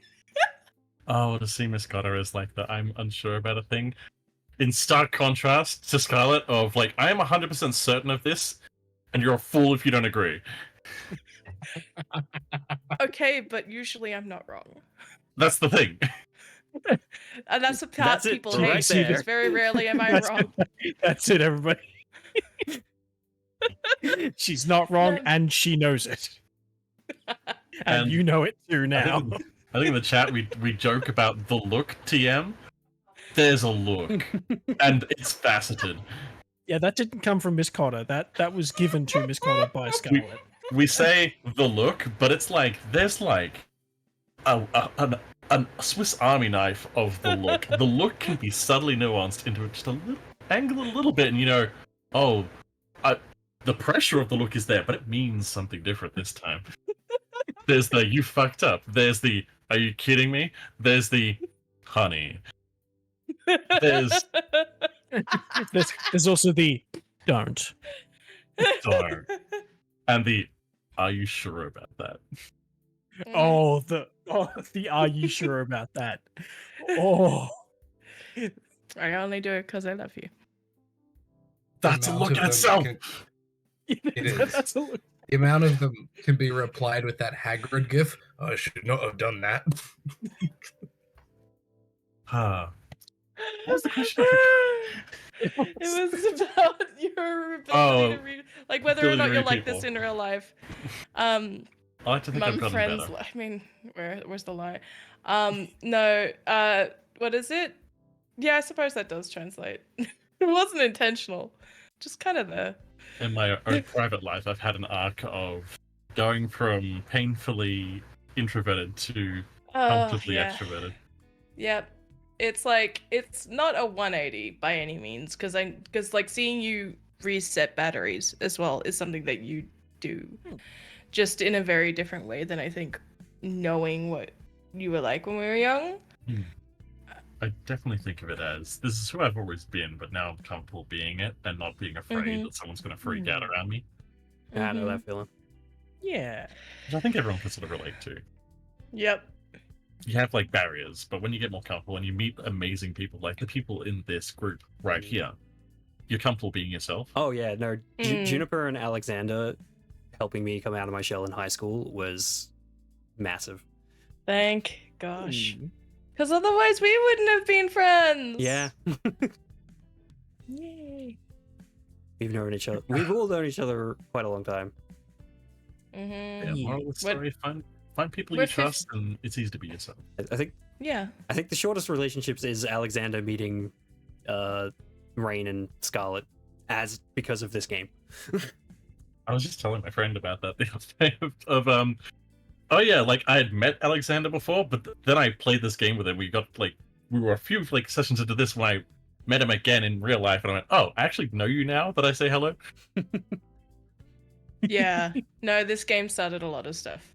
And I've had a conversation with Alex, right? I low-key believe him to be like a really reality warping like fae creature of some variety.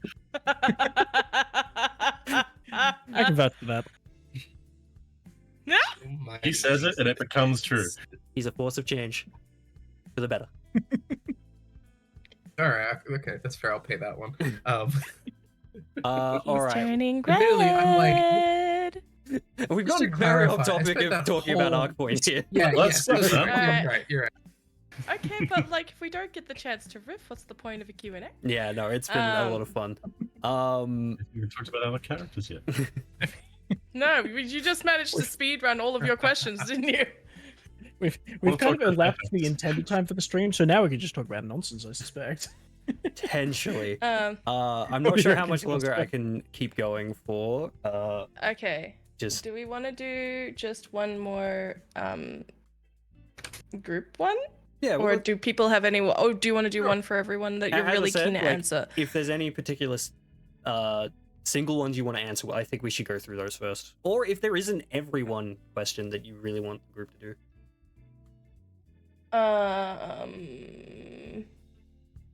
I know how I want to end it.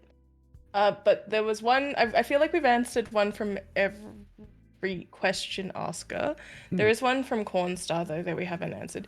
Did any of you ever imagine that your hobbies would build a pace of such fun, inspiration, absolute wackiness while creating a community of like-minded individuals from all corners of internet and life? No. No, this like But hope is there. this is the accumulation of, hey, I enjoy playing D&D with my friends, and hey, wouldn't it be cool if we streamed a game, and I know some people that I think would be great for this one shot that I'm basing off the fact that Scarlett did one piece of art and we're like, oh, we should totally do a murder mystery. And it just so happened Scarlett had a spare Twitch channel that we could use.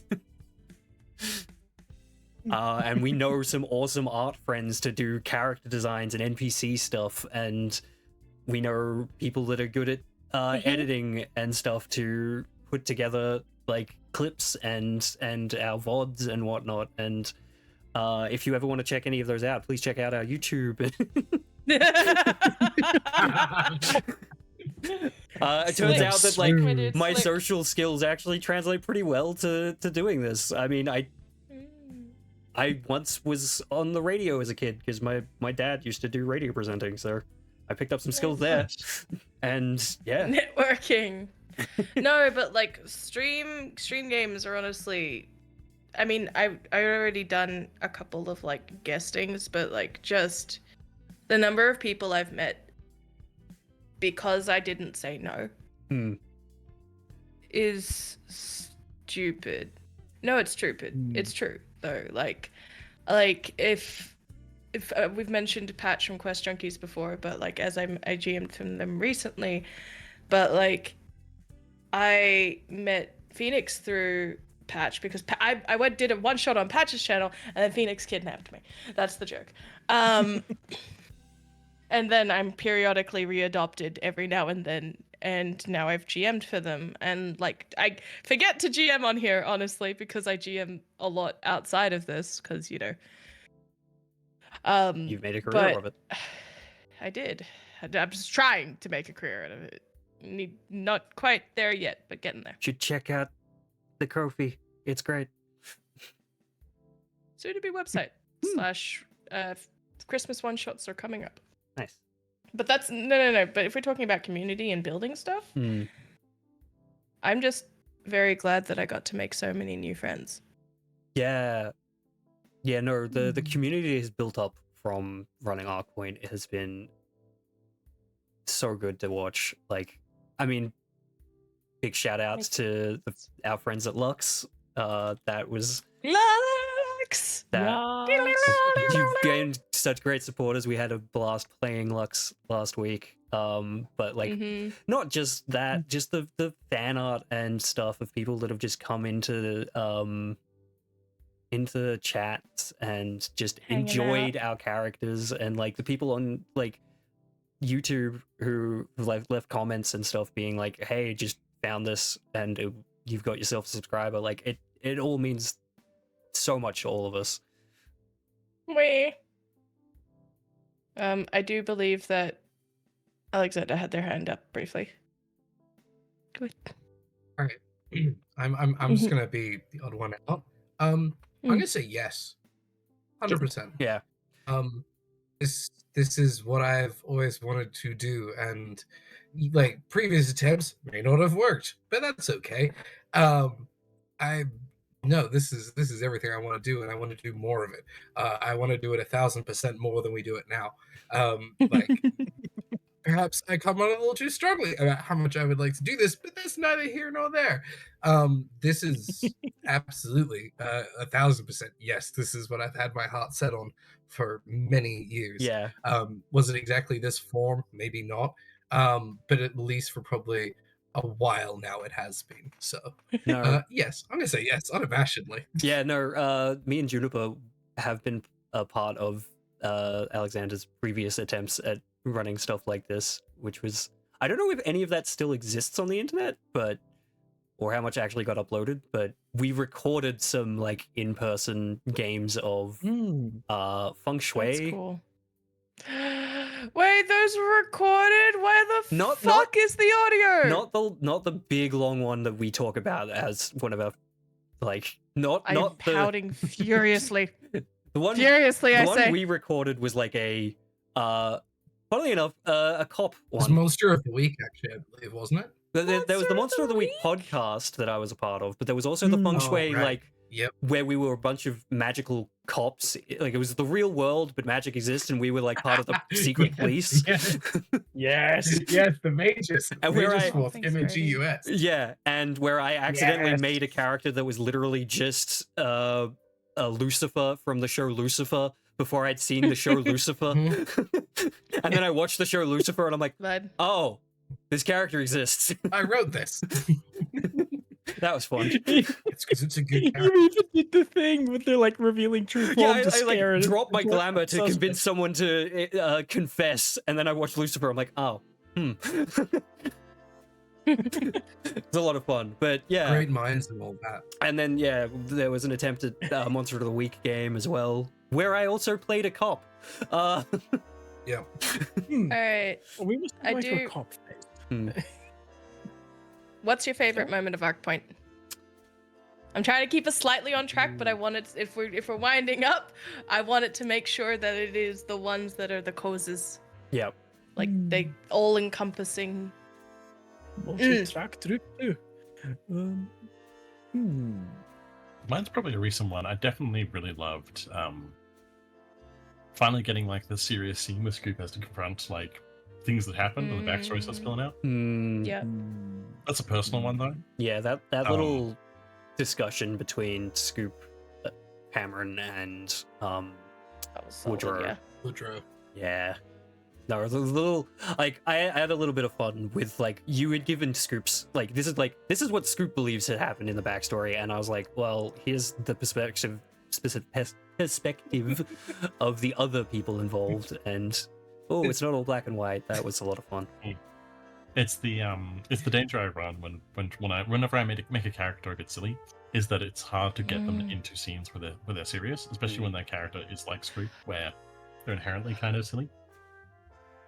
I feel like the way that when Scoop drops into serious, though, you're like, oh fuck, it's serious, right? Like they're that silly character, though. Like it's not impossible to bring that weight in because it's bolstered by we all know that this doesn't feel quite right, right? The stark contrast like jumps out Yeah. you and go, oh, something's wrong. What's the lead character in Trigon? Stampede. Oh, Vash Vash. the Stampede. Thank you, Vash. It's that. You are this Oh. goofy, fun, nice guy, and then you're not. And things are different now. I do want to run a Vash Stampede style character. That is such a fat vibe for me. Didn't you try for when we did Van Richten's guide, or was that someone else? No, that was the Bells. The bells. You mean my jester character? The one without the bells, yeah. Hilariously, that's how I remember. Oh no.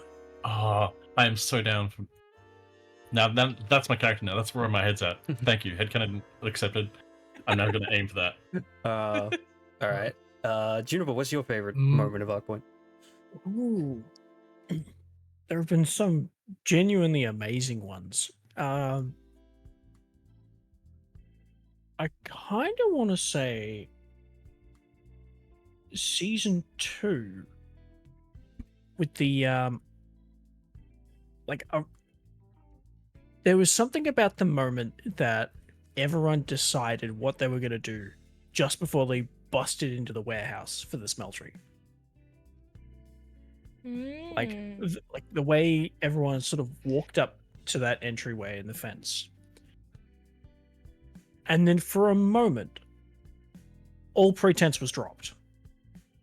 There was no pretense, there was no euphemism, there was no polite double entendre. It was just, we're going to do this. And there was just something about that sort of contrast, like, that put the sort of, it put perspective on everything. It highlighted just how serious the situation was. You know, this was everyone getting serious. Yeah. You know, there was no time for niceties anymore.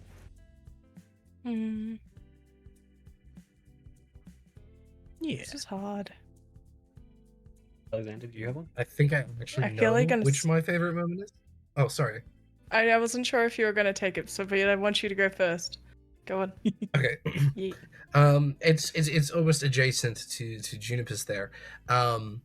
So for me, and it's like the moment that I have felt the most physically as a player is the accountant and oh, not Ricky, the other not Ricky. Panama. Panama, thank you. They're going, and you're like, yeah, they're going to a pub. They're going to get a drink. And I'm like, oh, cool. I know where I'm going. Meanwhile, Janus is at a pub. He's having a drink. Oh, Ricky's there. That's crazy. Cool. All right, no worries. He's leaving. Oh, no, he's getting kidnapped. That's all right. I'm going to a pub. I'm going with Panama. I think I know where I'm going. I didn't know where I was going. I wasn't going to that place. I was so ready. Like, as a player, I'm sitting here. I'm hyped up. There is blood rushing to my arms now. I'm ready to go because my boy's in danger. And you took that from me. You didn't let me do that. Because that's what I do. That's what the accountant does. And in that moment, I couldn't protect the thing I needed to. He didn't know it. And that sucked a bit. But I knew it. Yeah. I knew it, Cosmo. And it is kind of funny because At like the end of the session. yeah. Because I'll admit I did have that idea of like the reason she was like, hey, let's go get a drink. I was like, oh, I could totally have the accountant like come across. My original plan was you would come across the aftermath. Like I had the idea of like that would like have been you brutal. come across like you're walking there and you see some blood on the ground and then you look into this in an alley and see like the discarded spellstone and like start piecing things together. Like that's where my That would have been. that was my brutal. original plan, but like we sort of ended the session, and then between the two sessions I was thinking about it, I'm like, no, this works better if I can set up the dawn and stuff and introduce that, so I'm gonna go with that. That is legit one of Yeah. the few things, like the few like story elements or like little scene elements that I am sad that we didn't like take full like use of. Just like the spellstone sitting in the alleyway as we like pan out. I was like, oh, that could have been finding anyone who finds that would have been like a really good moment. I can picture in my head right now like Prague's like the accountant's walking Prague and Prague like runs up to the thing, still sniffing it and barking at it. Like the accountant's looking at it and goes, oh, there it is, and steps in some blood and then sees the stone. Ooh. And That sees would have probably the fucking Amberwood logo on the back or whatever. Oh yeah. I don't know what I The would've accountant done. knows that spellstone. Yes, well, I mean that's part of the reason. Spellstones are pretty distinct in my. I believe them to be Mm. like each one. Like just I'm pretty sure when different. Ricky Right. handed over, he's like, it clear, like I said that the accountant recognizes the that on it. Mm-hmm. Scarlet. I've got two. Yeah. I'm gonna cheat because they are in complete contrast with each other. For me, the most emotional hitting scene was the end of Scars. Yeah. When Miss Cotter has her breakdown, and it's like the first time she's kind of broken down publicly, as far as I can tell is the right word, in the story at least. And it was absolutely like the right, like that's her first step, as far as I'm concerned, in terms of like whatever path she's going on. Like that entire scene of like she's got so much baggage, and I'm partially answering your question here, Alexander, from your list because I wanted to, but like the type of weights she carried, like I mentioned this before, I built Miss Cotter to be hurt, broken, and renewed. Like that was kind of like part of her point of her character, but she has, for someone who has been for various reasons feels like she's not supposed to be loving, she is a character that loves so strongly that like I'm getting partially choked up thinking about like how much she's going to hurt, right? So like that was really good for me as like a person who acted through that slash as someone who like just having you as a scene partner is always like really great, because like the general like what's the way to put the chemistry between the accountant and Miss Cotter, shipping aside, is honestly really good. It's like people who know, who are worn, but they wear it differently, and I really love that about the way that they kind of sit in scenes together. And on the complete opposite spectrum is the rooftop stakeout episode is my fucking favorite. Yeah. I loved because I have this visceral memory of everyone's face when we just started to switch scenes naturally. And that was so beautiful too. Mwah. Love you, Birdie. Yeah. I think I was also gonna say like the stakeout episode, like they're just so perfectly, like so many good moments in that episode of just like this shows the dynamic and who these characters are, at least at that point in the story. I think another, like I have quite a few favorite moments, honestly. Like I'm always impressed with just some of the like the line drops, if you will, of like, or not even lines, but like the moment Scoop crosses out the accountant's name, like that. Fuck really subtle, you! like, I purposeful loved that action. so Yeah. good. And the discussion between Janus and the accountant after that fight scene, like after the fight club in the most recent arc. Yeah, like Miss Cotter and Carmen and yeah. Miss Cotter and Carmen was like, the thing is, there's a lot of stuff that I can't say that will be revealed later that I know will change my favorite scene, but at this point in time, Yeah, like it's really hard to pick a particular one, but there's a lot of those inspiring moments just throughout. Yeah. Roll credits. Yeah. Honestly, I think we should we only got should wrap it up. We got through about half the questions, but like we'll be doing this again, definitely. I want to do like an after season, like an after series Q&A, and we can save some of these questions for then, or even obviously have even more questions and stuff. But yeah. Oh. Thanks for sticking with us, everyone. All right, guys. Happy 100 YouTube subscribers. Yay! Thank you all for subscribing and supporting us. It, as I said before, it does mean the world. It feels so good that we are able to tell this story with everyone, and the response we get from it is just amazing. Thank you so much. Thank you for your art. Thank you for your gorgeous faces. As much as we say, stay inspired and we want to inspire you, you inspire us to continue. This is a two-way situation, and yeah. So, I don't think we have any actual announcements to make beyond. Obviously, we'll be taking the next couple of weeks off for the holidays. We will be back January. I think it's January the 5th. Will January the 5th, Friday, January the 5th, 3 p.m. Australian Eastern Daylight Savings Time at the moment. We will be back with the new arc of Arkpoint. Get hype.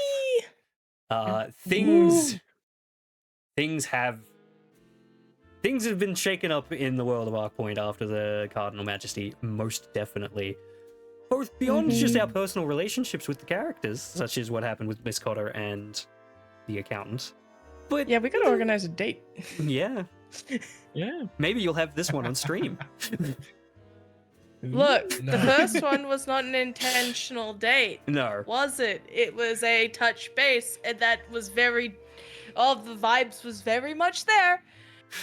I feel so sorry, for the people like Birdie and Stinky who are like, where is the content?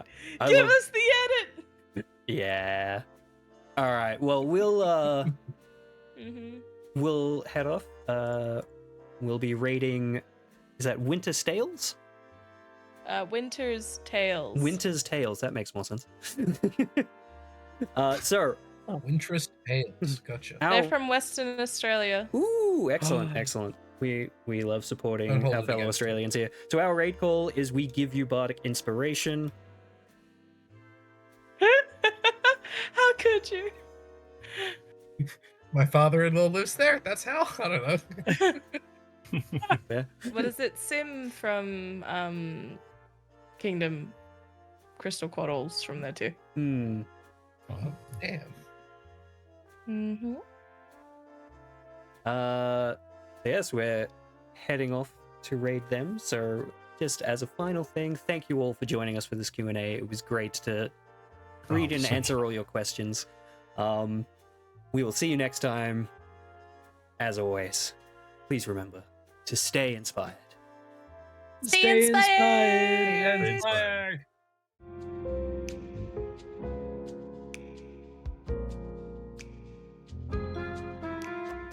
I don't know about you, but I could have done that stream for hours.